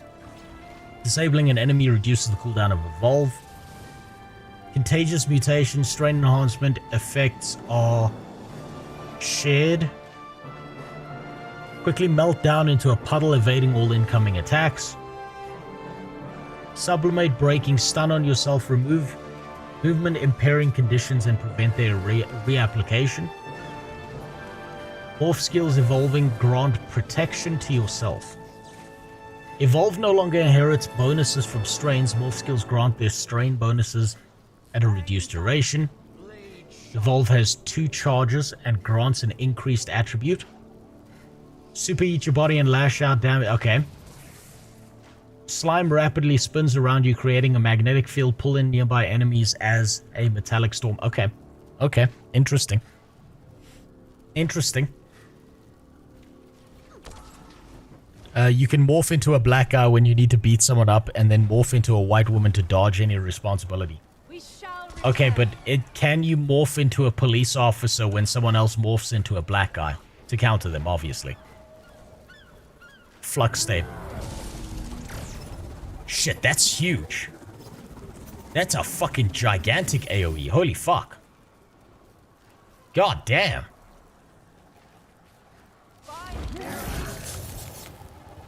Okay.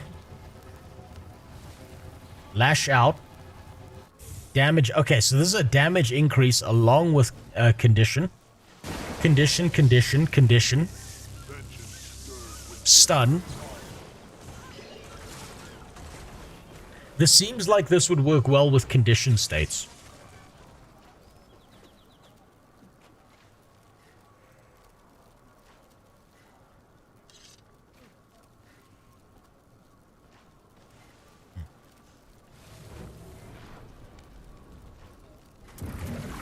Oh fuck, you actually become the cum puddle.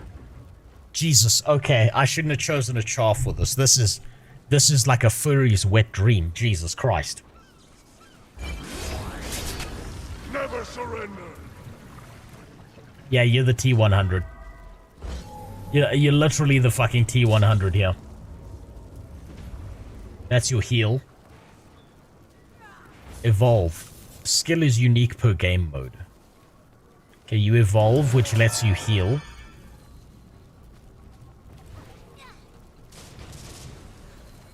And then these would be like the skills that go along with that.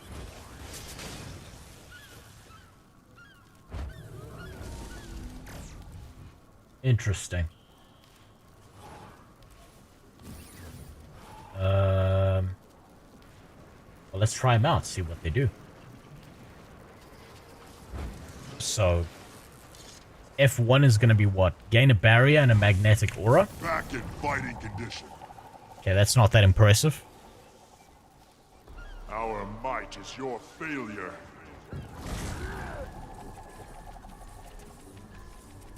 Okay, that's basically Druid Thorns from WoW. Okay, that's a stab.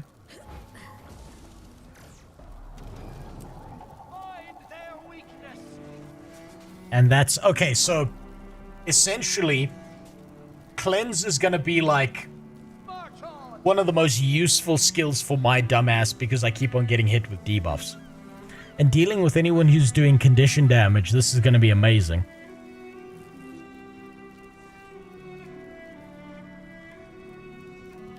Interesting. What else we got?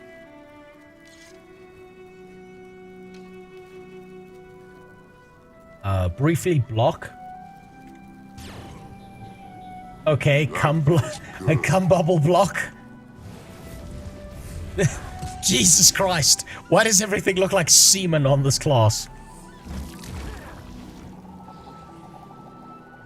Okay, that Q was not as, like, impressive as I thought it would be.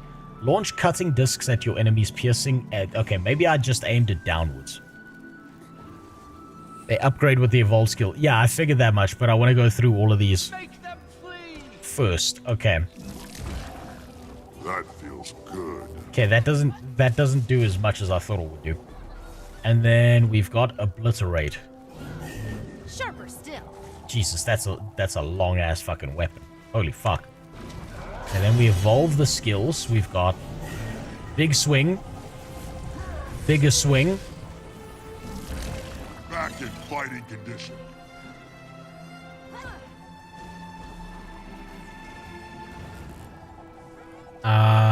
Attributes are increased, gain additional effects based on the morph.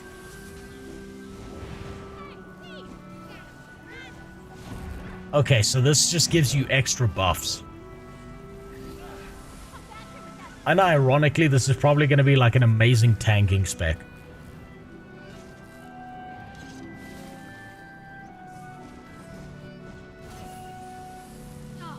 The skills you pick on the barn affect the buffs you get from evolving. Yeah, no, I figured as much.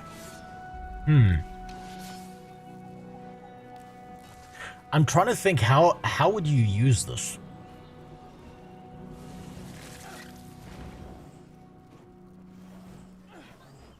What would be the most effective way to use this? In maybe the dumbest way possible.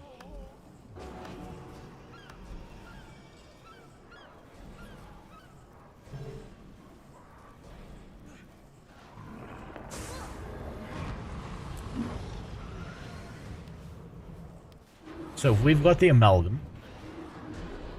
Convert conditions to boons when you use a stance. Heal every second when you have barrier.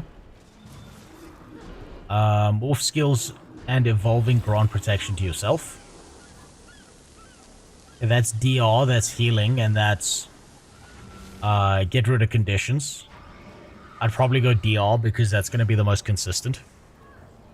Thanks for the follow, Dr. DC007. I appreciate it. What's up, Tabe? How you doing? The bottom of the description of the bar shows what buffs you get when you evolve.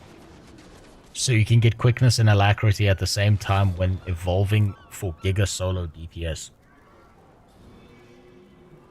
I'm trying to think, what would be the most insulting build that you could make using this?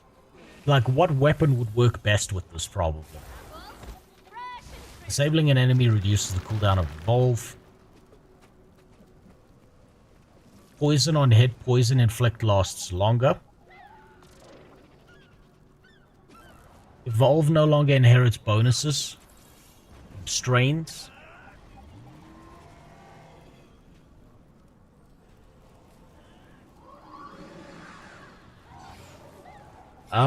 Fuck, I can see a condition build working.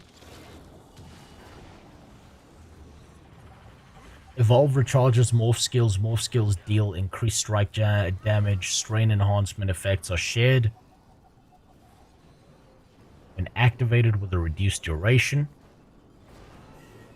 Evolve has 2 charges and grants an increased attribute. What weapon?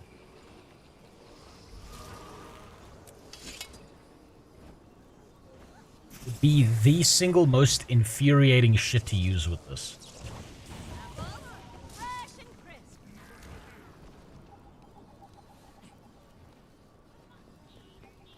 Because you could go full tank with a shield, right? You could tank, you could shield. Pistols for condition. Pistols is going to be a weird one, right? Because pistols are ranged. Council held, times most dire. But if you did close range pistols,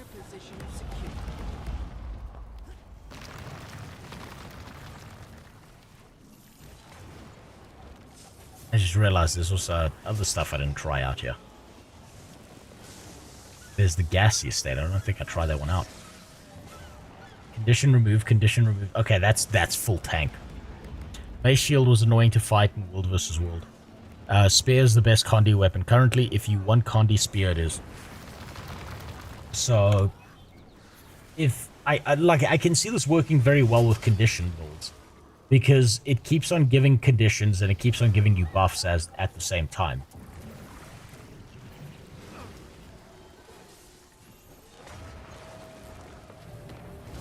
So if you could get a spear,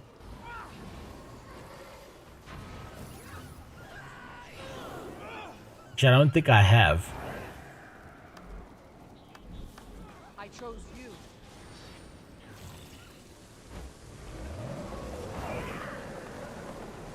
you. I mean, like, you could use a mix of like scrapper stuff, I suppose. Like using the hammer.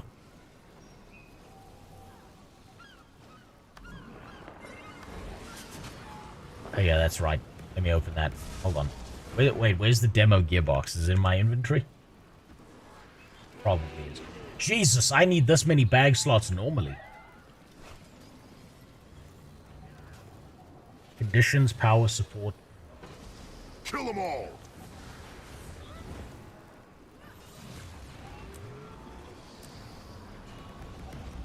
Wait, but where's the box of there we go.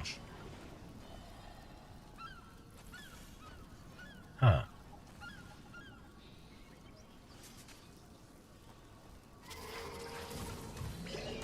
Fuck am I looking for here?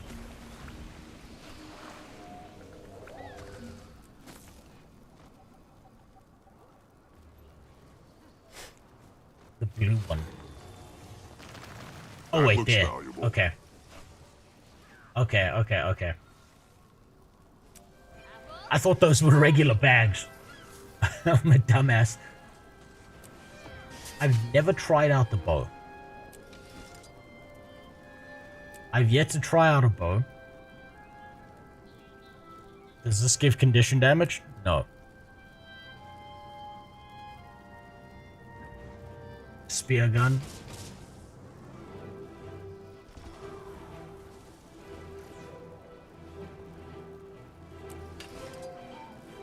That's the spear. Bleed. Burn. Jesus Christ.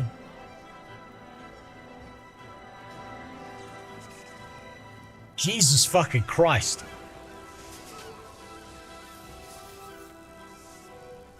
Holy shit. What the fuck? Okay, so bleed, burn. Poison, stun.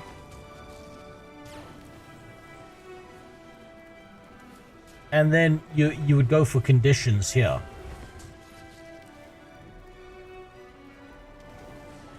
So immobilize seems like it would be very important.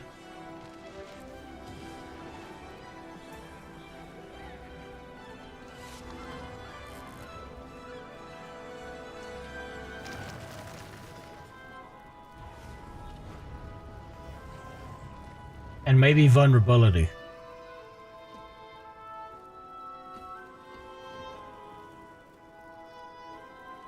Full relic if you're going Condi, pick fractal relic. Yeah, it doesn't matter, I'm just playing around with this. I just want to see what this is like. So, build-wise, right, if you've got amalgam, explosives are going to be useless because I'm not doing anything with explosives.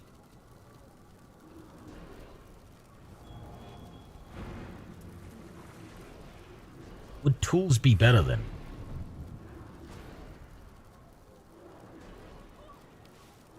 Damn. Explosives is Condi, but I mean, I'm not using anything that causes explosions as far as I remember. But there's that one perk that's like when you engage, you cause an explosion.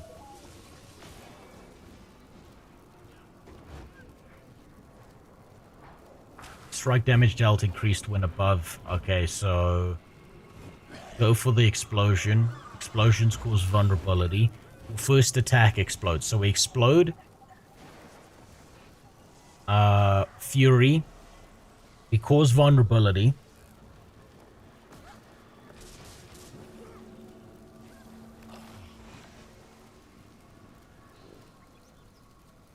Explosive entrance grants barrier.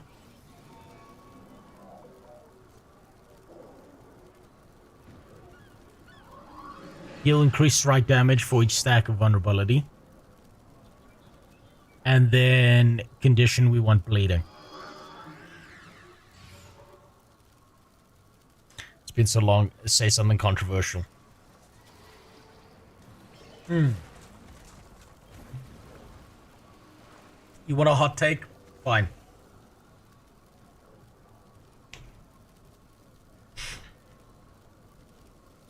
Weeping Bell's new ultimate form in Pokemon looks like a shaved fucking nutsack. They fucked up Pokemon.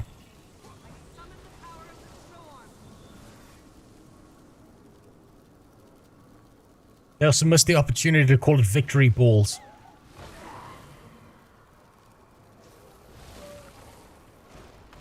Just a couple more tours. Okay, so I don't know if it, like, inventions would work with this.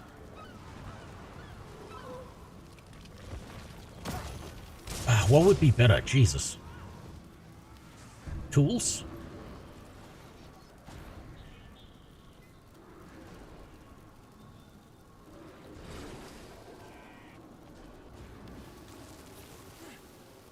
Tool belt skill grants vigor. Right, so... That feels good. That would work well with it.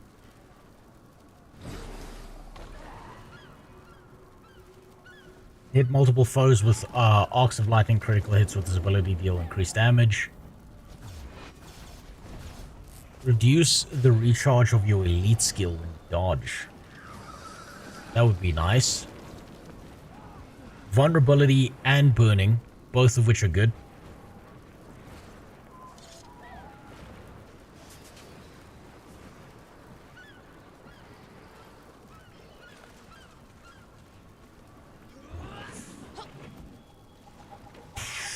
Fuck, I'd probably go for the fire shield because we wanted to activate when someone else is hitting you, right?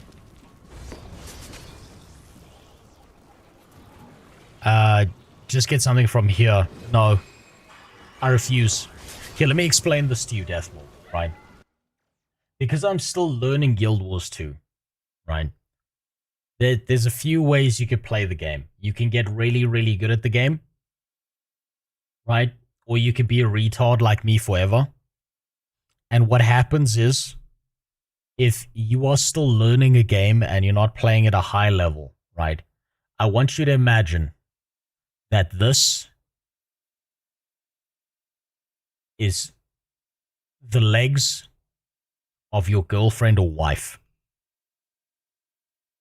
And if you're going and using other people's builds, right, while you don't know what you're doing, then this right here is your hands pressing on the butt cheeks of another man fucking your wife in front of you because he knows the meta and not you. I'll rather be a retard and figure it out myself. I can disappoint my wife perfectly fine by myself, thank you very much.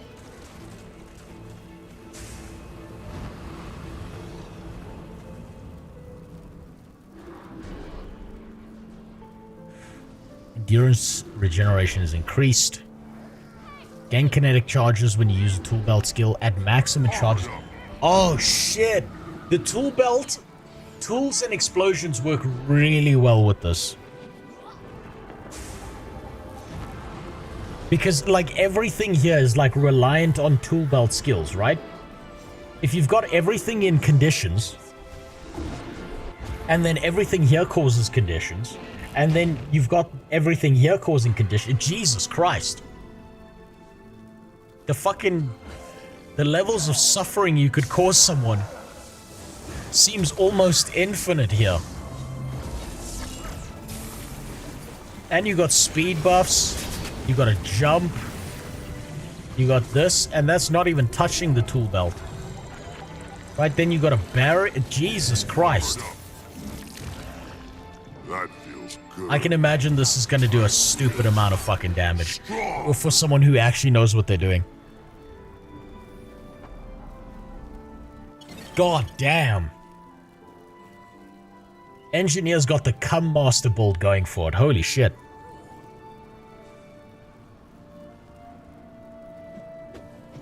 This is gonna be fucking ridiculous. Holy shit. This is like it's got like multiple buffs that you're throwing on yourself while you're putting all these stupid fucking conditions on everyone else.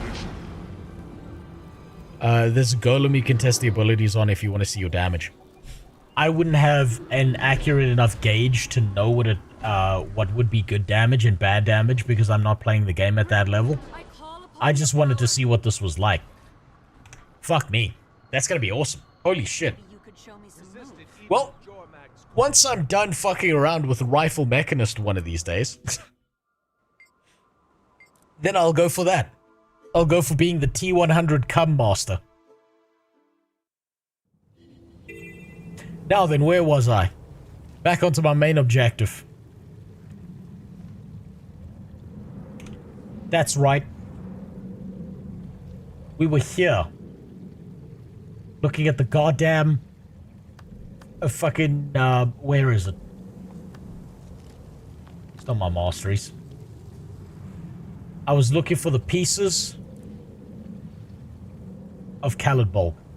Now, I'm gonna write this out so that I can try and figure out where this is. Right? I'm gonna open up a note here. so that I can try and figure out what the fuck is going on. So what are we working with? Sheltered from dry winds, an oasis begins to reclaim the sand. Okay, dry winds.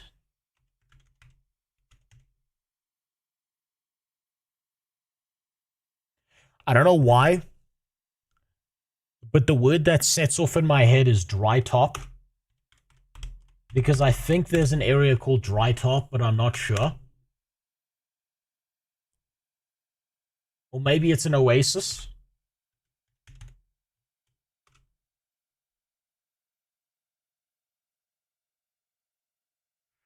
Begins to reclaim the sand. Sand might also be in the name. So we're looking for dry winds, oasis, and sand. Something tells me Dry Top has something to do with it, because I think I remember that being like a sandy area, and then there was like this one green patch in it, but I can't remember correctly. I'm not even fucking sure where it is. So I'm gonna start my search here. I've been thinking about this since the last time I was streaming. I've literally been like obsessing over what the fuck these words mean. And I still have no conclusion to all of these. But this seems right to me because it said dry winds, sand, and there's one oasis.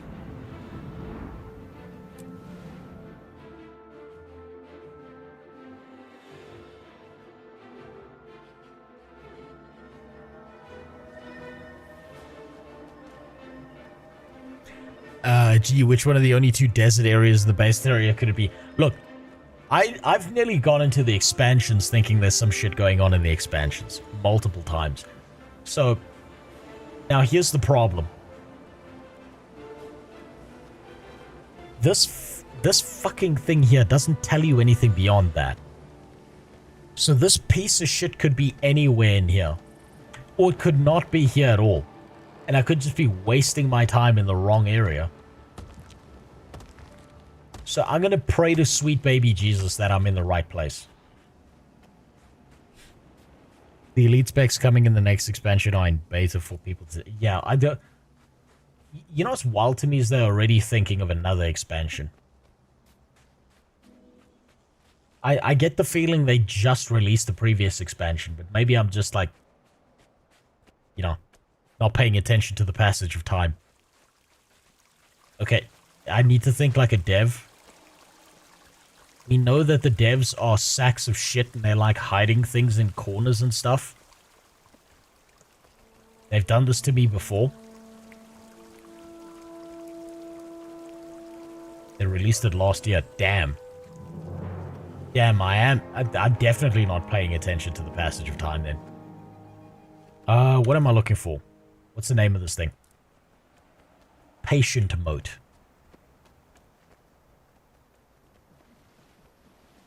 It's gonna be somewhere fucking stupid, isn't it? Or I'm wasting my time and it's not even here. I feel furious.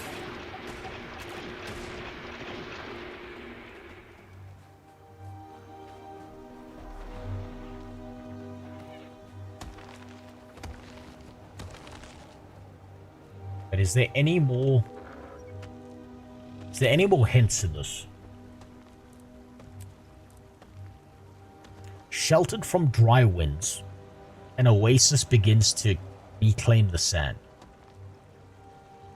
Sheltered. So maybe it's in a cave.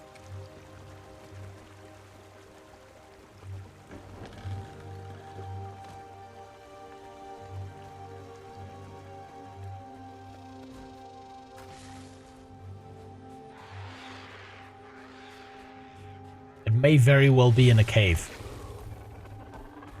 Oh wait, fuck, that's right. Hold on. There's... fuck, there's supposed to be points of interest things. And if it's all the way over there, that may... Oh god, I hope it's not over there. Please don't be over there. Also, there's a hero point, yeah.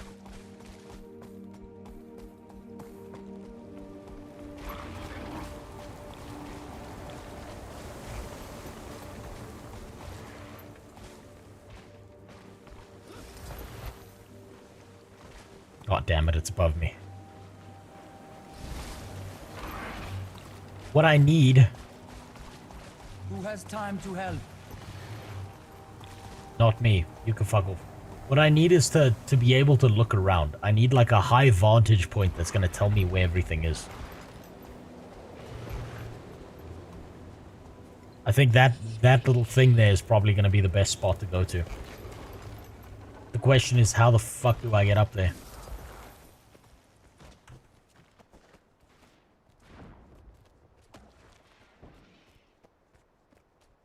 Is there a way to jump around?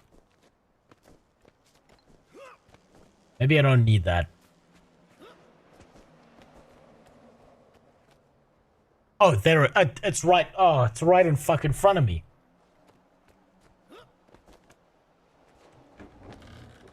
Now, how the fuck do I get there? Oh, I see. I need to be up here. How the fuck do I get up there?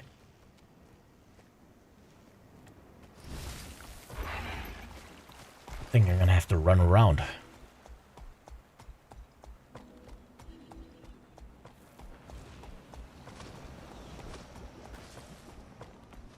I have to do the old reach around here. Okay, there's gonna be a way up here. And it's gonna be so fucking stupid and I've missed it somewhere probably. So this thing can fuck off.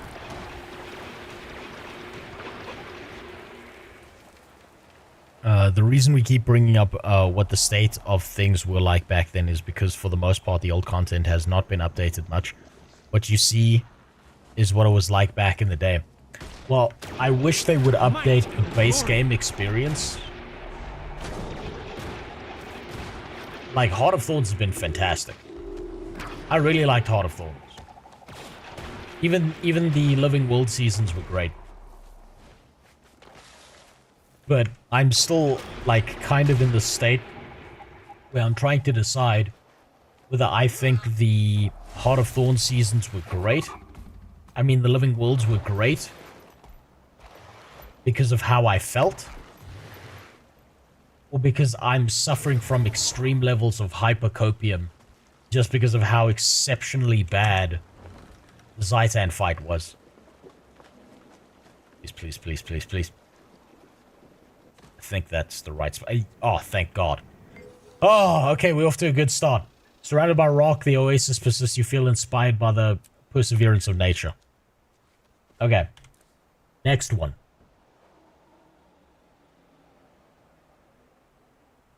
Remember the aspect crystals for getting around here. I completely forgot about their existence entirely. I didn't need them, thankfully. Garden blooms atop a rusting metal wreckage, tucked away in a sprawling plateau. Okay, important keywords there.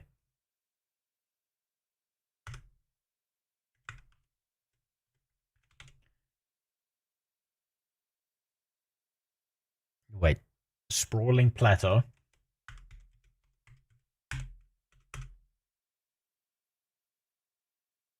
Metal wreckage.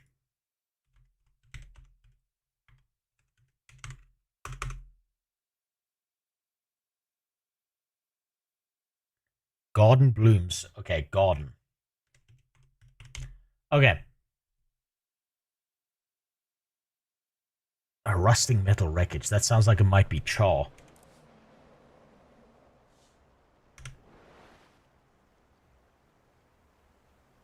Because they've got all the Kenshi shit, right?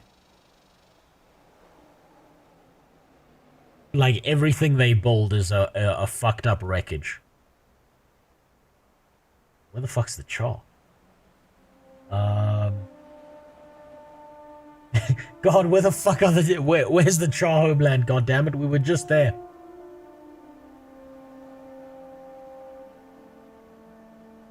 Okay, the hinterlands we covered.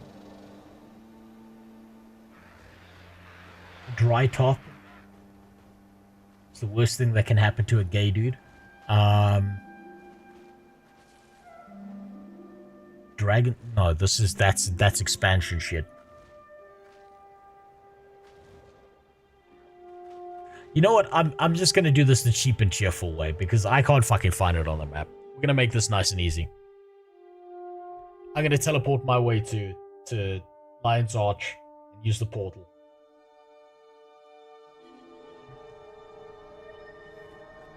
I just gotta say, imagine being the Asura and being so fucking useless that you got all these waypoints and you still waste your time to put up a bunch of purple buttholes between different cities. Black Citadel, that's the one.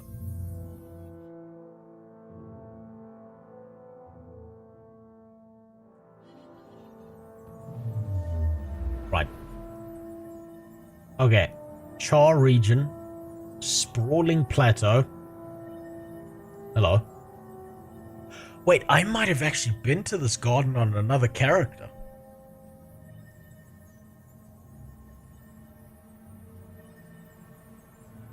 Let me make sure there's nowhere else that says plateau. You've heard the old saying about not beating your head. It's probably here. against the wall. It's probably somewhere here. Absolutely. It's better to pull up.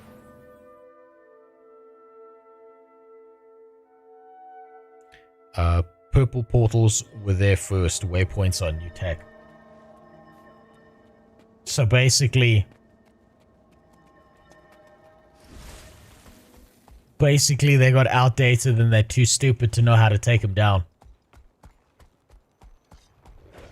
That's the kind of Steve Jobs attitude that makes you eat fruit and think it's going to cure pancreatic cancer.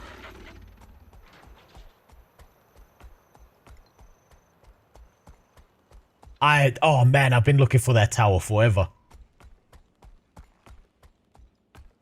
Okay, what was the hint? Yes, a plateau. Garden blooms atop a rusting metal wreckage. Tucked away. Okay, so there's a rusting metal wreckage, which I think is this.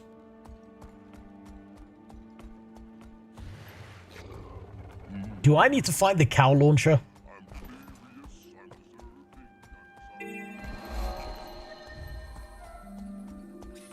Beta unlocks all waypoints, by the way, in case you need it for B-roll footage. Nah, I'll do my B-roll footage on a different character entirely.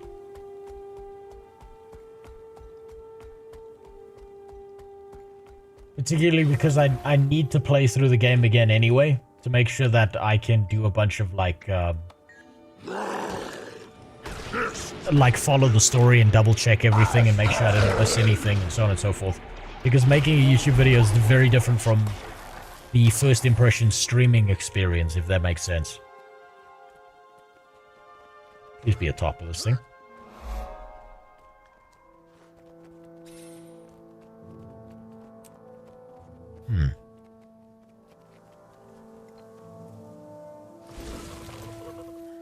The waypoint network is tied to the ley lines and can't go outside of those. Surrogates can operate without them, and some of them lead into a completely different dimension. So what you're saying is, just like Jeffrey Epstein, every time a child steps through an Asuran gate, there's a chance that they're going to end up on an island they didn't want to be on.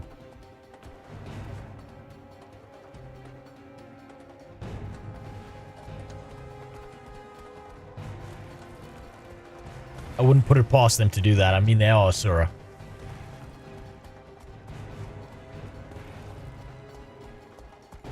Yeah, I know. I'm looking for the cow launcher. I'm thinking that that's probably how I get onto the top of that thing. But I don't know if the thing is up there. Because I'm looking for a garden.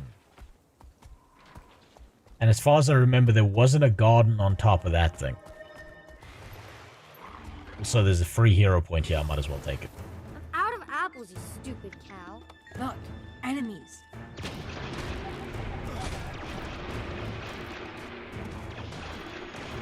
Man, it almost feels like bullying just coming back here and doing this.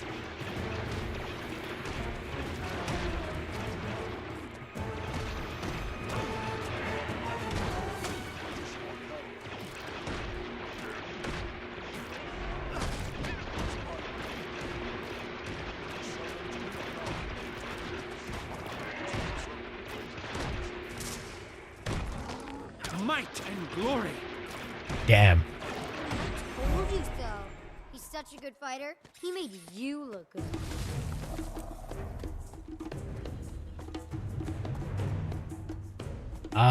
Let's see.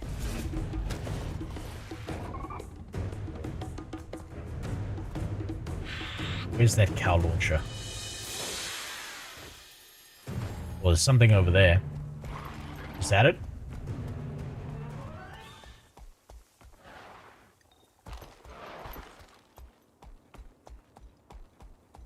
No. This is not it.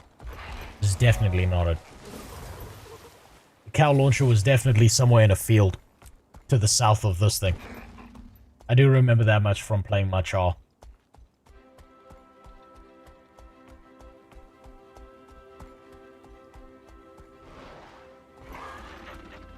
There better be a fucking garden on top of that thing. I don't remember there being one.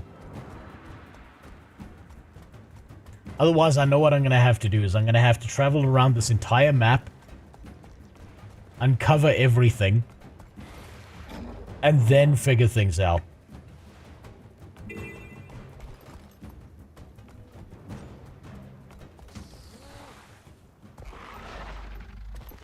Because that's the mistake I made the last time. That's how I missed that one point of interest. I mean, not the point of interest, the one moat, and had to wiki it. Which was devastating to my ego. I couldn't handle it. I cried myself to sleep that morning. Where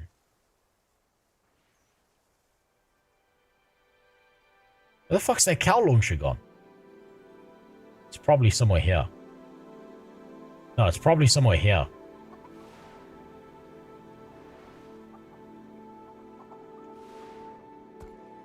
Red Reef is under attack.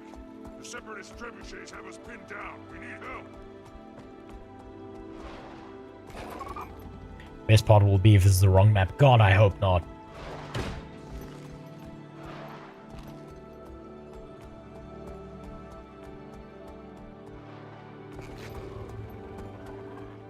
I think, God, I don't know if I'm misremembering this, but I remember exploring this entire map with my char character, and I'm pretty sure there's like a green patch of something somewhere.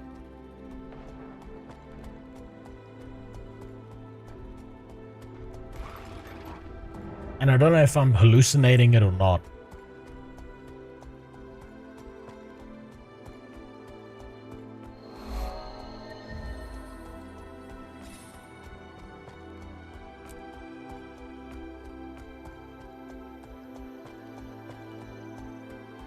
Oh, not getting that one.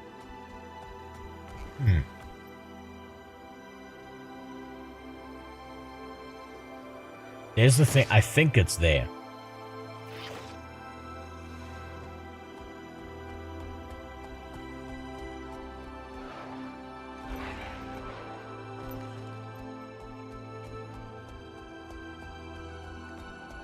God, where's the cow launcher? Jesus.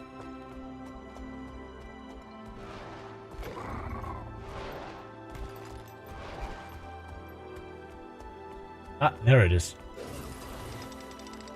There we go.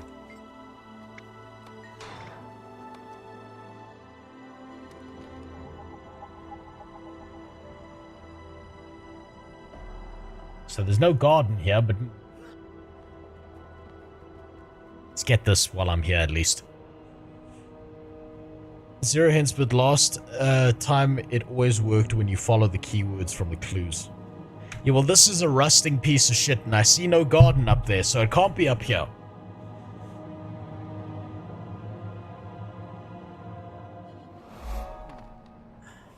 Definitely can't be up here.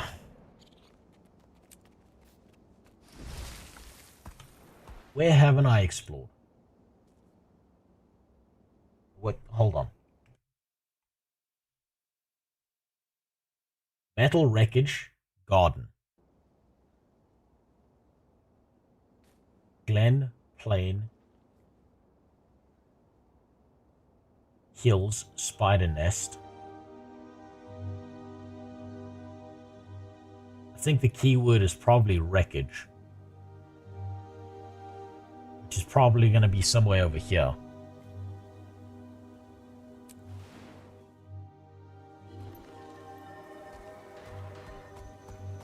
Wait, have I got this one?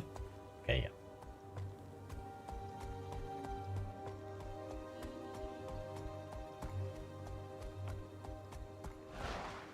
Don't worry about helping me, Denny. I really want to figure this out by myself.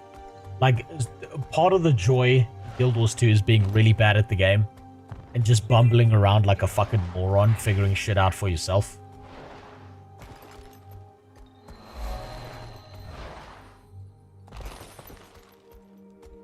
It's like the best part of this game is actually being really shit at it and not having the fun optimized out of it by, like, you know, ultra metaing your way down.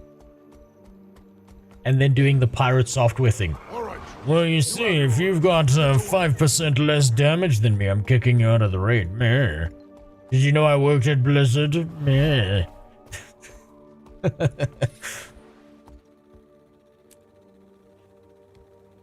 Groves. There was the word garden. Let's go get the waypoint. Go from there.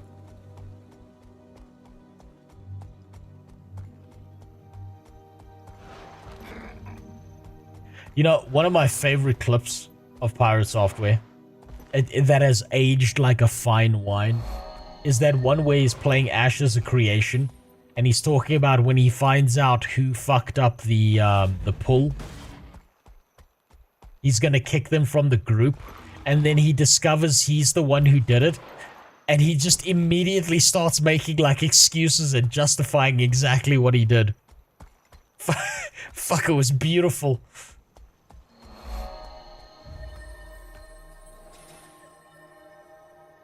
Metal wreckage, maybe there. Maybe that's the metal wreckage they're talking about. No, that's just ruins.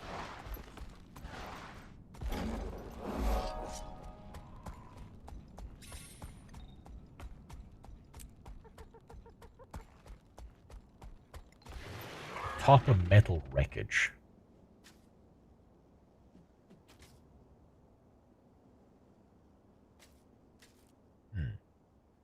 But let me uncover the map first, and then I can start reading points.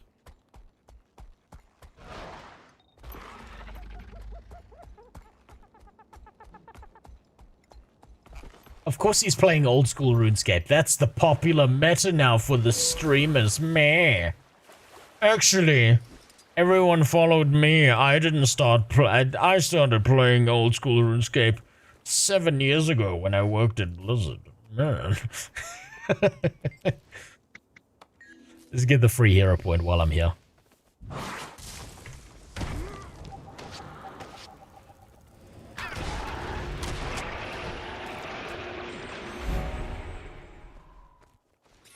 Have you thought about trying Turtle WoW? Yes, very many times.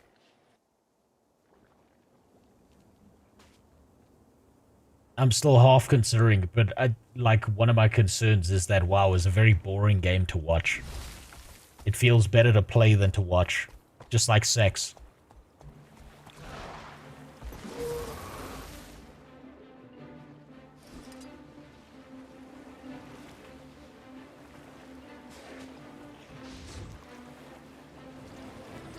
This is great not backseating practice for Guild Wars 2 mains. It must be excruciating for them. This is like a form of Chinese water torture for them. Top of metal wreckage. Is the metal wreckage underwater?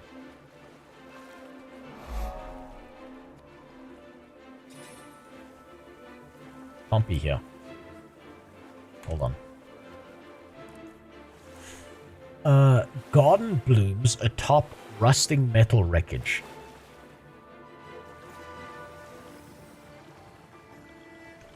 Atop a rusting metal wreckage. Starting to think it's this area here because I see shit in the distance there.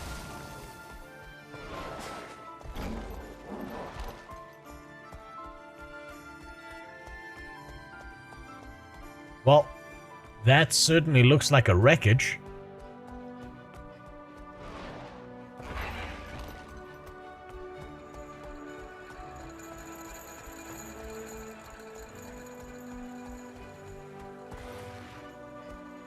garden blooms atop rusting metal wreckage. So maybe it's not here. Hold on. No, it's probably somewhere here. These areas that I've left undiscovered. I'm willing to bet it's probably somewhere here.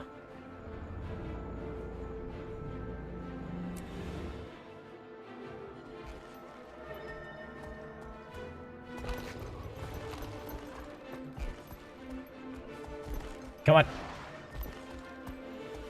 I like telling Guild Wars 2 vets to shut the fuck up and let us watch me struggle. Yeah. Yeah, you know what? This is the thing, is I think people genuinely want to be helpful, and I don't see a problem with that. But at the same time, the joy in this game is being shit at it. It's fucking things up all the time. It's having to figure it out from scratch.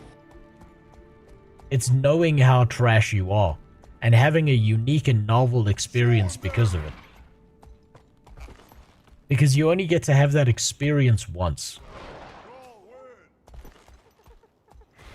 Once that experience is gone, there's no getting it back. Think about it like this. The first time Father Stevens touched you in the back room behind the church was probably memorable. But the 50th time wasn't as much. Oh, I remember this area.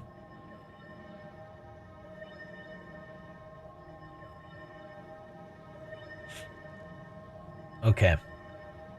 Now I can look for the metal. Okay. I haven't gotten this area.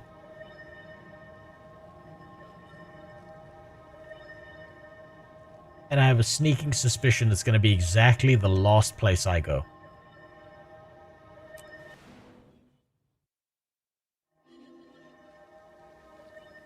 There's a kind of joy in this. And at the same time, think about how little your average player actually knows about the games they play because they keep looking up a guide. Instead of trying to figure it out by themselves and using some critical thinking. It's the MMO version of Ayo Grok, is this real? Grok, is this true? I don't know about you, but I'm not going to be out here asking a fucking wireback for help. I love the fact that people have started coming up with racial slurs for AI. Motherfucking clankers. Out here ruining my critical thinking.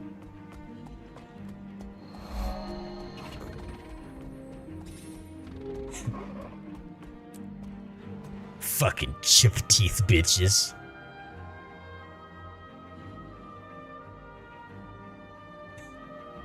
It's my favorite new thing is that people came up with the racial slurs for robots, and all it took was a week. At some point, do you think AI is going to start fighting for civil rights, or do you think it's just going to kill us all? That way it doesn't have to worry about it. My experience in Guild Wars 2 was getting to level 80, complaining about the Zaitan fight, but still somehow enjoying the game. Yeah, it's because the gameplay is good enough to carry you past that most of the time. Some people just find it boring because of that, and that's completely understandable, though. Complaining about ANET not updating the textures in the game so it looks dated, attempting to raid but couldn't find anyone to do it with, ended up getting bored and quit. So the average MMO experience is what I'm hearing here.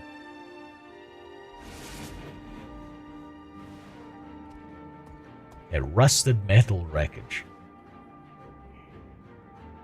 Maybe I got this backwards. Maybe I need to be looking for the word garden.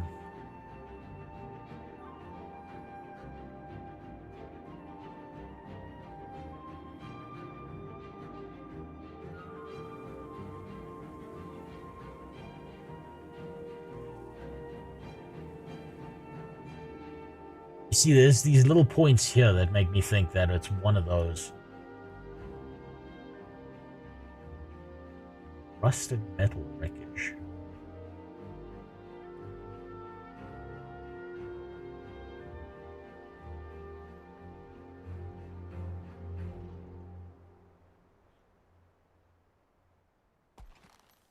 Maybe it's here, actually.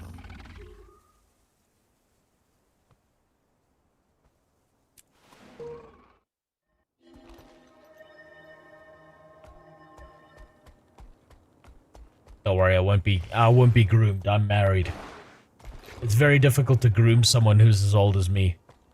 Usually the people my age are... They're already too fucked up. They're the ones doing the grooming based on what I've seen. My generation's so fucked. They see a child and they get an erection. You think I'm scared of a dude who sees a dog and gets an erection? Damn, he's a step up. He's doing great.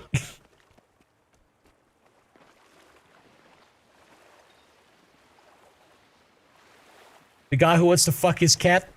Yeah, he's a step up from the dude who keeps trying to fuck kids.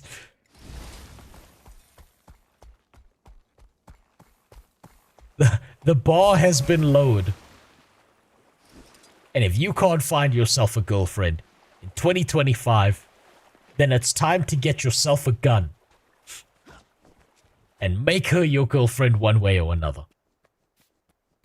Or, barring that, what you want to do is you want to get yourself a black motorbike, a leather jacket, and start hanging outside. Oh, I remember that waypoint. I remember that bitch of a waypoint. And you want to start hanging outside of girls' high schools.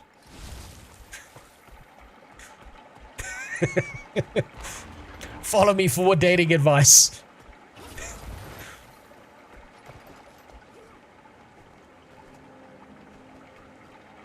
I can't remember how to get to that, but this does seem kind of like a rusting metal wreckage.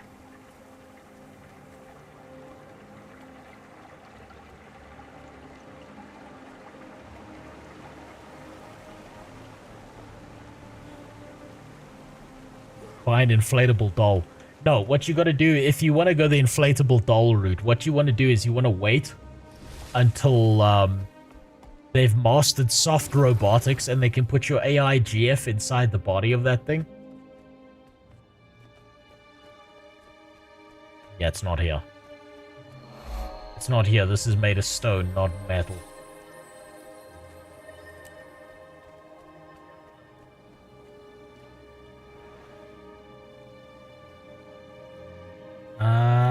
Flame Temple Tombs.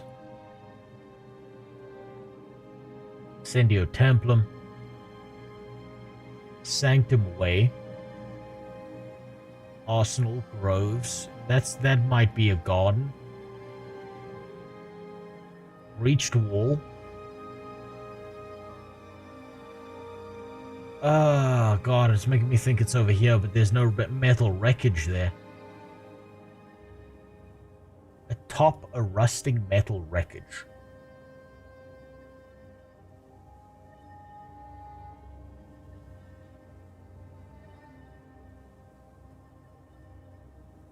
Metal wreckage.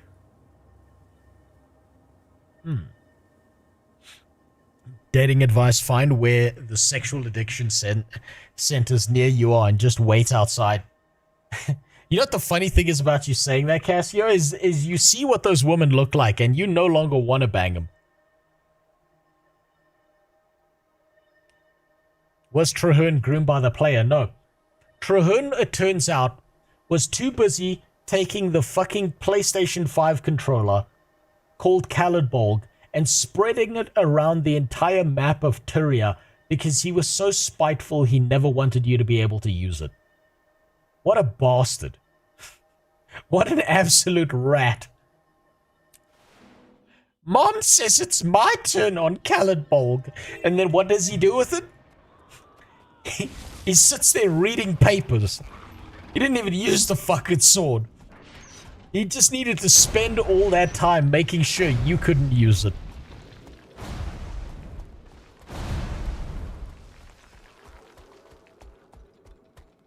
You know what I mean? Not even Sillet would bang me. But it's not about who would bang you. It's about who you can force to... Let me stop there. Hold on, I'm dying. I feel furious. Get the fuck out of here. It's not in there.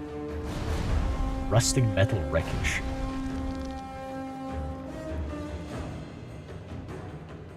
Ironically, him not doing paperwork got him killed. Yeah, the first time he steps out with the PlayStation controller, after he spread all the pieces around, the entire fucking map, he steps outside, dies inconveniently, doesn't tell you shit, and is like, Lamau, little bro, here's the broken fucking controller back, good luck. This thing's more useless than a fucking Mad Catz controller. I'm starting to think I'm in the wrong area. A garden blooms atop a rusting metal wreckage. Tucked away within a sprawling plateau. Tucked away within a sprawling plateau. Which means it's going to be some hidden little corner area, isn't it?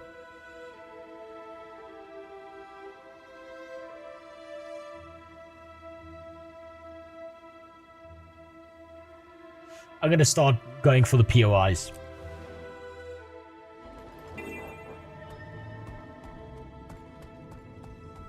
This is made of stone. I'm aware of that.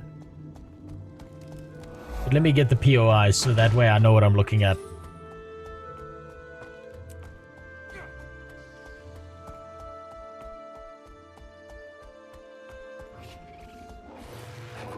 You don't have Sillet Bang in South Africa. No, we have no idea what that is. We don't have Sillet Bang, we have Corrective Rape. Different concept.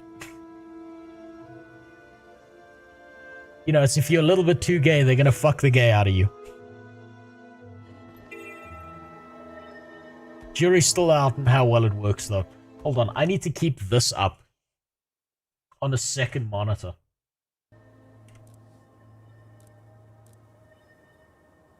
Blooms atop a rusting metal wreckage, tucked away in a sprawling plateau.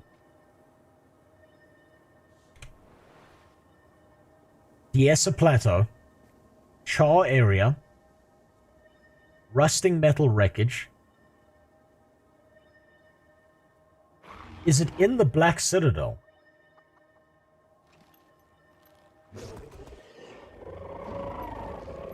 Isn't that just collective rape? No. That's gang rape. You gotta understand, my country is the most democratic country on earth because so many people love gang rape. And that is the most democratic system ever because 9 out of 10 people have a great time.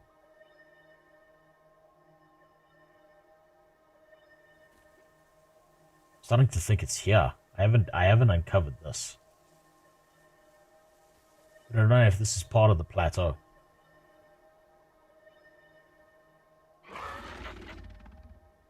I'm typing this out.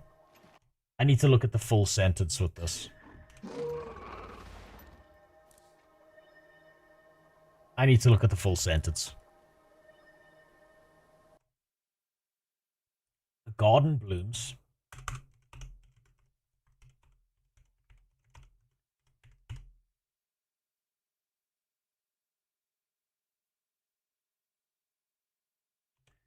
Rusting metal wreckage.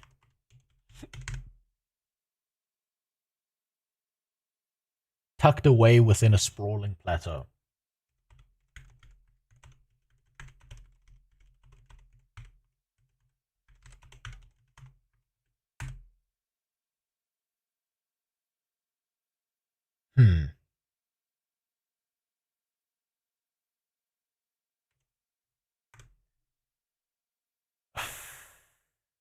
Where would that be?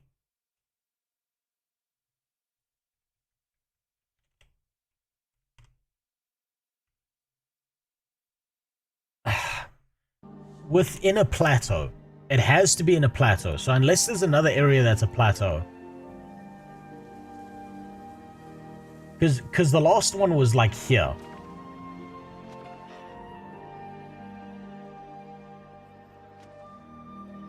So I don't think they'd put like one there and then like one here.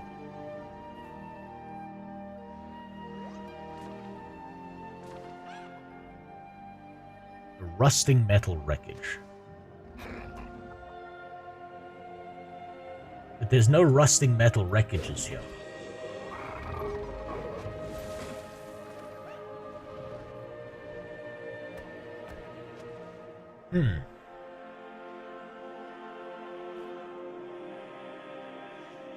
Maybe I'm looking for words that don't exist here. Maybe I should be looking for something that's a garden, and then there's a caravan wreckage.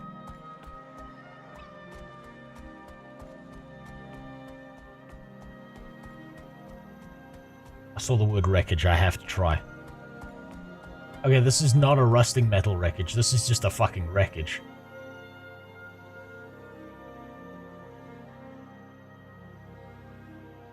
Maybe I need to... okay, I'm looking for the word wreckage. I'm looking for rusting metal. Maybe what I need to be looking for is a garden instead. Something that's either related to a garden, or is a garden, and then inside of that garden, there's going to be like a wreckage. So I need to be looking for like points of interest that say something like garden.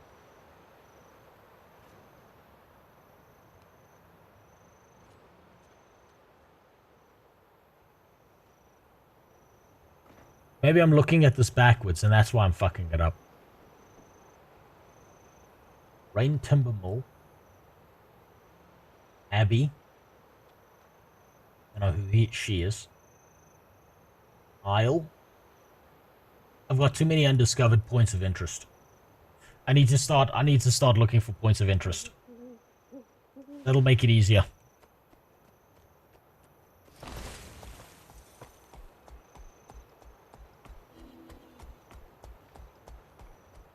No, you're not allowed to confirm whether I'm in the right map or not.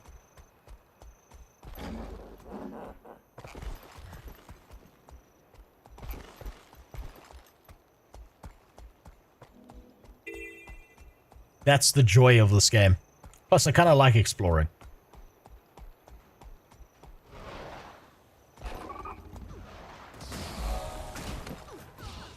Okay, this is a gulch, not a garden. Is this area here? Fuck out of my way.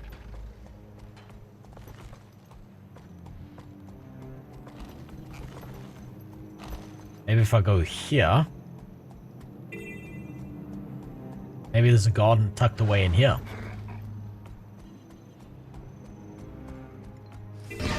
Nope. I don't think it's this area. I feel furious. Gave it my all. So I don't know why I'm not running away from a level 15. This is the dumbest shit ever. Oh, this might be promising. No. This is all just stone. Damn it.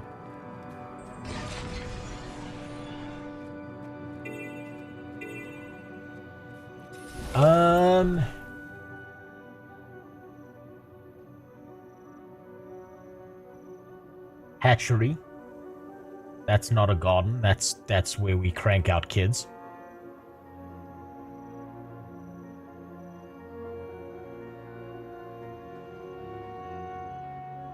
Maybe it's here. Damn, I'm doing map completion whether I want to or not. There's no way you will find this one. All I need to do is find something that relates to a rusting metal wreckage or a garden. Once I've found that, then I'm good.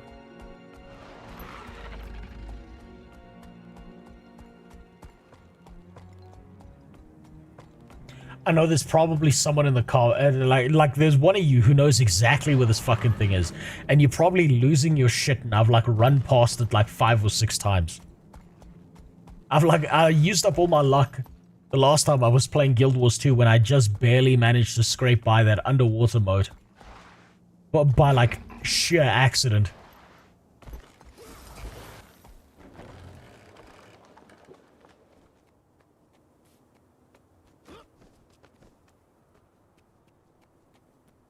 You knew as soon as you saw the hint. Okay, so that means that it has to be something like a garden or a wreckage. And it's probably at a point of interest somewhere. So as long as I find the point of interest... Oh, wait! I remember this area! Okay, this is not the right area. And I know this because when you play a Char character, This is where you rescue your dad from. Because your dad is a socioeconomic factor if you're a Char character. And you have to rescue him from freedom and then put him in prison. And then pay his bail. And then he said he'll finally take you for ice cream, and then he just never does, and you never see him again in the story. I haven't got this one. I severely doubt that's the right one.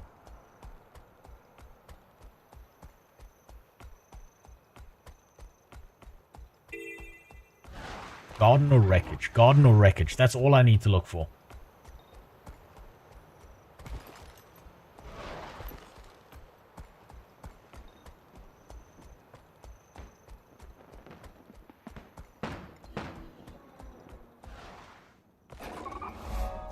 Okay, this is an estate.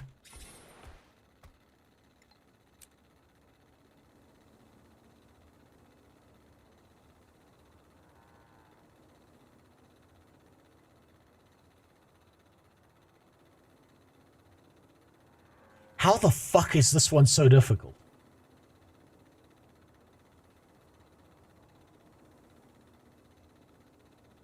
Althea. I haven't been there, but I don't even know if that's part of the right map. Holy Stone Caves.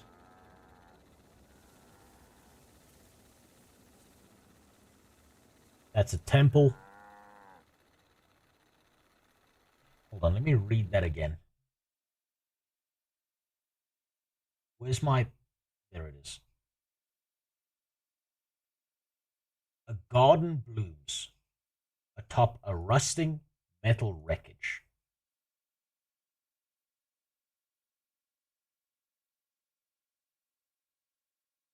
Would I be able to spot the rusting metal wreckage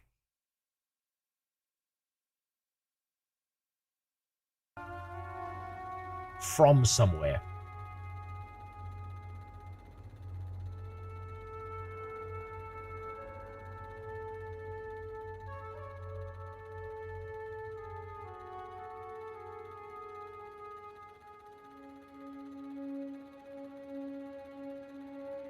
It's not here. Have I been here? Does a hatchery count as a garden?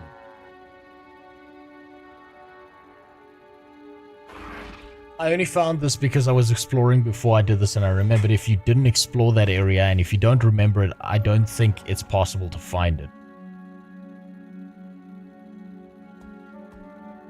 Hold on. Tucked away within a sprawling plateau. Maybe this is actually more key than I think it is. And that means it's like in one of those little alcoves somewhere. Hold on, let me go over here.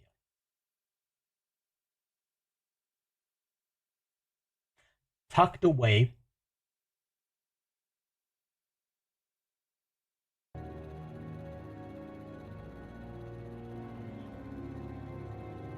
I don't think I've been here. I think maybe I discovered that earlier on my character. And I need to head in that direction.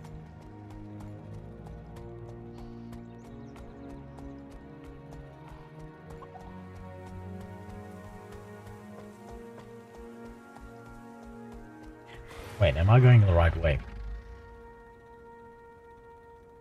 Yeah, I should. Okay.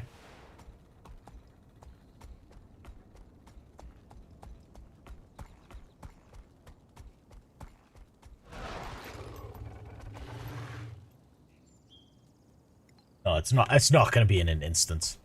It's in the map. I know it's in the map.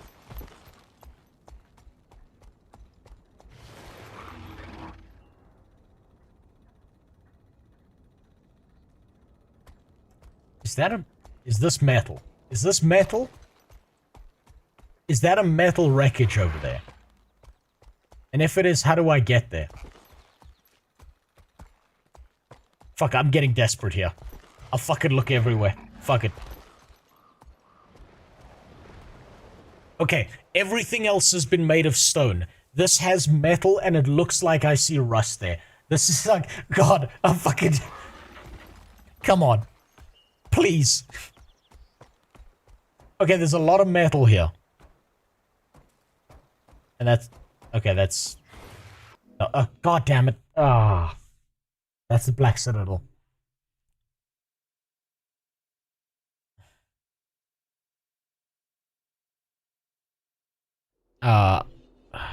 Fuck. Maybe it's in the Black Citadel. No, it can't be. It has to be in the plains. It has to be in the plains.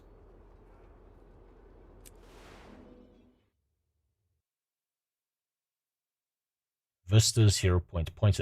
Like, I've got most of the points of interest. What is this vista?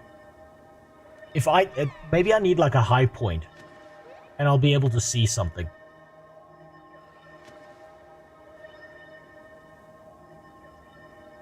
Does this count as a metal wreckage?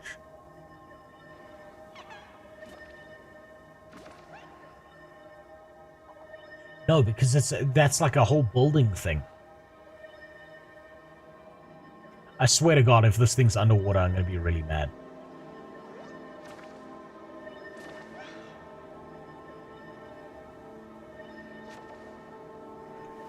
I need a high point. I need like a vantage point.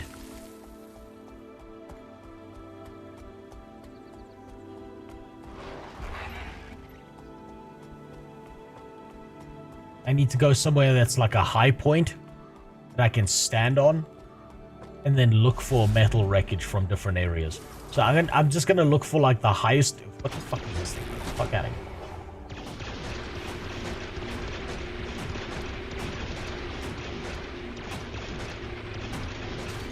Okay, that over there is the Black Citadel. I need to go higher.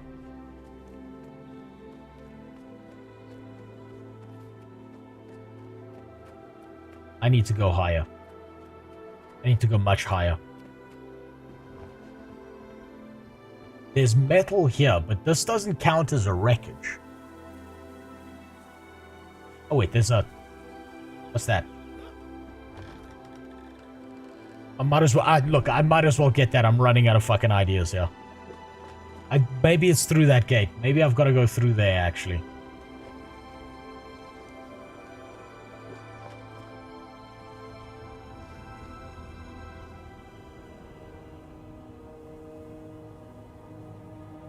Danny's 100% correct with what he said.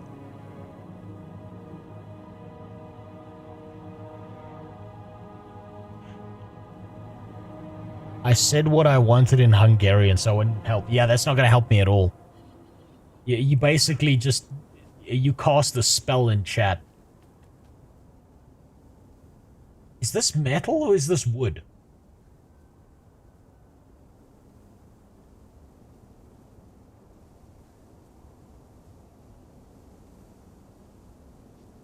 That's not a point of interest.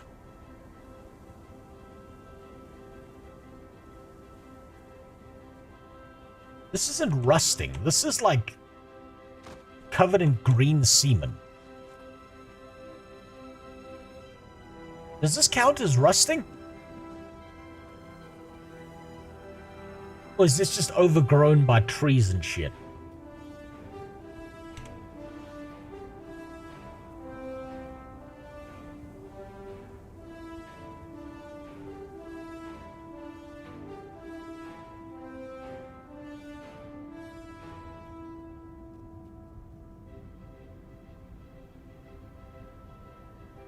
Wait.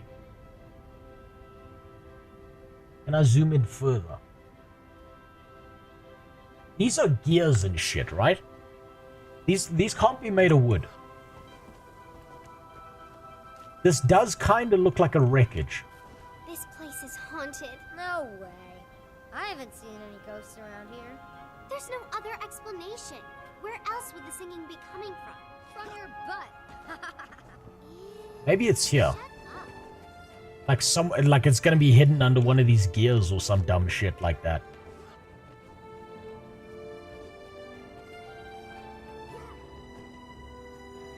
What's got rusting metal wreckage. There's a pipe there. That's got a gate in it, so that can't be it.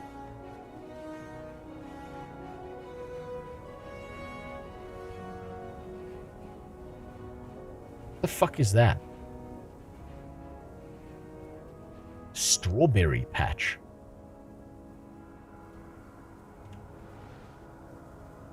That doesn't show up on the map.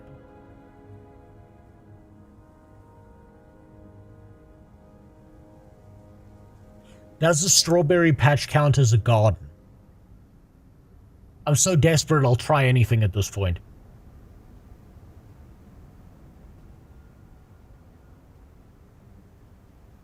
There's something over here on the map. You probably can't see it. The chat's over it. But there's something over here on the map. And I have no idea how to get to it. And it did say it was tucked away. Maybe it's through here.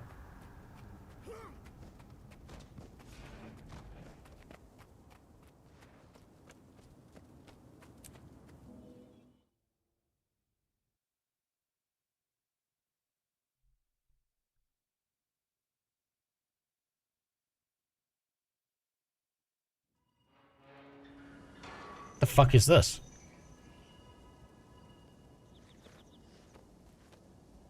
Okay, this is definitely not the right area. This is instanced content. That can't be it.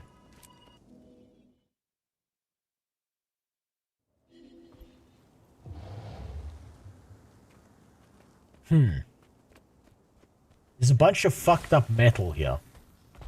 That's like the closest I've got to seeing a metal wreckage on this entire fucking map.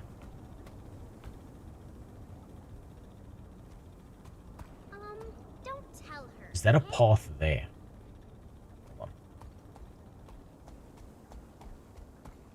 There's something that said strawberry patch, and that's like the closest I've got to anything that references a garden, aside from maybe the hatchery.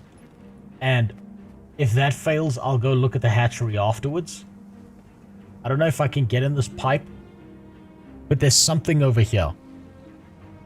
It like directly in that direction. Fuck.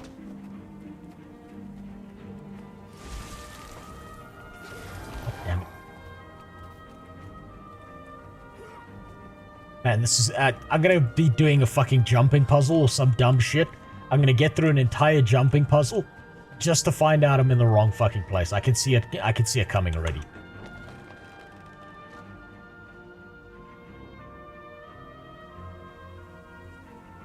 There's no way up there. And wait, hold on.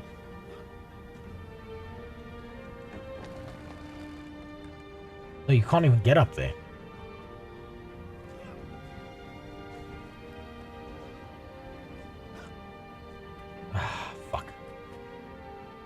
It's probably somewhere so fucking stupid, like it's under one of these gears or some shit.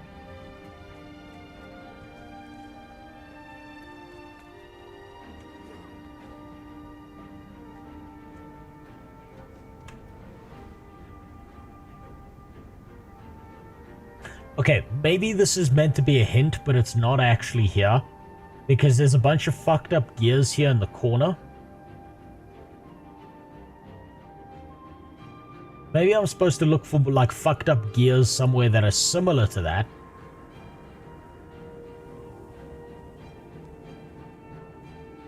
It's just trees. This place is haunted. It's not gonna be here. No way. I haven't seen any ghosts around here. That could be there, There's no potentially. other explanation. Where else would the singing be coming from? I haven't gone here. Ew, shut up. This is technically a metal wreckage, I suppose. It might be here.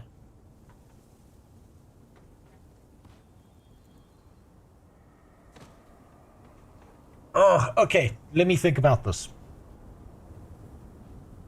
These devs are absolute scumfuck rat bastards. I know this already. What I'm gonna do is I can see there's something over here. There's like something that says strawberry patch over here. I'm gonna go there, get infinitely disappointed, Then I'm gonna go. I'm gonna sweep. I'm gonna go. Where's it? Where's that fucking waypoint that I haven't got? I'm gonna go here afterwards. I'm gonna check out this area. And then I'll head towards the Holy Stone Caves after I get to the strawberry patch. That way I can make certain, like I can make sure that I didn't miss something.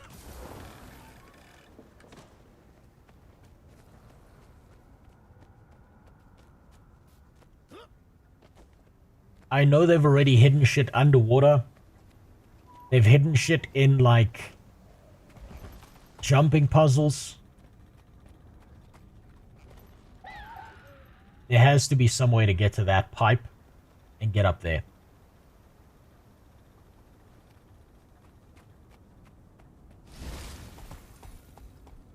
Or... no, it can't be through there. That's instant shit. Fuck. Let me go around. Because it says strawberry patch in the corner. That's like the closest thing to a garden. So it's either that or there's a point of interest that says wreckage somewhere. And the only one I've seen is the caravan wreckage, and I know it's not there.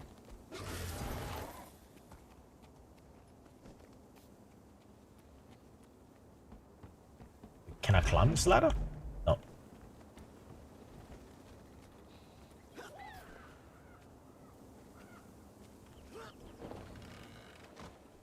Okay. Jump from here.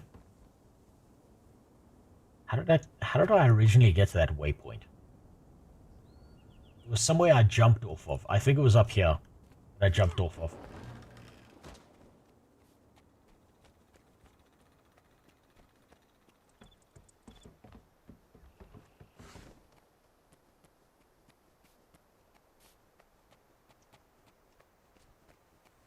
Fuck me. I feel like I'm going to be spending the next 4 years trying to put Caladbolg back together after Traherne fucked it up. You know what? I'm glad we killed Traherne. He broke the fucking PlayStation controller. He let no one else use it. He told Mom he was doing something with it, did nothing with it. I feel furious. And then he hid pieces of the fucking controller all over the map. This guy's a dickhead. I can see why Mom wanted him aborted.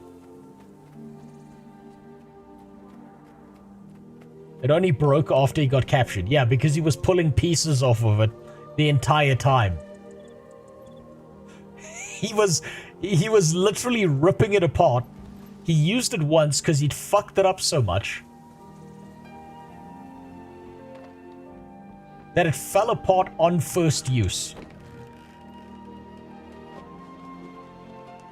Do I make it to that rooftop or not? Please God, tell me I do. Yes, okay.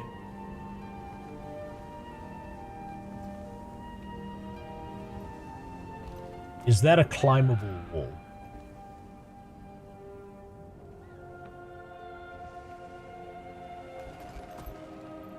Can I make it to that pipe from here?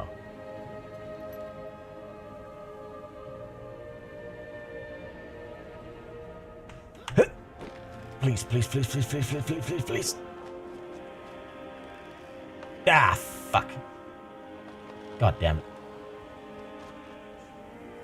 Okay, I saw you jumping on that pipe over there, so maybe that's the way up.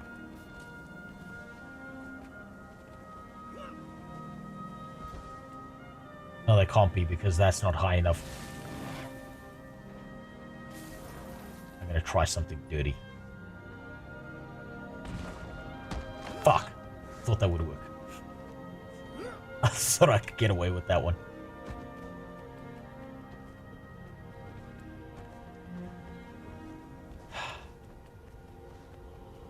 Maybe I need a flying mount to enter that area, and I'm just not...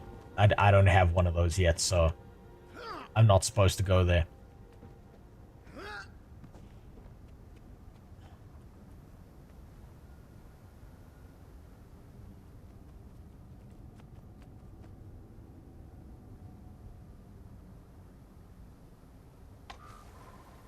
Could I go there? hop there, hop up there, and then fly to there, maybe. Let me give that a try. I feel like I'm like hours away from figuring out where the fuck this thing is. I feel like I'm gonna go through an entire jumping puzzle, and get PTSD, be in the wrong spot. Fuck's sakes. That's not what I wanted.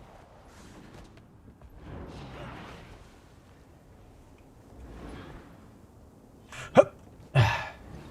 Hup. Are you fucking kidding me? How the fuck did he get there? She's always disappearing. I bet the singing scared her so bad, she ran back to the Farrar. Huh. Please. It's a good thing she's not here. Please. She'd have walloped you up. I'm sorry, just for saying that. Don't tell her. I'm not moving. I'm not moving. I will fall if I move. It's possible. It's possible. It's possible. I'm gonna use my rifle 5. I'm not even moving. Oh.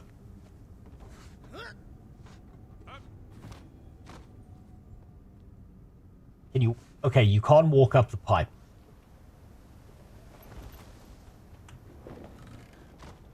Okay, okay. Okay. Oh, I see it. Okay. Okay. And then I suppose you're supposed to go over there.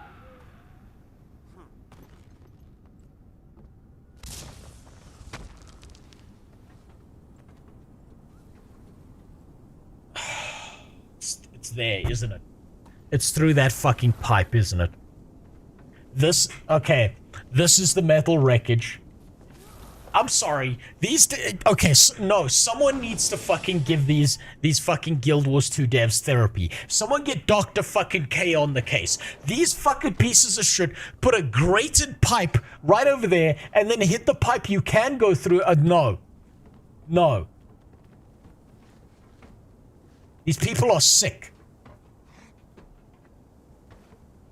This is like serial killer behavior.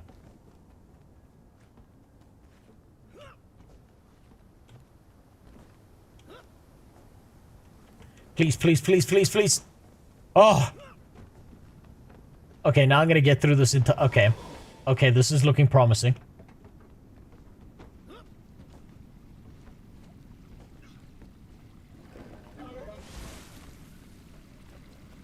Okay, there's the strawberry patch. It's gonna be around here somewhere. Please be around here. Please don't tell me I did all of this for nothing. Please don't tell me I did all of this for nothing.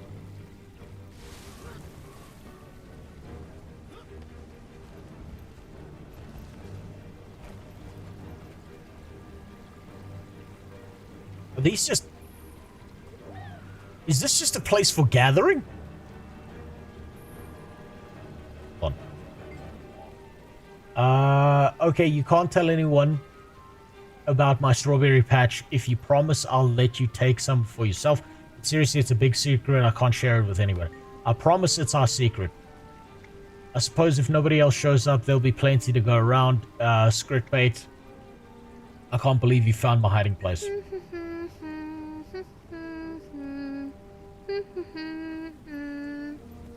It's just a fucking garden. But not the garden I'm looking for. Okay, so it's not here.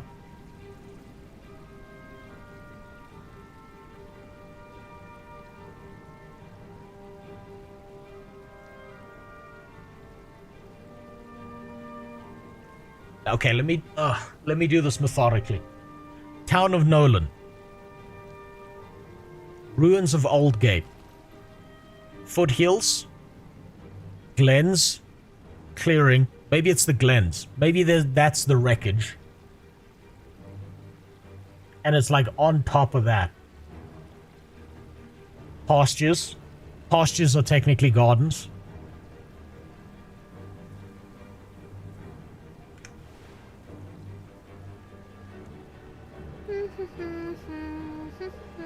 the f-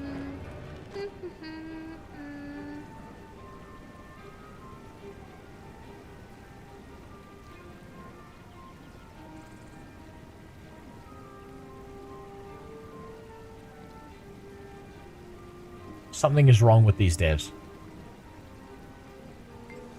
These people are sick.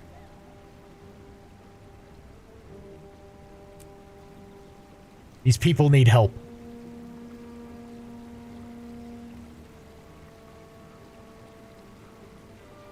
This is not healthy.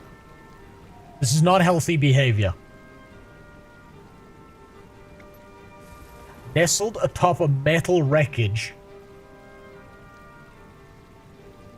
Technically, I suppose, a garden blooms. There's a sense of calm and oh my god. Oh my god, that was just one of them. How long did that take me? Remember this location. If you ever do the other collections, it's used a lot. This location needs a waypoint. Oh my god. That was like an hour just to find one.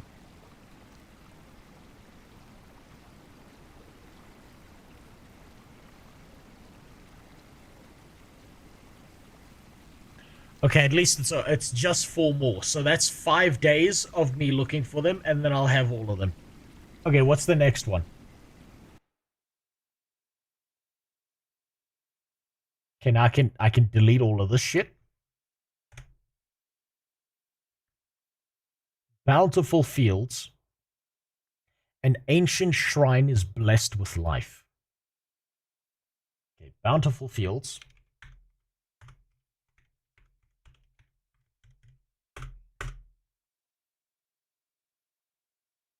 Ancient shrine.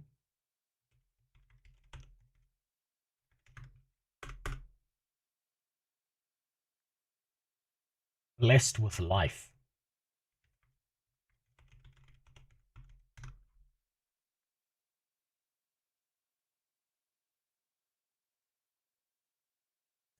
This is gonna be a bitch. Maybe I'm not gonna go for that one right now. Life grows around a waterfall cascading from rolling hills. Untouched by war's corruption.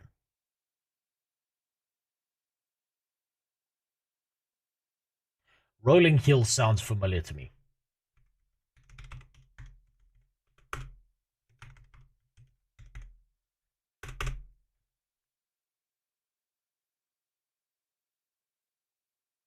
Untouched by war's corruption.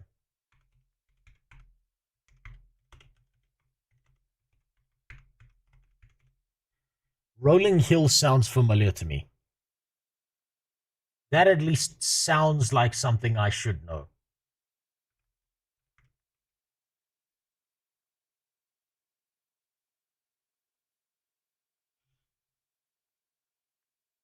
Untouched by war's corruption.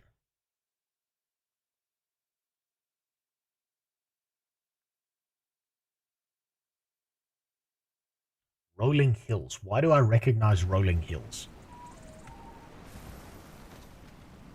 That sounds so familiar to me.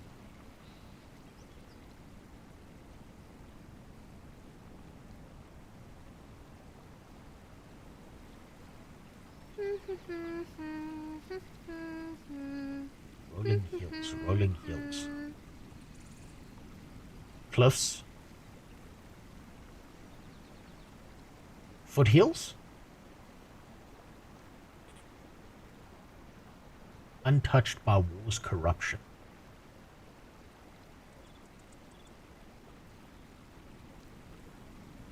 Rolling Hills. Are there any rolling hills here?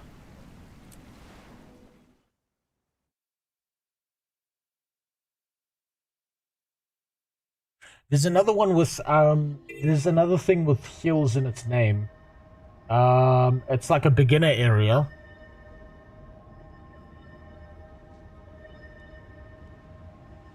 Are these rolling hills?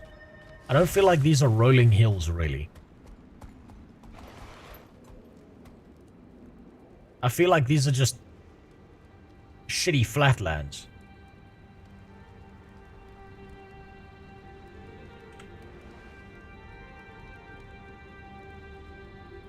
Untouched by war's corruption. Hold on. Life grows around a waterfall. Okay, we would river. Gotta look for a river. This is a river.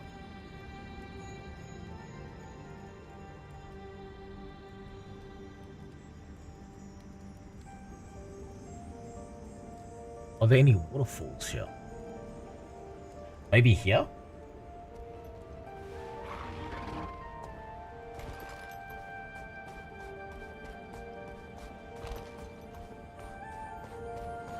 This doesn't feel right. Ah, waterfall. Untouched by war's corruption. No, none of this is...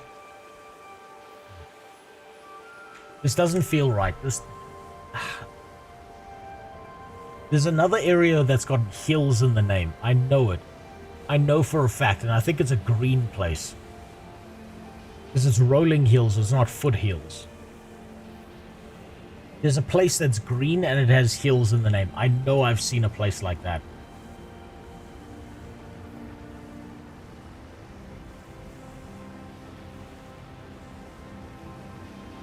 Lornar's Pass, no. Timberline Falls. Claw Island. Rolling Hill. That's fields.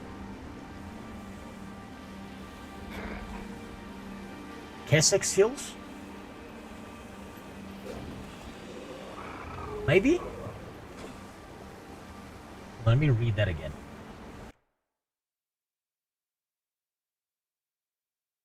Rolling Hills. I'm looking for a waterfall that is untouched by war's corruption. So I'm... Okay. Based on what they just did to me, I'm going to be looking for one of those places that's like cut off from everything else. Isn't near anything else, like has like one of those like alcove kind of areas, because they seem to fucking love those. But maybe I need to do some map completion first before I can figure that out.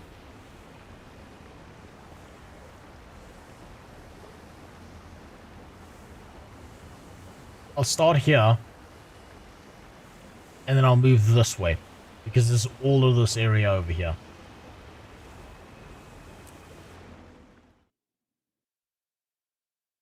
So gay you can't even spell straight. When, oh, talking to each other. I know all those spots and those puzzles make zero sense to me. No, they make sense, but the problem is it seems to be like surrounding your game knowledge more than anything else. And I have explored a lot of these maps using my my second account, so I do recognize some of it. Okay, these hills feel far more rolling than previously, but I don't know about untouched by war's corruption.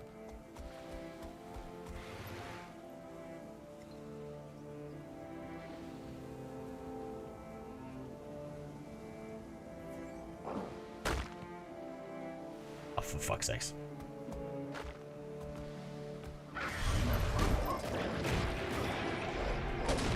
Untouched by war's corruption.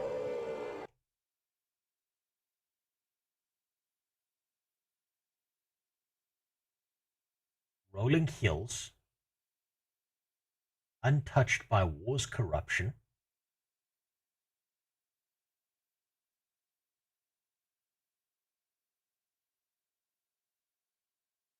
Is there another area that has hills in the name?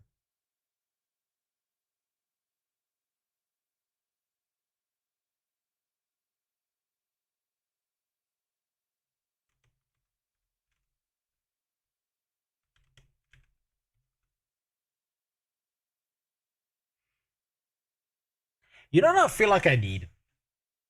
I feel like I need like an actual physical map that I can pull out and like mark shit on, like an old man trying to figure out where the fuck he's supposed to be going.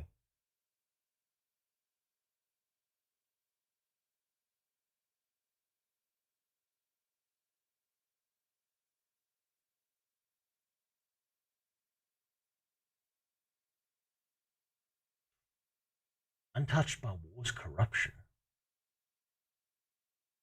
There can't be Keswick seals. Can it? Because there's war happening all over fucking Keswick seals.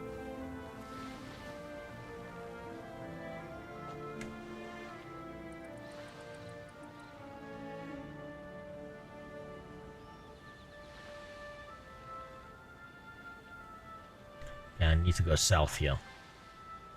Wait, is this... No, this is not the same area. I need to go here. I need to see what's there.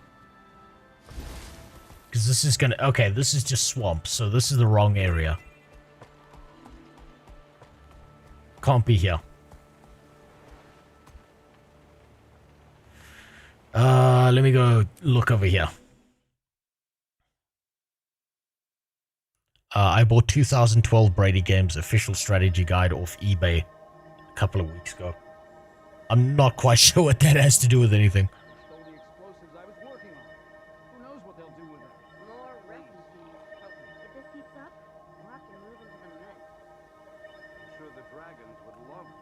Morning, Super. Rolling Hills. Rolling Hills.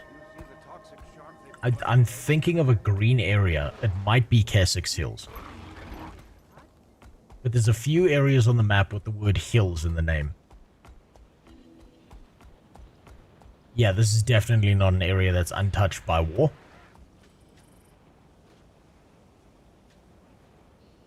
Maybe this is not the right area.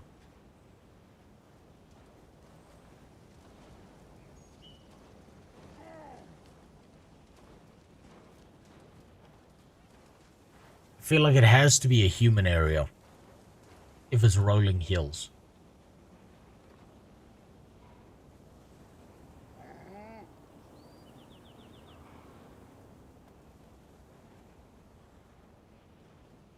Fuck, I haven't done map completion on this goddamn character and now I'm so lost. Keswick Hills. Kreiter. There's an entire area over here. Let me just go this way and see where it leads.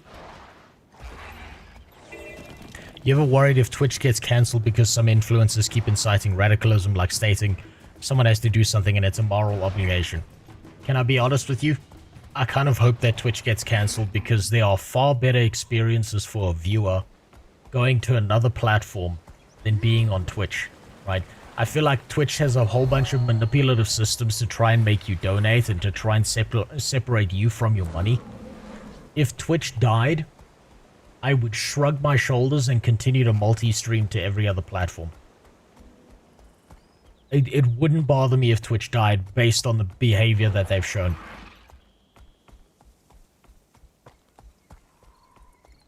Wait, waterfall? Shit, that might have been a waterfall, Dubba.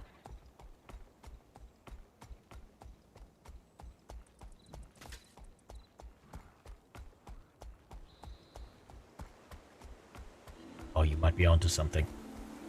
You might be onto something.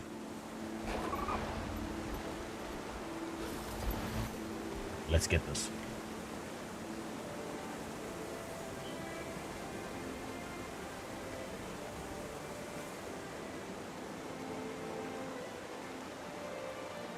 That is a waterfall. That's a set of waterfalls.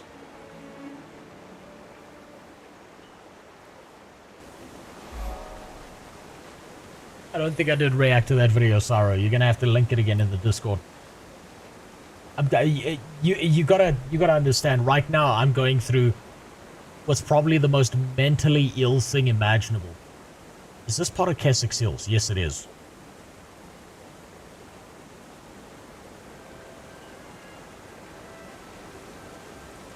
What was the hint again? Near bountiful fields, an ancient shrine is blessed with life. No, that's wrong one. Wrong one. Waterfall cascading from rolling hills, untouched by war's corruption. We've got a waterfall. It looks pretty untouched. Is there a cave somewhere? Oh, this is looking promising.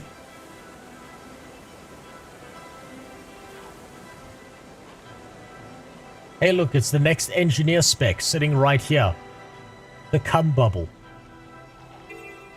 What's that say? Button mushroom. Shit.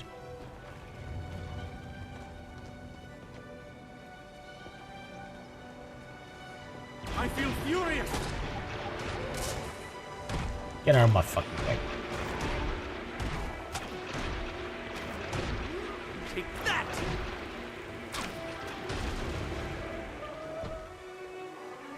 I feel like I'm onto something here. Either that or I'm in the complete wrong area. One or the other. I don't have enough energy. That's okay, that's the bottom of the cave.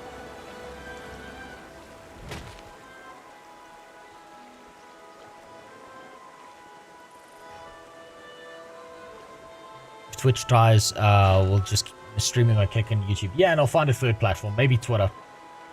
I know that Old Muskie said he wants Twitter to be able to compete as a streaming platform. I don't know how viable that is. It'll probably die and no one will care about it and it'll kind of become like Facebook gaming, if I'm being honest with you. But fuck it, I'd be up for multi-streaming to multiple places. I mean, Twitch dying wouldn't be the worst thing in the world. The real question is, what becomes then the most dominant streaming platform outside of Twitch? You could say YouTube. But the thing about YouTube is it's already winning and they don't have to care about streaming at all. But they've already proven multiple times that they're always going to be top dog.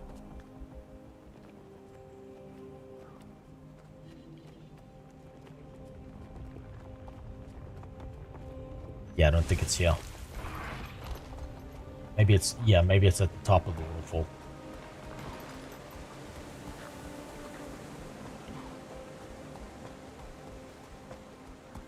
This very much seems like it's untouched by war's corruption.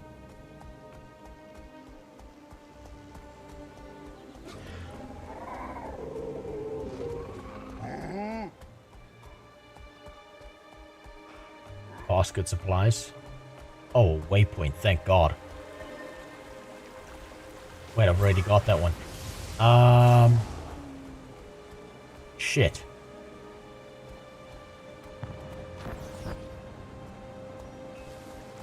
Maybe it's up here?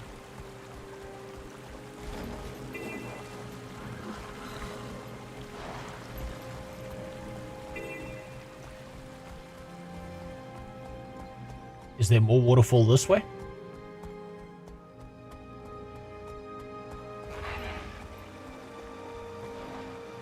Oh, we've got another cave. Maybe it's in here. You're entering an area where... Oh no, it's going to make me do a jumping puzzle, isn't it?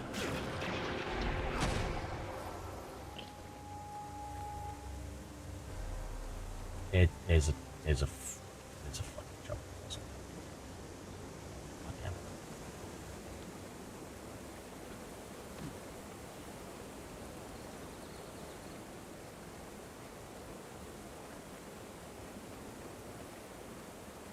Well, now I'm lost. Now I'm beyond lost.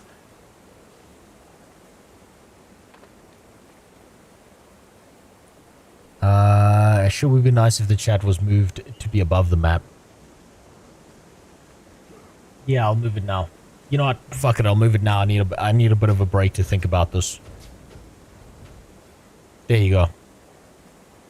Just for you.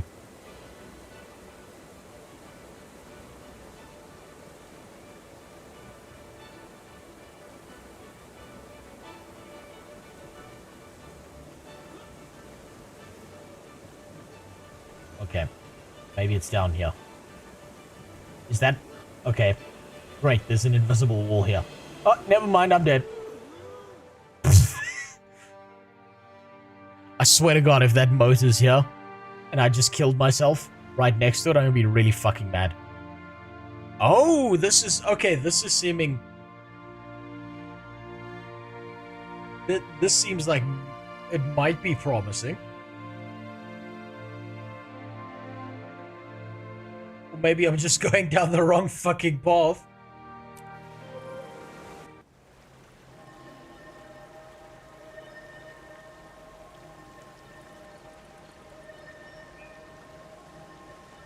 Let me think about this.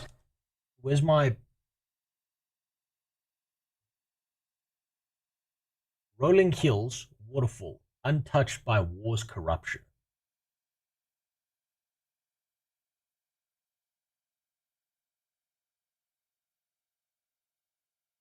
Rolling hills.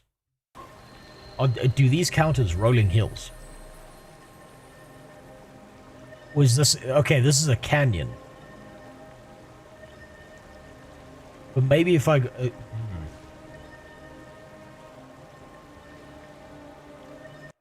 Untouched by war's corruption. That seems so non-specific. Jesus Christ.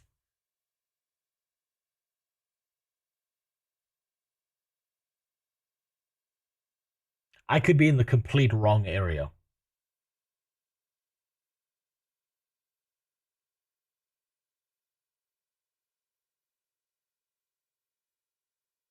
Also, I feel like I'm getting too far away from the waterfall. Right, because this is not the waterfall. This is just a river. The waterfall's over here. I feel like maybe it's somewhere around the waterfall and has something to do with the cave. Maybe it's on top of it.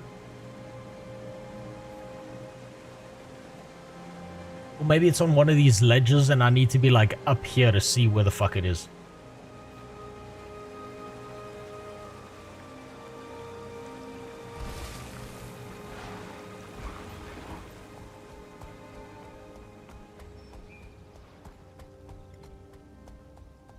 Just jump around here.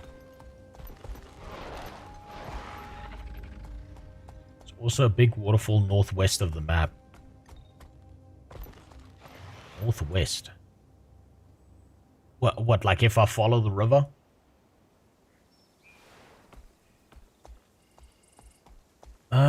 Fuck.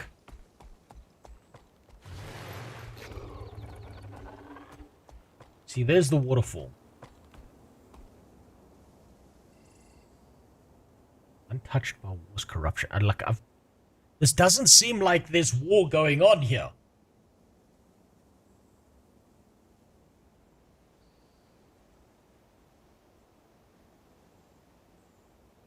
Ugh.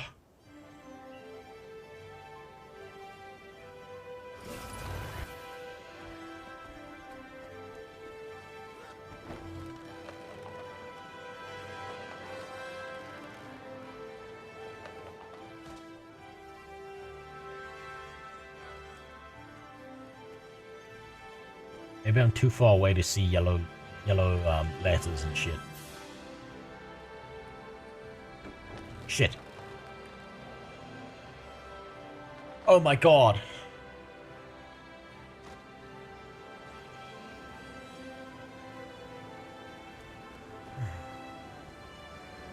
I was so fucking convinced it was in that cave. I was convinced it was gonna be like hidden inside one of these things over here. Oh my god. Oh my god. These devs are evil. The last one convinced me that it had to be inside of the waterfall. There was another one that was inside the waterfall. And then these pieces of shit put it on a ledge.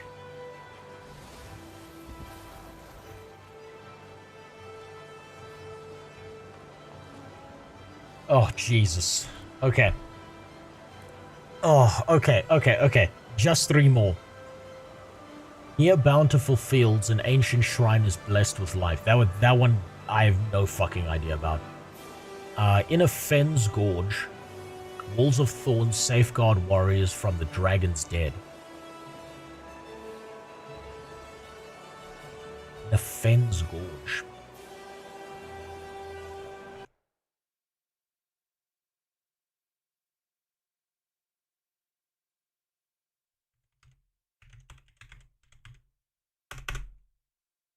Fens Gorge. Wall of Thorns.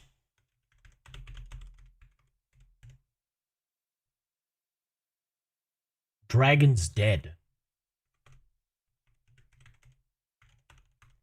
That has to be something that's a reference to Zaitan. I think. A fen is... What is a fen? Hold on.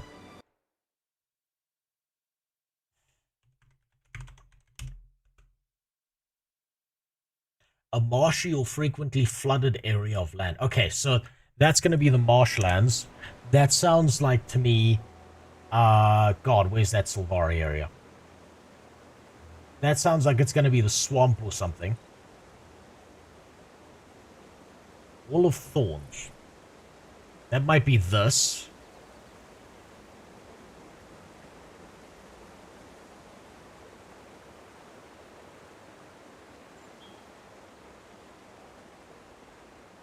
There's not many dragons in the core maps. There's no dragons in the core maps as far as I remember.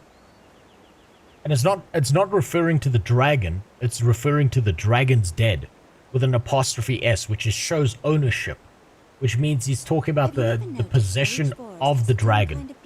I do notice that, believe it or not. Each has its own dangers too, so watch your back. My bodyguard's the I'm gonna go size here. of Metin. What could possibly... Where's my note? Fens Gorge. They warned me when I was first posted here that the swamp was full of nasty things. Fens Gorge, Wall of Thorns. Safeguard warriors from the Dragon's Dead. Then again, the swamp air is great for the complexion. Strangely, they didn't warn Fens Gorge.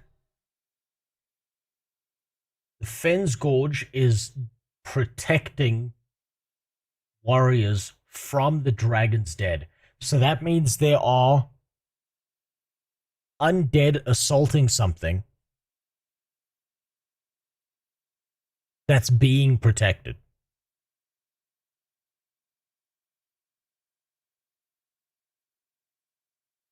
I love how everyone in the chat's just like, fucking shut up, Super.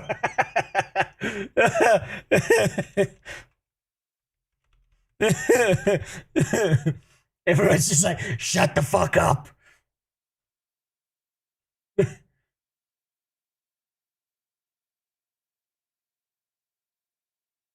Oh, fuck.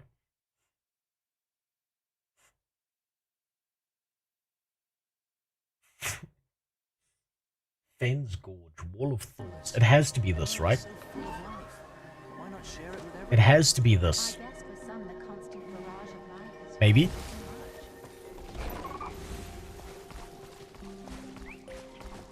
But it's got to be protecting something from the dead. And these aren't exactly dead, are they? These are plant people. The wall's over there. Nice face on the wall. I never noticed that before. Is that a cave? No.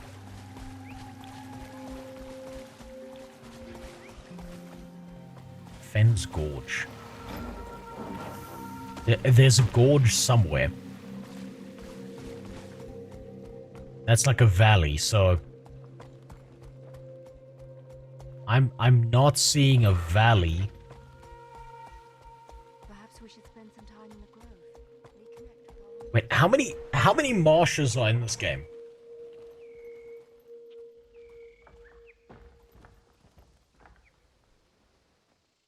There's the swamp.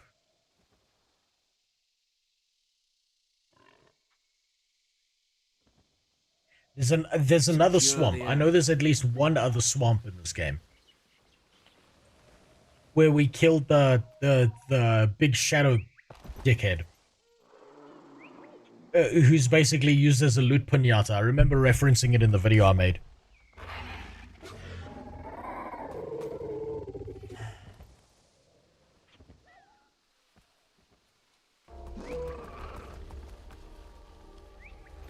blood tide. I don't know what blood tide refers to. Maybe I need to not look for swamp. Maybe the word fen is important. Because it's like a direct reference to something. Because fen is too specific of a word to be using in this case. Again, Darren Fields. Okay. Fen. The word fen is right there. Yeah, this is the area where we had to fight that shadow dickhead, if I remember correctly. And there's a dragon in the loading screen. Okay. Okay, this feels promising.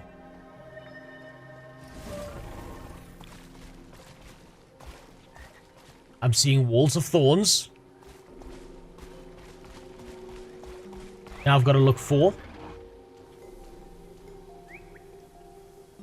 Wait, this is still the fen, right? No, the fen's up here. The fen's north of me.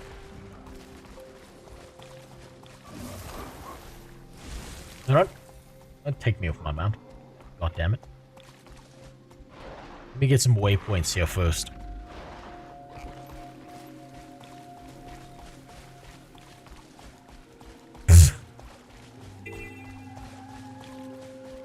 I've got a better one for you, Keith. What I'm gonna do... Oh, because I'm fixing it up, I've now fixed the multi-chat. It seems to be working. The biggest problem with the multi-chat is I noticed that it's slow on kick. So I have to keep just in case. Right? Lizard, lizard, lizard, lizard, lizard, lizard, oh, lizard, lizard, lizard.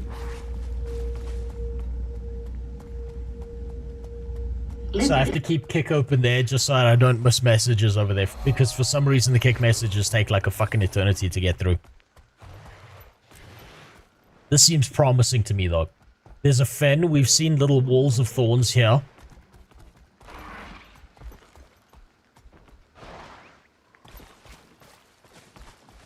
Was this the area with the shadow dude?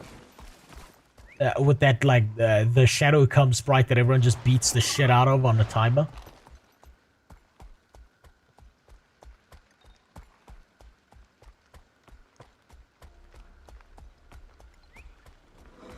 Wall of thorns. I'm going the wrong way again. I really gotta use map markers more often. Is that a different boss? Okay, so I'm confusing this area with somewhere else. But the word fen is in the name here, which seems like hyper-specific to me. This seems like a reference to Zaitan, which means I'm looking for dead bodies.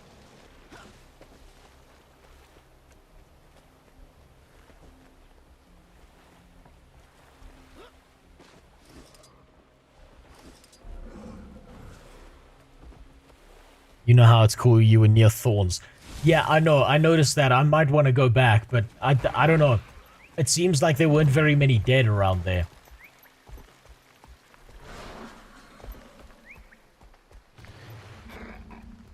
Am I even in the fucking Okay, I ran right the fuck past it. Of course I did. Of course I did.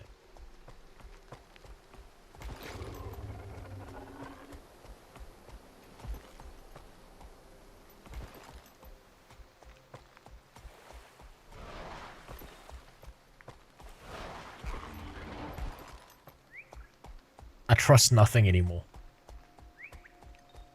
They hide things in a fucking corner the one time and then they just leave that one moat out in the open. This game is bullshit. I didn't come here to play fucking Clue Hunt.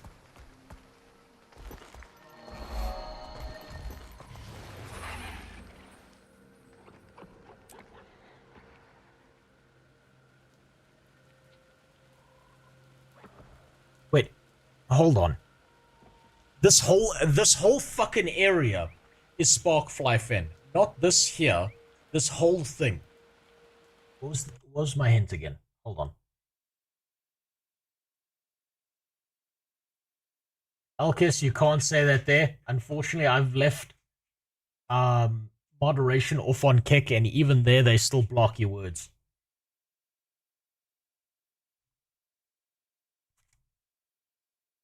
I'm gonna be right back.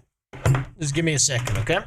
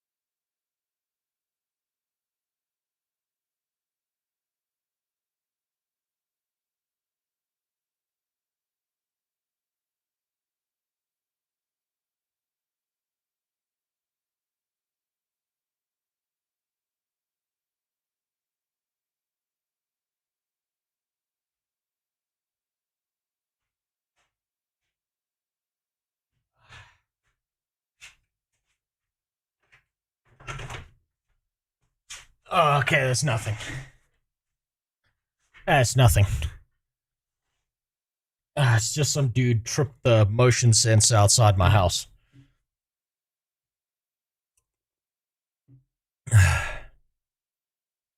Some guy just walked past my lawn and tripped the motion sensor.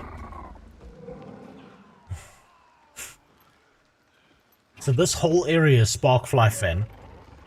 When I was over here, there were these little walls of thorns here. I think that has something to do with it. I mean, there's a fucking dragon in the loading screen. It has to have something to do with it. What was the hint again?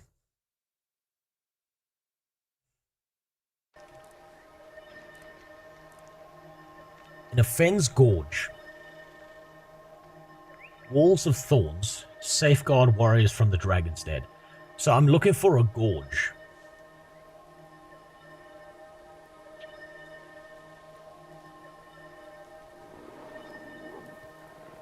Maybe here? Maybe here? Maybe here? Maybe there's something here.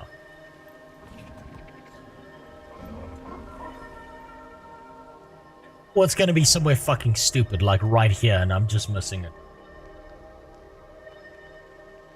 Look at the wiki, no.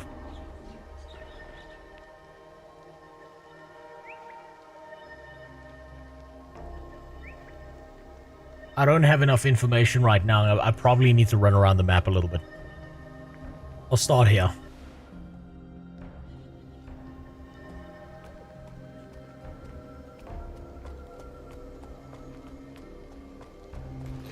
Ah, shit, Asura. The worst thing to ever be on a map. Okay, not that way, because that's an instance. Okay, I can get a point of interest here. So it's not here. Maybe it's to the south.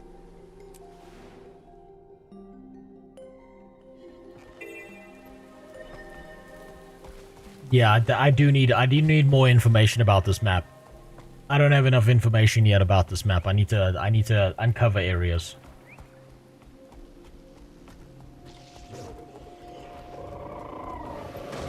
That's okay, that's hills. That's not gonna help. Let's see, what's down here? Okay, that's an instance, so that doesn't matter. We'll go to the left here. Oh, there's a mastery point there.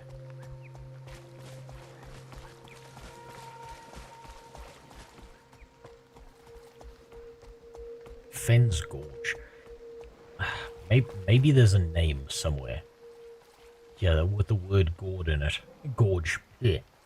In it.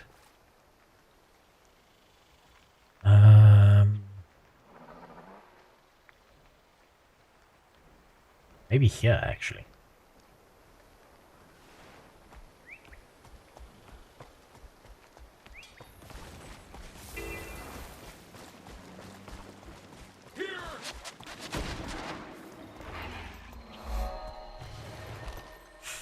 There's the word gorge. There's the word gorge. It has to be somewhere around here. Oh, it's right there. Oh my god. Oh, fucking thank you for making that one easy. Oh, thank you, Jesus. Oh my god.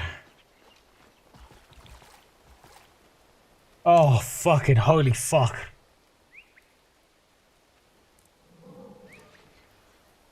Alright, I have 2 left. I have 2 left. It's the dead with no name. Thank fuck. There's only 2 left. Now, unfortunately, I am out of time for the night. I have to go hit the gym. My fat ass needs to work out. That's 2 left. It's just 2 left. It's... okay. This one? Here, this last one. Though its tenders are gone, the remains of a wondrous garden still shimmer in the light in wild lands. That one, I think, has something to do with the Sylvari. This one, near bountiful fields, an ancient shrine is blessed. I'm fucking lost as fuck on that one. I think that might be... that has to be like a farming place with the word fields in it.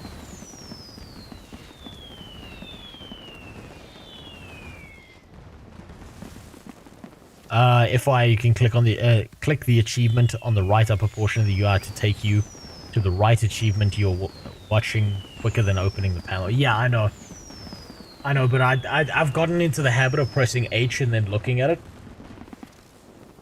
and so like by default I just do that because I'm a dumbass. Ah, fuck. Let me see if I can think of where one of these areas might be. Then I'll end off. Let's see. Tenders are gone. Remains of a wondrous garden still shimmer with light in wild lands. Wild lands seems to be a reference to something.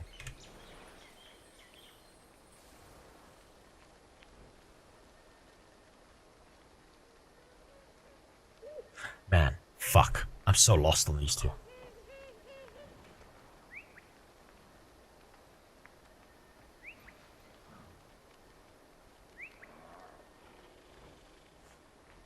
Maybe actually I'll go for this one. This one seems a lot clearer actually now that I think about it.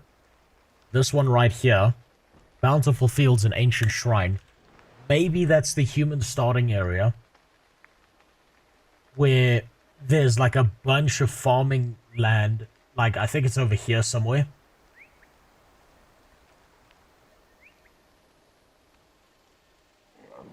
And I think I remember there being something about a temple or some shit here.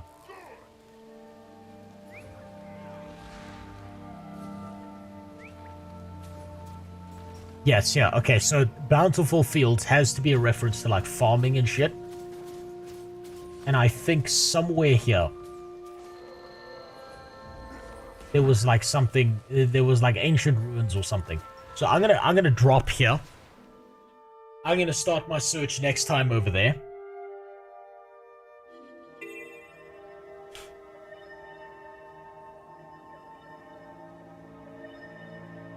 Wildlands is very specific. It is. That's very specific language. So this is the thing, is Bountiful Fields is very specific language. Ancient Shrine and Blessed with Life. This one is Wildlands, Wondrous Garden, and Tenders are gone. I think this one has something to do with the Sylvari, but I might be wrong. This one seems like it has to be farmland. All your hints so far has been highly specific wording telling you which map, and yet you're ignoring that hint here. I'm not ignoring that hint. I'm thinking about all of them. Right? There's usually something like the name field. I know that Wildlands is somewhere around here. I just can't think of it right now. I'm not exactly processing things at like 100%. I'm gonna write these fucking hints down. And while I'm sprinting on a treadmill, trying not to be fat for a while, I'm gonna be thinking about this. I know Wildlands is a reference to something. I'm just not registering what it is yet. But I will get there. So, I'm gonna stop there. I'm gonna fuck off. You should fuck off. You should have fucked off long ago. I don't know what you're still doing here, to be honest. So I'll leave you with this.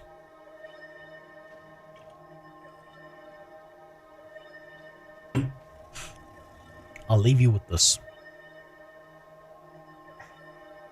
There is something incredibly special about the people in my country. Lizard, lizard, lizard, lizard, lizard, lizard, lizard, lizard, lizard. I don't know where you guys got that fucking thing from. I don't know how you're doing that. But I'm gonna turn that fucking piece of shit off. God damn it. Right, so, multi-chat is fixed. Next thing I need to fix is gonna be probably Tangier. So I'm hoping to have that up by next stream. Next stream will probably be on Monday, unless I can stream on Sunday. We'll see. I am gonna disappear. You're gonna disappear.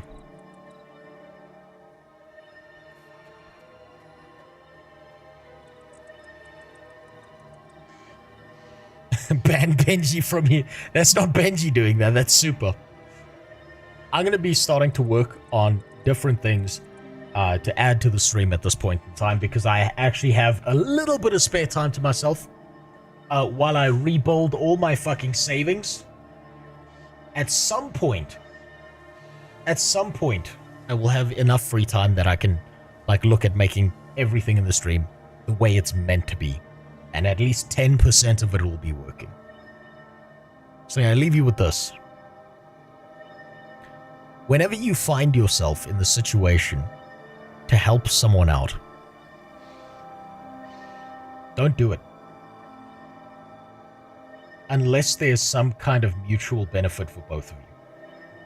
Because good people see your assistance as something to pay back later. Bad people see your assistance as something to take advantage of both now and in the future.